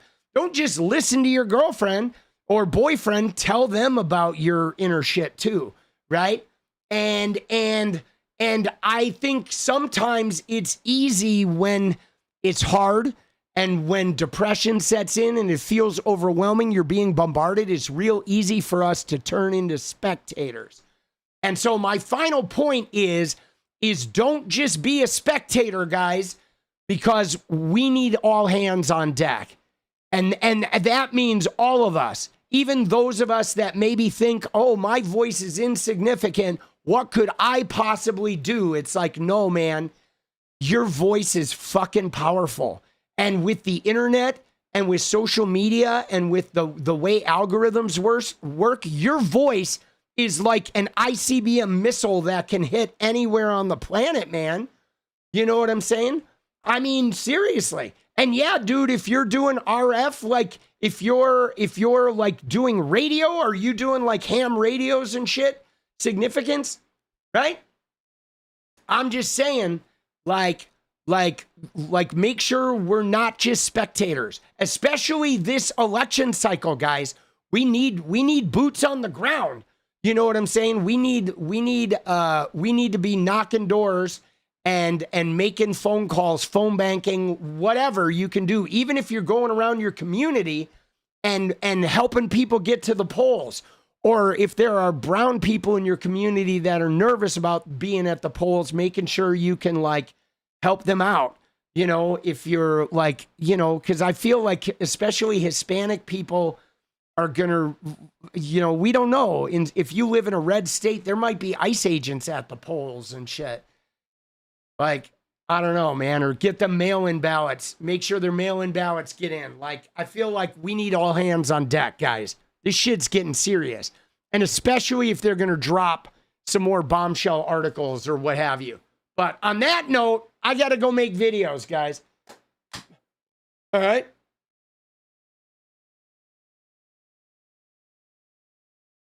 Let's fucking go, baby. Let's go.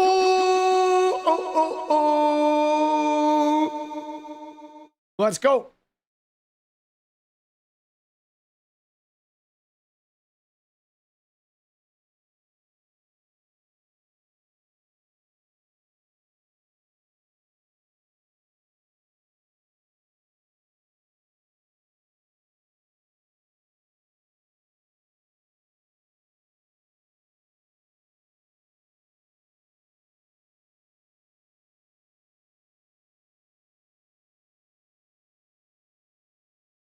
You ready? So I'm a creative, okay? And you know, I went to film school and like a film art school combo, and I also went to UCLA. So I've had 2 rounds of school. But guys, whether you're computer programming or whether you're doing marketing or whether you're recording music on like a 4-track or whatever, there's a saying that I think is really important, and it's like the output is only as good as the input, okay? And that's factual. You cannot put bad input into something and get good output, all right? It's not possible. Like good output, you can put good input and get bad output, but you can't put good input. You can't put bad input and get good output, right? You like the input is your foundational piece. So the input needs to be good. And that's the same thing applies to these like algorithms and AI, that the input is like so important because it is the foundational piece. If you input truth, you might still get a lie out. But if you don't input truth, there's no way to get truth.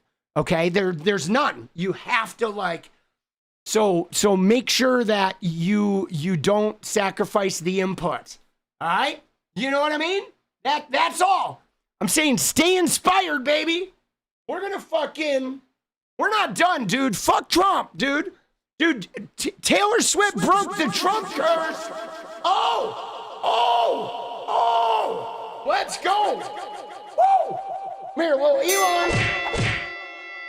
Oh! Get shit on! Let's go, baby! Thank you, guys. for being incredible like you always are, for hanging out with me night after night while we process the disaster that we are currently going through. We're gonna make it out. And in the meantime, it's a little deja vu. Let's go!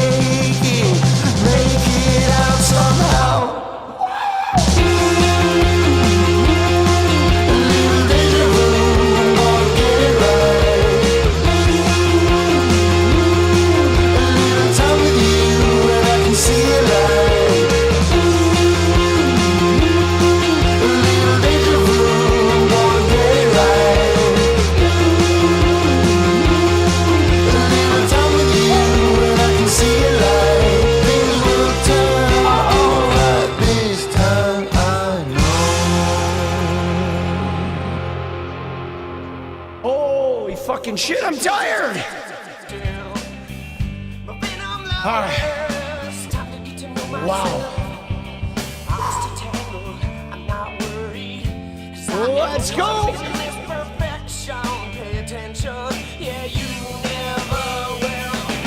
You depend. Let's go. All right, guys. I'm gonna go get to work. I will see you guys tomorrow. Take care of yourselves. Don't forget, good input. Keep putting yourself into the algorithm, the community, your artwork, into the belief that we're gonna get through this, because we are gonna kick Trump's ass. Yeah, I wonder if you ever did like I did. See you guys tomorrow. And in the meantime, guys, remember one thing. You gotta stay radiant. I'll see you tomorrow. Good night.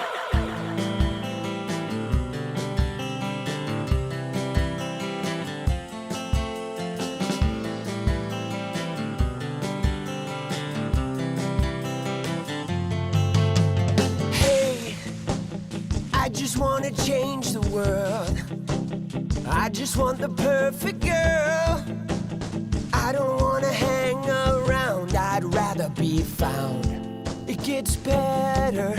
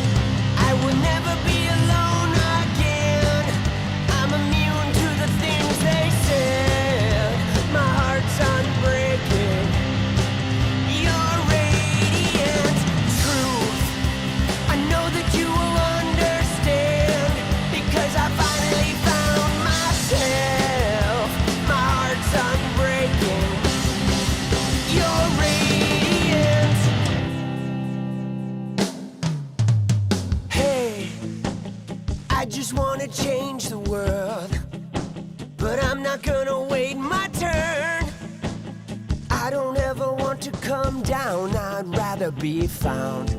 It gets better, I wonder, my pleasure together. Everyone's waiting, anticipating.